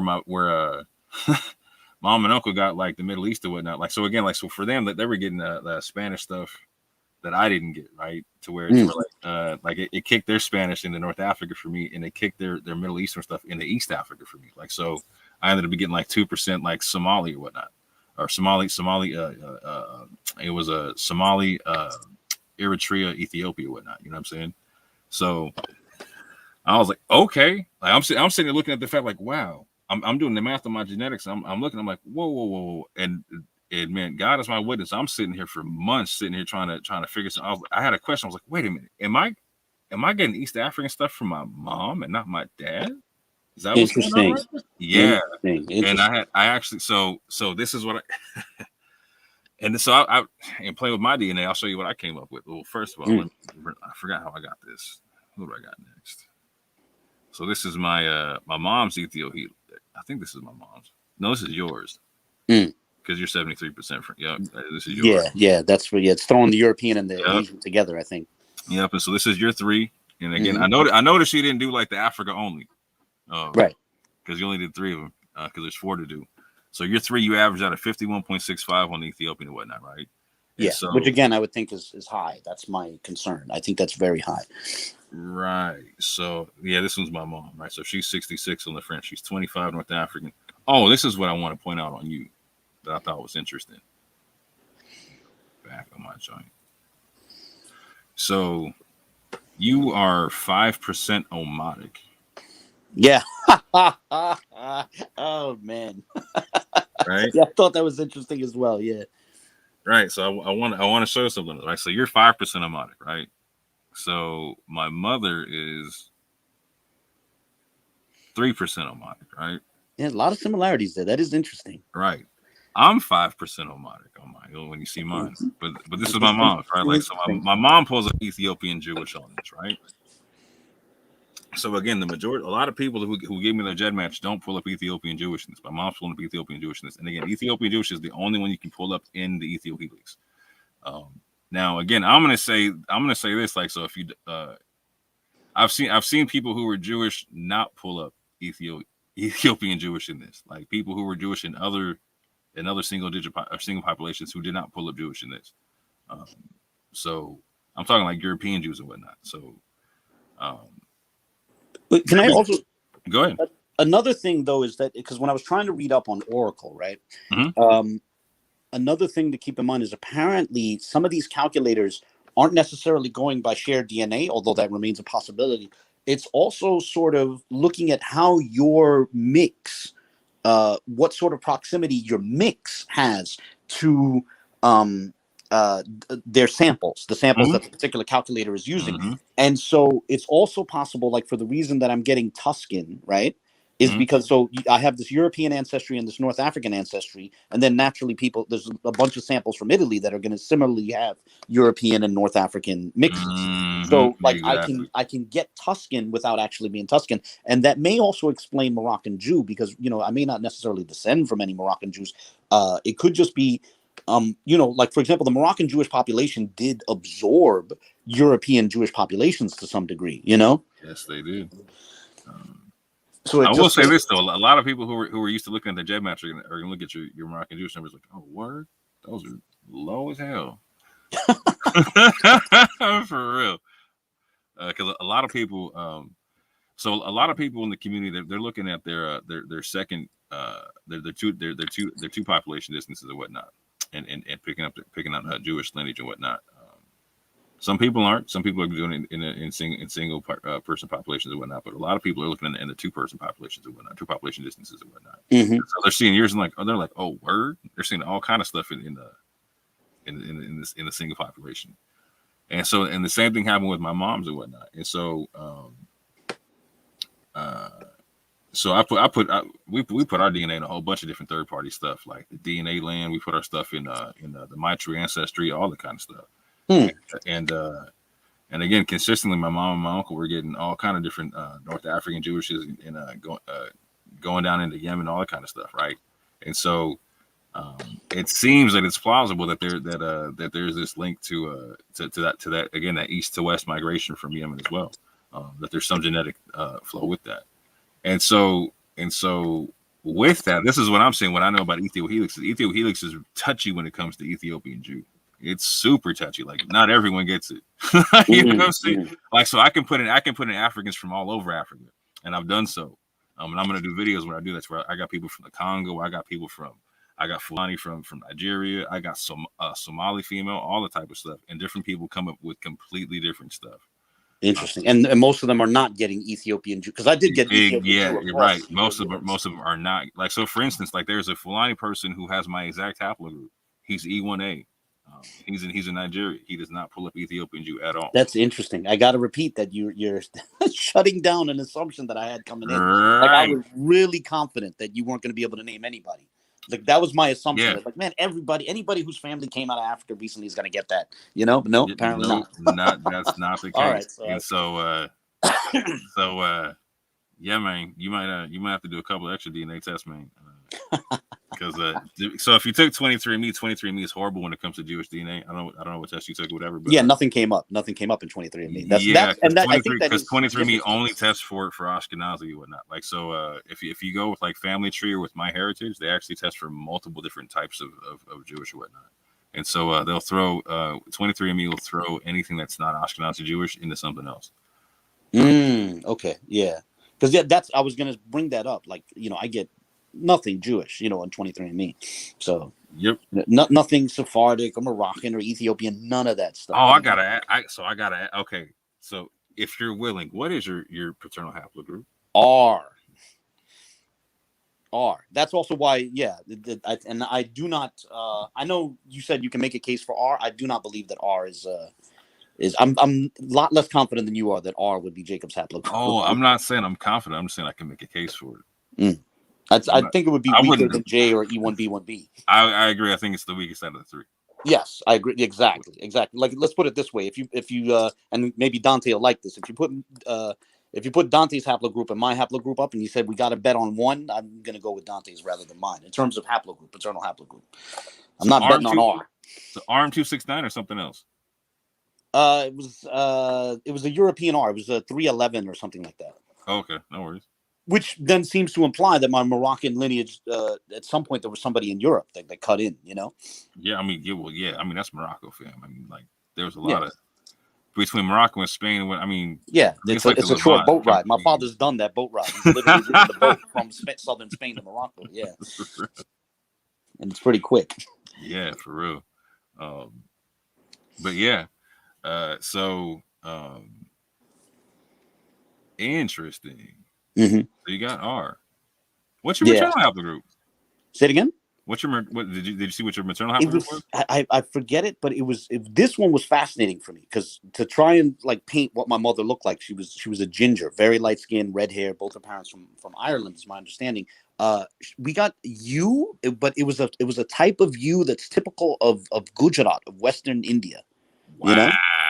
Yeah. So I was discussing that with my wife, and I was saying, you know, like I never would have guessed that, but like that sort of like minuscule amount of Indian does come up in and the thing was, it's I guess what it tells us is that like you could have had some girl in Western India, let's say 500 years ago, and somebody marries her or snatches her up, who knows, brings her a little bit north into Afghanistan. She has a daughter, that daughter winds up in Tajikistan, and like her chain of daughters just keep going west, and somehow at some point they wind up in Ireland, you know, with red hair.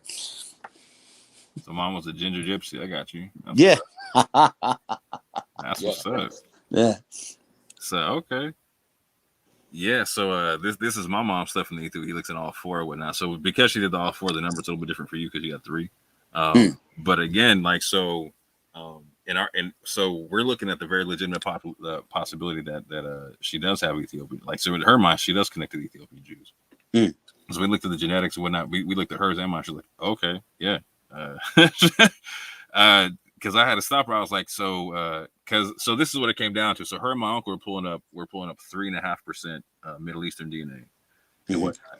And it was just like the whole, like it was just pulling up the whole Middle East and whatnot. I was like, okay, so like when I got anything that connected, like so my family tree, like I said, I should have gotten like a large number of Spanish, and I should have gotten at least a small percentage of the Middle East and whatnot.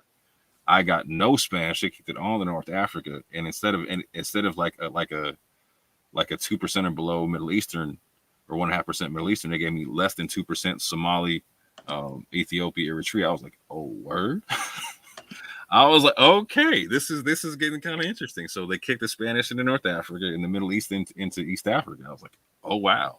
So it seems like the migration was interesting. Like it went from North Africa to Spain, and from ironically from like East Africa to the Middle East and whatnot, right? Now what's funny about that is, hold on, let me go back one right quick. Let me go back to comparing y'all right quick because I want to show something. Because what's funny about that concept is that when you look at, so you see here where it goes from Morocco. Oh, let me do this. Where's my pointer at? There we go. Like on ESPN and MSPs. So we got Moroccan Jews. We go from Moroccan Jew to North African Jew to Yemenite Jew to Ethiopian Jew, which could potentially be a migration pattern from Morocco to North Africa, from Yemen, from Ethiopia. Now, what was interesting about that from Yemen from Ethiopia is like that's what my DNA was looking like in the family tree, where it kicked her Middle Eastern into Ethiopia for me. So when I saw that, I was like, whoa, because I would have thought that to be a little bit different, like Ethiopia to Yemen first, right? Or like so like or Ethiopian Jews being third and Yemen being fourth. But here it said Yemen third and Ethiopian fourth. And so I thought it's like a weird zigzag pattern and whatnot, but it reflects what my DNA looked like in the family tree, where it kicked her North African or her Spain into North Africa, her Middle East into East Africa. So I got East African DNA from my mother, and I didn't get from my father. Now, what's interesting, what's more Fascinating. yeah, what's even more interesting about that is like now we're gonna get into my ethiohelix, right? Mm.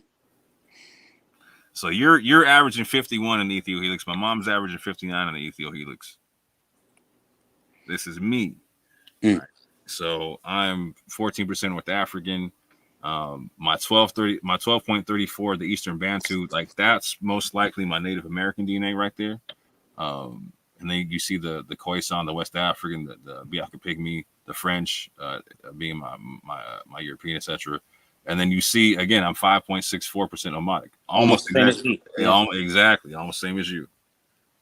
And oh, by the way, I didn't put this picture in, but so you sent me your ancient your Gendrosia ancient grazer. I just shared that for fun. I wish you could show it. That one, that's just for fun. I would tell people to take that with a grain of salt, but man, that one is fun.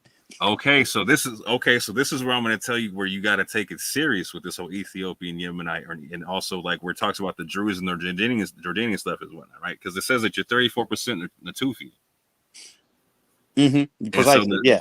And so the Natufians are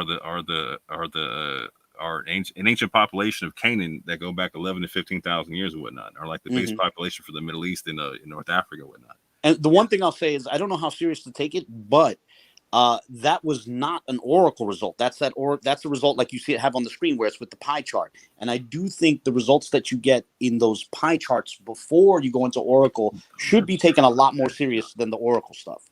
That was one of the points that I was coming in with. So maybe it's interesting. Yeah, I don't know. The Natufian stuff I just shared because I just thought it was incredibly funny, because I know, let me put it this way. I think other people, if they wind up getting Natufian at that results, they're going to get very excited. I'm not as willing to be as excited as they are, but man, it's funny in that regard. It's, you know what? Let me just cheat right quick because I did it like this.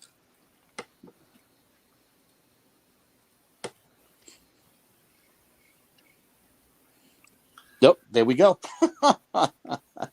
Let me just cheat. So my man is 34.47% Natufian. So a lot of my homies who know what the Natufian thing is, their jaws on the floor like, oh, what? They're like, no. They're like, nah, Abu's all kind of Jewish in this piece. All them Jewish things we just saw, no, that's legit, son. And they're gonna ride, till the cows come home. They're riding out after the wheels fall off. But I'm gonna say this, like, so my mother's 29% Natufian. Again, man, a lot of similarities between me and your mother's side. That's interesting. Yeah, I'm 17% Natufian. Interesting. Wow. And so I would. That's interesting. Now I'm not sure what to make of that. Like I was. Well, wait till I say this part here. So there's a Somalian woman who I do comparisons with, who shows to be actually more Ethiopian Jewish than Somalian or whatnot, and she's 30% Natufian. Interesting. So you're the most Natufian person I've run into so far. Yeah. So you have genetics. Something ties you to that population in some way, shape, or form of the people who were in the pot. And you know what? Let me honestly, now that I'm thinking, it is interesting that it's higher than my my East Asian. Like I don't know what to make. Yeah, no, it's significant, fam. It's difficult for me to wrap my mind around that because, like I said, I have a grandfather who spoke like Ilocano, a Filipino language, as his first language. So it's like I don't know. So can I come through for Lumpy or what's up, man? Like, wait, I missed what you said. Say it again. Can I come through for Lumpy or what, man? What's going on?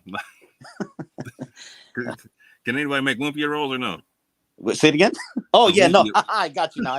No, man. Unfortunately, no. Just like I lost the language, I lost the cuisine as well. Bad, man. I used to have some Filipino homies. Like, man, we used to come like.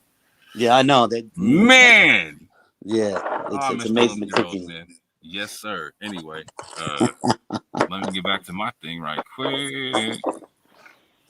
So yeah, we're breaking hearts right now because So a lot of people wish they were Natufian. I'm gonna tell you that right now. A lot of people wish they were, but so these are my numbers in the ethiohelix. So I'm 44. Again, you're 51. My mother's 59 on average. I'm on average 44. So in order for me to have a number lower than my mother, that means my father has to have a number lower than me. Yeah. So my father is 92, 94% sub-Saharan African. Mm-hmm. And again, like I said, the Ethio helix is particularly sensitive when it comes to the Ethiopian Jewish thing and whatnot. But again, my father also has genetics that show an east to west migration as well. Again, you can find people with this haplogroup in Sudan and whatnot. So there's a big east to west migration on both sides of my family, and so.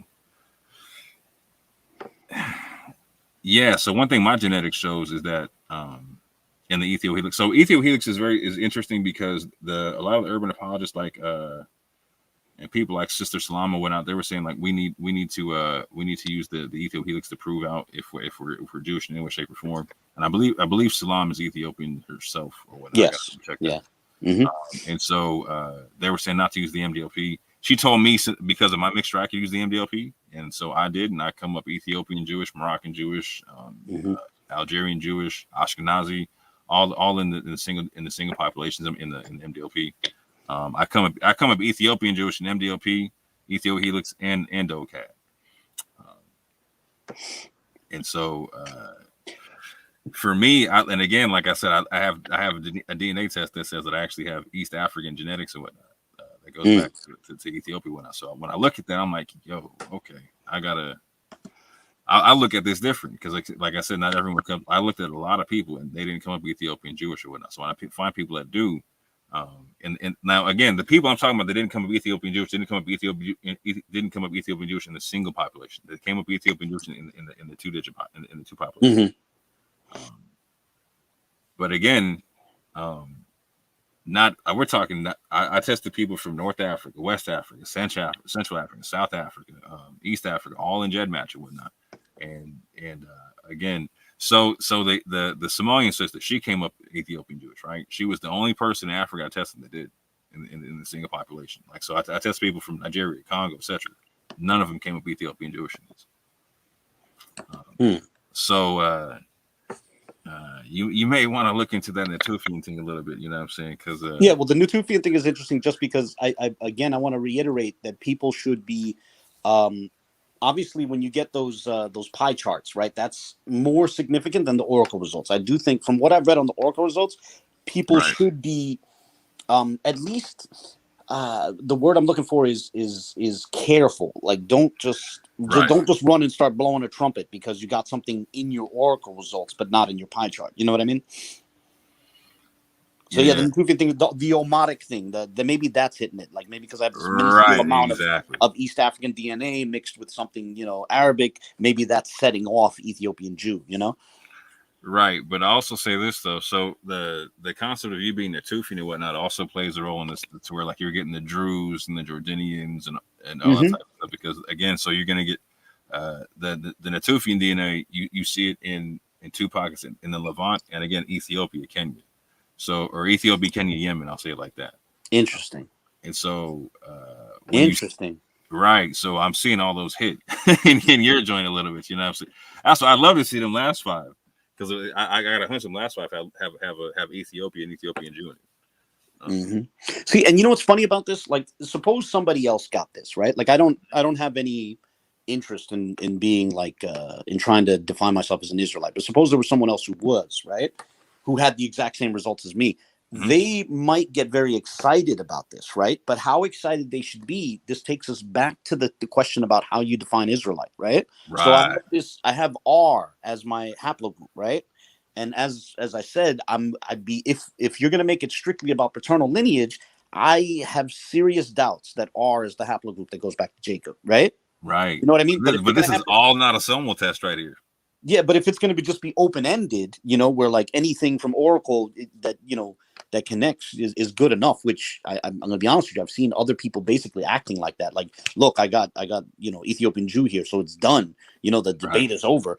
If you're going to act like that, I mean, I can hit those results too. But again, it takes us back to this question of definitions, because obviously you can get Ethiopian Jew in your results, but in your Oracle results, but your paternal line might, like me. It's apparently R is apparently, I'm not confident that R goes back to Jacob. I'd be very doubtful, Like if someone put a gun to my head and said I had to bet, I'm going with, I'm skeptical about any of them. I'm reluctant to pick any of them. But if someone said, you gotta, like you said, bet your rent money, I would go with J or E1B1B. I'm not betting on R. I'm not dropping my rent money on R.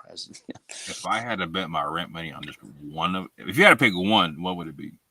It's going to be hesitantly, very reluctantly, J, and then my second choice. Just one. You got J. Well, let me throw in E1B1B with my second choice. But yeah, no, if I had to, I'm going to very reluctantly throw it on J. All right, so I'm gonna say this, so if I had to put the rent money on just one of them, I would put it on E1B1B. That's fine. And I would do so for me, so I'm saying that based upon some studies I've looked at, but so you have people who are in the lineage of the Cohens that have it, people in the lineage of the Saids that have it, or the lineage of the Prophet, and also people who are in the Druze population who have it, who say they descend from Jethro or whatnot. So you would have the Samaritans, right? The Samaritan Cohens apparently have a lot of E1B1B. You got it. Yeah, so, it's funny that neither of us are betting on R, though. No. So it takes us back to that whole point about how we take these results ties right back in with how we define Israelite, and therefore that's why I always try to ask people, when they say, "Oh, look at this piece of evidence, look at this." The question is, well, how do you define Israelite in order for me to interpret this? Like so again, like Dante E1B1B, fine. It seems like the chances are high for him.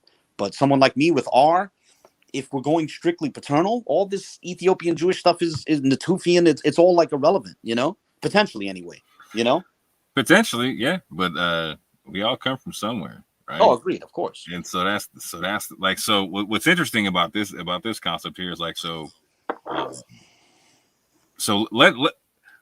I look at your DNA and my mom's DNA, I ask the question let's say with you, you're R, okay?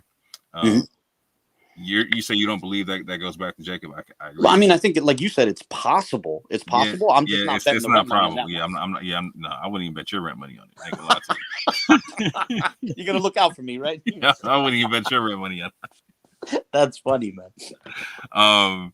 But what was I? Yeah, here's so you potentially are autosomally closer than somebody who's actually who could paternally descend from Jacob and have a whole different phenotype. Exactly, and so that begs the question: which is more important? Is it the paternal line, or is it just any line? Yeah, and that these have huge impacts. Right. This starts to show how the definition of Israelite that you hold to has huge impacts on how you interpret this DNA. And by the way, the reason why I don't really care about this ultimately is because I hold to what I would call an ecclesiastical definition anyway. So it's like, meh, But yeah, if other people are holding to a strict paternal definition, it's going to be different from someone who's like, well, any line, what I would call a multilineal definition. It has an impact on how we interpret the evidence that's being appealed to.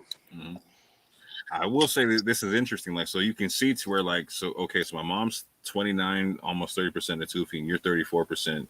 And you can see to where the Druze and the Jordanians, etc., and the North Africa, because the Natufians were the basal population of North Africa, basically. You know what I'm saying? So and again, in a lot of the southern Levant, southern Mediterranean whatnot. So you can see so when I see stuff like Tuscan, North Italian and whatnot, I'm sure if you looked at other projects like your MDLP stuff like that came up as well. So Italian came up, but keep in mind Italian doesn't come up in those pie charts, and I think that's significant. I think what it's saying, it's not saying that I have Italian DNA.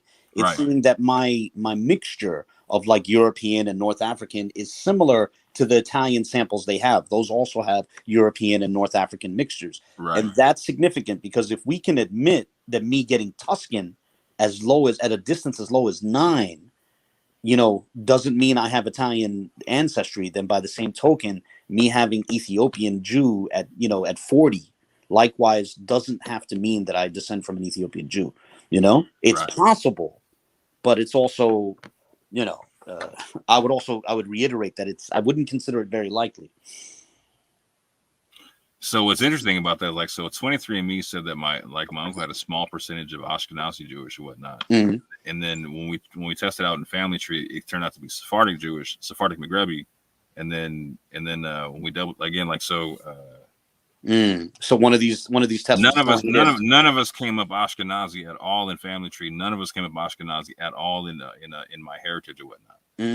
And so, ironically, but when we got put in Gen Match, we all came up Ashkenazi again, right? It was like, oh, interesting. Well, but again, that E1B1B marker, right? The EM34 that my uncle and my grandfather have or whatnot.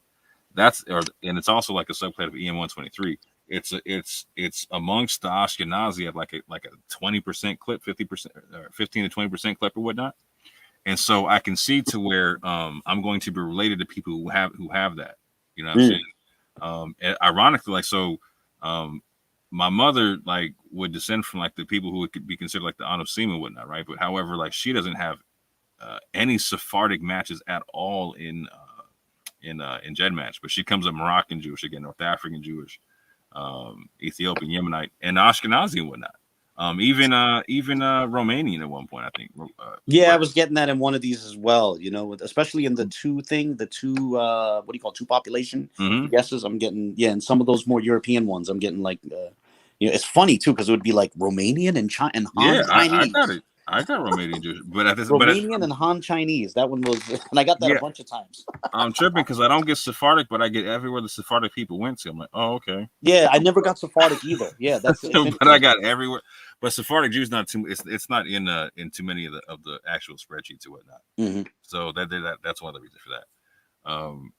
But yeah, I don't get Sephardic, but I get everywhere they went. You know what I'm saying? And so I can see so with the Romanian Jews, I think there's Bulgarians somewhere in there, right? I'm there's Sephardic Jews that left Spain and went all kind of places and whatnot, right? They went to Italy, they went to North Africa, they went to West Africa, they went to Bulgaria, they went to Turkey, they went to all that. Yeah.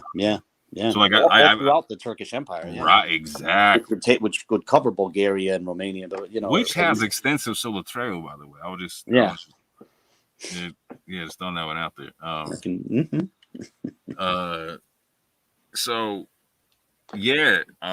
It's interesting how that one works because sometimes it shows you where you're related to where population is dispersed to where you would have similar genetics to where people left from one place and went to another place or whatnot. Gen Match is very, very interesting. There's a lot to deal with. It's not an exact science or whatnot, but I will say this. Once you deal with it enough, you can get a good idea in terms of migration patterns and whatnot. And so, boy, I hate to break it to you, you're breaking a lot of hearts right now, man. There's a lot of people. There's a lot of people who wish they had your joint right now. You know what I'm saying? There's a lot of people who's they're looking. You got people cussing Gen Match out right now. Wait a minute. A booze more Ethiopian Jewish to me? What's going on? Yeah. What's going on? Well, because a lot of people work with this sort of logic of he disagreed with me on a linguistic point, and from the way he talks, I know I know he's got to be he can't be whatever this particular nationality that I want to assign myself to. Right. I know his lineage across millennia based on his what he disagreed with me on and the way he talks. Let me get back to my joint again. Oh, by the way, the Somalian woman who's largely Ethiopian Jewish, and the Ethio Helix, I think she comes with 13, 14. Or wait a minute, it's I want to say 13 to 17 on average. Fascinating. A Somali getting Ethiopian stuff is funny. Now, forgive me if this is a weird analogy, but when my mind wandered, I remember I saw this thing on Twitter where a guy in Turkey, he said that he was talking about how he's a proud Turk and all that. He took his DNA test and he was getting Greek and Armenian. And he said, at first I wanted to kill myself, but then I realized that the DNA tests are run by liars, Of course, I'm all Turk, He put that in there. I wanted to kill myself because he got Greek and Armenian. He wasn't getting these pure blood Turk results. I'm sorry, forgive that segue there. No, you're good. So So now that we've completely like just blown up the whole community on this whole Jetmatch thing, because now we're like, this is an interesting segue, right? Because like I'm on a Clubhouse a lot, talking with the people like Yashub and with the Ngozi, talking about DNA and whatnot. And what's interesting, like, so Yashub's an Israelite and Ngozi's not, and they both agree on how the DNA works and how phenotype does not matter for haplogroup and whatnot. That you can have a haplogroup have any phenotype and whatnot. And so they're on there getting Africans pissed off because like, no, some of you related to you're related to the Europeans who are E. And they're pissing off the Europeans because like, no, you're related to the Africans who are E. You know what I'm saying? And they're going to the they're both making Israeli Jews mad because they're talking about the Tufians being in E being the basal population of the Middle East and the Levant and whatnot. They're like, what are you talking about? No. It's a beef all back and forth and whatnot. But so here's the truth: is you could be phenotypically Mediterranean and have Ethiopian Jewish genetics. Oh, of course. Yeah, the way you look tells us nothing about. Yeah. Well, I mean, this is no, of course. I have my kids, right? I have a cousin who has, a blonde-haired, blue-eyed daughter, right? And this little girl descends paternally from the same person that that my kids descend from, right? And yet they look so different, right? I'm not going to give any, like, I would say my daughter looks like somewhat like you based on your picture, right? And then yet she has a second cousin who's blonde hair and blue eyes. They have the same paternal lineage going back to this guy who's Moroccan and Filipino, So yeah, you can get a drastically within 2-3 generations. And I think a lot of people see that in their families, You know what I mean? That, like, you can look drastically different from a person who's, just a second cousin, Yeah. So yeah, your outward appearance tells us nothing about your lineage, and that's why people should definitely be careful with these like attempts to, say, oh, well, this person's an Israelite and this person's not, based purely on how they look, like right. And it's very funny when they, like, for example, like I like the example of Lenny Kravitz. Like, there's people who would point to Lenny Kravitz and go, yeah, Israelite. And then they'd point to his father's side Kravitz and go, Edomite. And then you say, well, that's actually his father. And they, oh, okay, well, then Lenny Kravitz is an Edomite too. And you're like, well, wait a minute. How did you figure this out? Like, you're saying one person, you can't tell their lineage across millennia based on how they look, but the other person you can, His daughter's a really good example of that too. So both her parents, again, so Lenny Kravitz, half African, half Jewish, married a woman, half African, half Jewish. They have a kid, half African, half Jewish or whatnot. Again, like, so if you were to look, if you take their daughter, put all three of them in a picture, whatnot, like, okay, everyone looks so-called African, right? Phenotypically and whatnot. Like, so, like, it in that situation, your man's got Jewish genetics, etc., whatnot. Like, so is his daughter Jewish? How does that work? Like, what's going on with that? Phenotypically, everyone looks one way, but if you go back just a generation. Just the generation, the family photo looks completely different. Yeah, exactly. Yeah, but I'm saying all that to say this too. Like, so, with genetics, there's a lot of people talking about like, were the Portuguese Jews and Spanish Jews black? Were they white? Like, I'm on Israelite channels, I'm on Christian channels saying they were both. Understand something? They were both. They weren't all just one. Like, first of all, I heard people try to make arguments that like they came in from Babylon into Spain and stayed black for 1,000 years. Like, I don't understand how. Particularly when you understand the story of Spain and saw how many people ran through Spain. I mean, if they stayed within themselves for 1,000 years, they would have as many, if not more, genetic issues within themselves that the Ashkenazis have. Yeah, I would think so. Yeah. You could there's falsification tests. Like, this is why I love genetics when it comes to this kind of stuff, because there's falsification tests you can really show out in genetics when it comes to populations and whatnot. And most populations come up very diverse. I mean, what we see with Ashkenazi Jews, we see I'm going to say mainstream Sephardic Jews, the people that are recognized as Sephardic Jews today, their DNA is apparently very diverse in terms of paternal lineages, paternal haplogroups and stuff like that. And it's true of so many other groups, Ethiopians, Egyptians, even the Lemba, apparently, I mean, Right. You know, you're getting E and you're getting J. That seems to imply two. Now, that's not to say that a single population couldn't bring E and J with it from Ethiopia, but I mean Yemen. But nonetheless, it shows there's some diversity there. You know, they have 3 E's amongst the lemma. By the way, they have E1B1B, they have E1B1A, and they have EM40. I forgot which one that is. Mm. But yeah, they got the E1B1B plus the J1, like you were talking about. Mm. Pretty much everywhere you see J1, you see E1B1B. It's just how that one works. Mm. But yeah, man. So I think we're done breaking hearts or whatnot. Yeah, and this was a long show. Although the only question is, who's going to catch this? I guess you have to. I'm going to break this up in part 2 or not. Yeah, because it's like 4 hours long. Oh, Yeah. I'm definitely going to break this one up. But I think people, this part here, like this last part, I think is going to be really intriguing for people because it might be a talking point. Yeah. Oh, there's going to be it's talking points on both sides because so you're more Ethiopian Jewish in the Ethio Helix than the vast majority of the Israelites in the community, right? Yet I'm more Ethiopian Jewish in that project than you are. Yes, correct. Yep. So we're more likely to be. Let's put it that way. You know, I'm just saying what the project says, right? I'm not saying yes. What your probability is higher than right. mine. Your distance are lower, so your probability is higher. Yeah. Right. So there's narratives on both sides of that gotta get walked out. Mm-hmm. So it brings back all these methodological questions, like how do we interpret oracle results? You know. Exactly, 100%. But so and with the oracle results and with anything genetic, you got to prove out with historical migrations anyway. So this is where it gets interesting. This is why I like getting into Dante's DNA.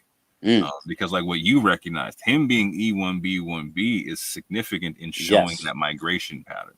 Yeah, definitely. I agree with you there. Yes. Yeah.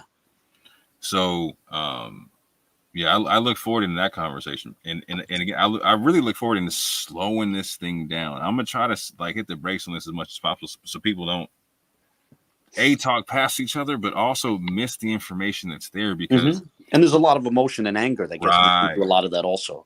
Because I mean, something that I've experienced is, you know, what's interesting is I feel like you might be the only person who's caught this. You know, I've literally never asked a person to prove that they're an Israelite because I believe it's impossible. That's why I don't do that. I know other people do that, but I think it's impossible. So it's unfair to ask someone to try and prove it, right?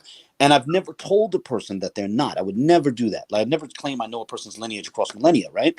But for some reason, there's so many people who they'll accuse me of doing that. You know, you're out here challenging us to prove that we're Israelites. I'm like, never done that. And then they'll tell me I'm a liar when I say that I've never done it. Like I've seen you do it, you know? Why would you waste all this time on the pews unless you're trying to, you know, backhanded, you know? It's like, so yeah, a lot of emotion and a lot of anger. Like at a certain point, I think it becomes blinding, you know? Right. Yeah, this is going to be an interesting one for people to sift through because, like, so I think there's one argument on one side to where, like, someone's gonna be like, "Oh man, does this mean I'm not Ethiopian Jewish if Abu's more Ethiopian Jewish than me, or yeah." People were like, "Oh man, I'm Moroccan Jewish in my thing. That's fantastic. Wait a minute, Abu is he more Moroccan Jewish than me, or more likely to be?" Yeah. Well, what I would say is I would reiterate that's coming up in my oracle results, and me personally, people can disagree with me. Me personally, I think people need to be careful of getting too excited about their oracle results because oracle is something different from that area in GEDmatch with the pie charts, right? And I'm not saying that it's false because what it's doing is it's like I said, that's why I give the analogy of modal logic. It's discussing possibilities and probabilities. You know, it's a bit more perhaps speculative is the way to describe it, you know? It's like I personally don't think any of this leads to the conclusion that I'm an Israelite, but if some of the people who are celebrating their oracle results as definitive proof, right? It seems that I'm in a position to play a similar game, but I don't think it's, you know what I mean? So it brings up this methodological question again, like how should we go about interpreting oracle results, you know? And I feel like the funny thing is I feel like we've only scratched the surface of that question, of definitions, the question of methodologies, you know? Right. And so this is where I was talking about migration patterns. Like, so it helps to know a little bit of your own history, but it really helps to know migration patterns and whatnot. So you know that you're partially Moroccan and whatnot. Mm-hmm. And so, and this is what makes it interesting about it, because like I think this actually slows the conversation down. Like your genetics and my genetics actually slows this conversation down quite a bit about thing about DNA. Period, because between the two of us, there's different phenotypes. Between our families, there's different and similar phenotypes and whatnot. Different and similar genetics and whatnot. And different and similar belief systems. Like, so it's a trip. But so again, on the one side, people could throw it out like, oh no, Abu's not Jewish at all, whatever. But like on the other side, you actually got to look at it because you do have a Moroccan lineage and whatnot. So understanding the history of Morocco, you can't rule it out. And then that concept, you can't rule out the two migrations, one from the Levant and then also one from Ethiopia, Yemen, where there could be mixes from, right? But on the other hand, you can't just automatically say, well, that's what it is. Like, so okay, yeah, like it's been definitively proven. Right. There's plausibilities on all sides, and that's what I like about what's going on with this story. Like when you showed me your DNA, I was like, word. I was like, I wonder if Abu knows what this is or what this looks like, because I was like, I'm used to this. I'm like, this looks just like my mom. It was very new to me. I had just started when I sent it to you that morning. It was because it was. I'm gonna be honest with you. It wasn't exciting to me because I think, oh man, look what I got. I'm so excited, for myself. I was excited. Now maybe this is unfair, but I was excited because I thought it sheds light on how careful people need to be about Oracle.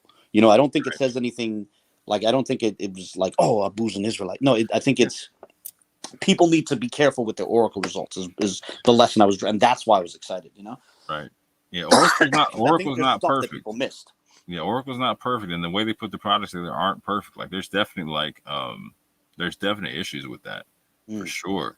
But I will say this: once the you Tufian thing is interesting, though. I am going to have to rethink that. Like, I'm skeptical. Yeah, man. I'm skeptical about that Oracle stuff, but yeah, the pie charts. Yeah, it's like, oh man, there's people ready to fight on both sides. You don't even know right now, man. Tomorrow's about to go down. It's about to go down on Clubhouse tomorrow, man. Yeah, see, I'm not on Clubhouse. Let me. I got to look through my wife's account to see. Yeah. Oh, don't get your wife caught up on that one, bro, because it's about to go down. It's in a very bad way. I'm talking about there's gonna be all kind of fights and people getting cussed out tomorrow. But it'll calm down. Let me know what happens, what conversations happen. I know you teach sports, so you'll have to do like just a recounting, but yeah. Please do share that with me. Yeah. Oh, this one. Yeah. I think between this and then going over Dante's DNA, there's going to be a lot. Yeah, Dante's DNA is very interesting. At least his haplogroup, his paternal haplogroup is very interesting. Yes, and I'll grant that to him. I do believe he has a significant like a Southeast African. It's believable though with that haplogroup. It's believable. It seems to. It's Yeah. It's very believable. Like I would assume it. I would assume it. Like if you. Yeah. Yeah. So, yeah, that was good. Yeah. So I'm assuming after we talk about his DNA on his channel, that's gonna go. There's gonna be a lot of good scraps going on in terms of getting this methodology right, because we're gonna have to with this juncture because again, like we're slowing things down and putting things on the table that got to be examined. Like so, even you're saying you came in thinking that it was gonna prove one thing, but like wait a minute, like even hear me talk, you had to rethink a couple things. Like, yeah, because the fact that I got Ethiopian Jewish, that was the assumption that I got was, man, that has to be anyone who has any recent connection to Africa is gonna get it, So I got some Moroccan, family, blah blah blah, and so that's it. But no, yeah, you. Like I said, you answered the question before I asked it. It was like I'm asking the question silent in my mind. I'm like putting the bullet in the chamber, and you already, then you answered. I was like, oh, okay. So I'm coming over for some lumpia rolls and some injera right quick. Yeah, that's for sure. That's not Oracle. That's legit. The Filipino heritage is for real. I might have to order it from a restaurant, but nonetheless, the Filipino heritage is legit. Oh, that's right. This is also, but the thing is. Man, like you saw, you got Puerto Rican in one of these. I got that. I don't remember which one it was, but Puerto Rican came up also in Oracle, emphasis on Oracle, but it got me thinking because something that's been it also shows that people have to be careful with like connecting an oracle result with something that you heard, right? Like, for example, my father's brother went out to LA, right? And he got murdered out there in the 80s, right? In the early 80s. And he had a son, apparently. Now, I haven't met this guy yet. I've only heard about him. I'm trying to get in contact with him, right? He had a son who never met him, right? And apparently this guy, he's a guy like us in his 40s. This guy is out there believing that that his father was Mexican, that my father's brother was Mexican, because that's what his mother told him. She assumed that this man she had a child with was Mexican, right? And like that got me thinking, on my side, there's a lot of people who are close friends of my father. Like I tried to imagine myself, I grew up with my father. I know people from where I grew up in the Lower East Side, right? When I was growing up, there was a very Puerto Rican neighborhood. There are people that sincerely believed my father was Puerto Rican, right? If I had been in that guy's situation where, let's say, I never knew my father and I went back to his neighborhood and asked people, there would be people who would sincerely, but wrongly tell me my father was Puerto Rican. And then imagine I jump on Jet Match and see Puerto Rican. Like there's a temptation to run with that, Right. So there is, again, this whole thing about like, be careful with your oracle results, and especially, I don't know. I know that was a weird segue, but that's just that it ties into something I've been thinking about. No, it's very true. But then, and this is what I'm saying. Like you gotta really play with Jedi for a long time to really understand how to read it and whatnot. And you need to know you gotta almost get consumed with it. It's crazy. But there's certain situations to where like it can actually be really helpful in terms of the oracle. Like so, for instance, whenever I put my stuff in like an African only, the first one that comes up is Fulani. Now, literally every DNA test I've ever taken suggested I was Fulani. Okay. But at the same point in time, my father's haplogroup is very rare amongst Africans and whatnot, in the sense where like there's not a whole bunch of different groups that have it. One of the major ones that have it are the Fulani. So it's Fulani, Dogon, Hausa, in West Africa that have it. There's a few others that have it, but like it's like negligible, like 1% of the population have it. You know what I'm saying?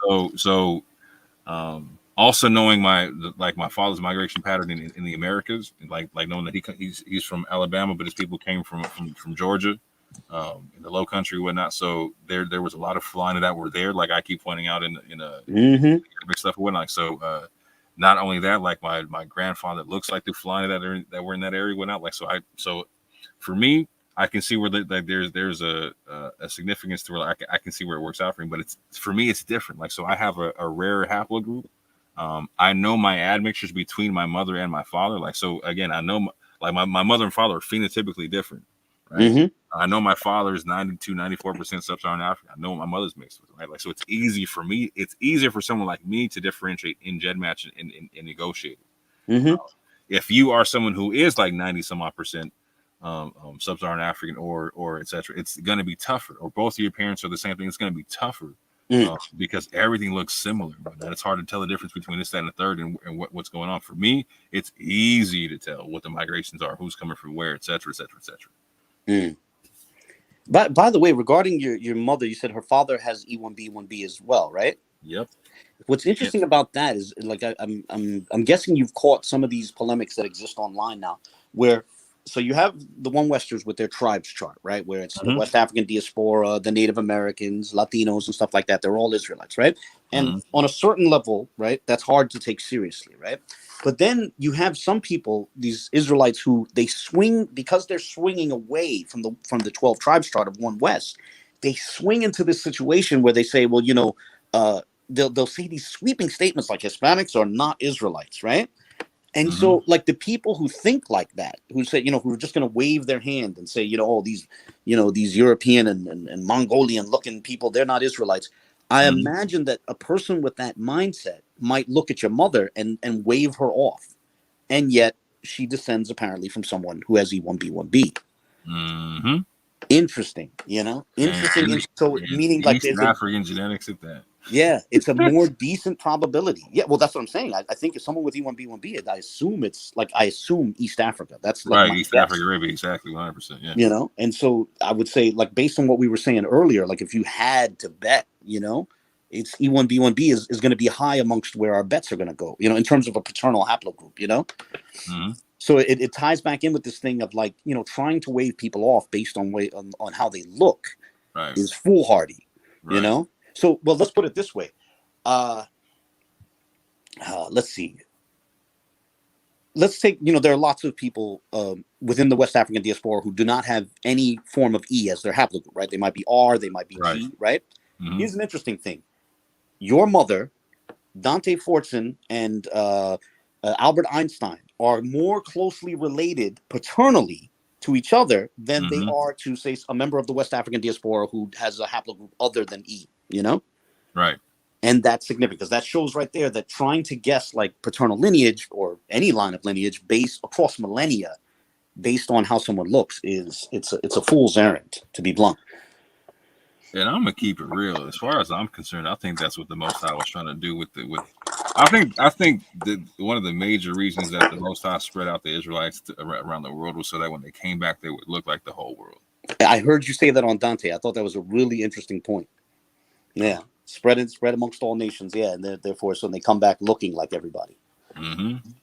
That way, when they come back saying the same thing, like everyone's got to listen. You know what I'm saying? Yeah, there's less hostility. We're like, oh, Yeah. okay. I don't like those guys over there, but you on the other hand, I'll listen to you. I think it's the best free commercial in the game, right there. You know what I'm saying? having the nation look like everybody when it's all said and done. Mm-hmm. That's just me.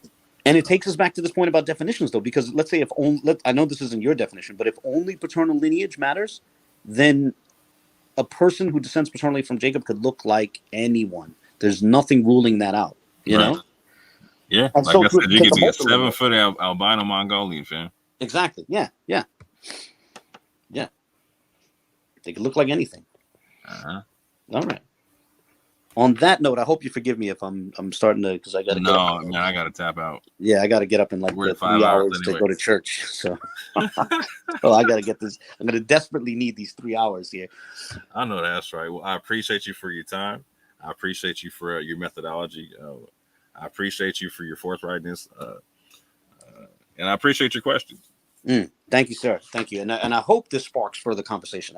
My honest assessment is that we're still just scratching the surface of these questions. You know? Oh yeah, and I think when it comes to the Pews, when it comes to DNA, I think we really just hit the brakes on a lot of this stuff because there's like when you're asking the question now, like what does it mean to be an Israelite? Like, this question's really got to get answered at this juncture. But I'll also say this, like, I don't think everyone has to answer the question. Of course. People who don't want to engage, because there's people who don't want to engage, like the urban apologist or Christian apologist or whatnot, and they don't have to because there's some apologists out there who've kind of soured the whole thing for everybody. Agreed. And even without that, I would certainly agree that nobody's obligated to answer. Right. Nobody is obligated to answer any question I ask. But I do think the question is important, even if people don't want to discuss it with me. Right.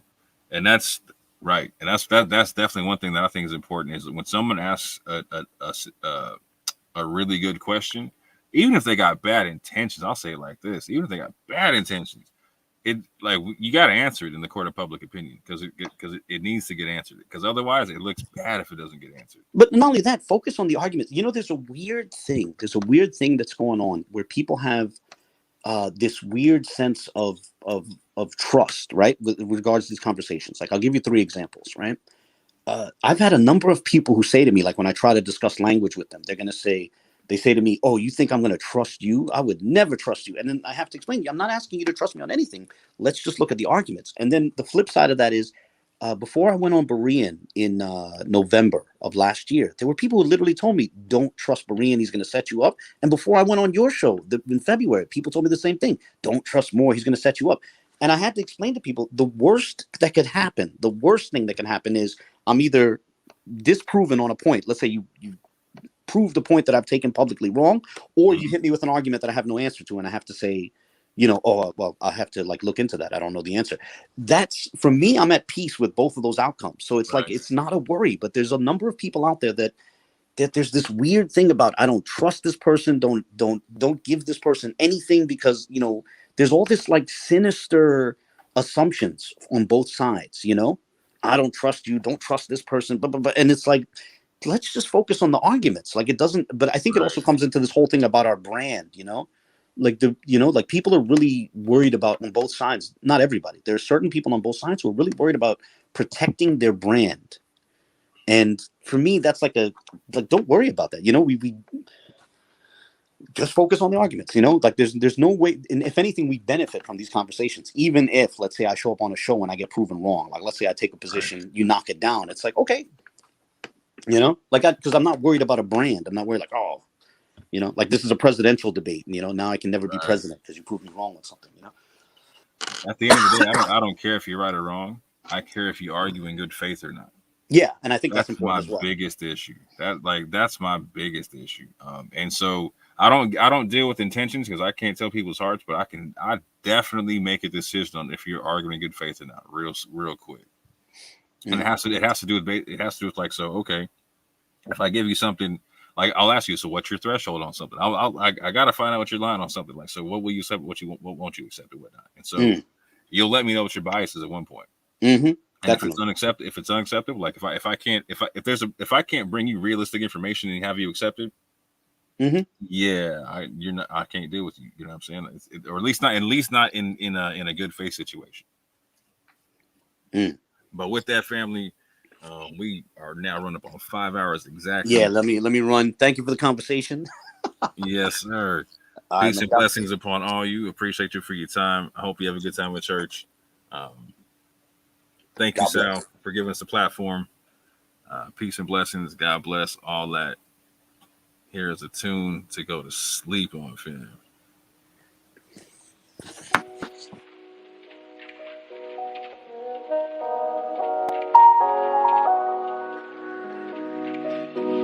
Thank you.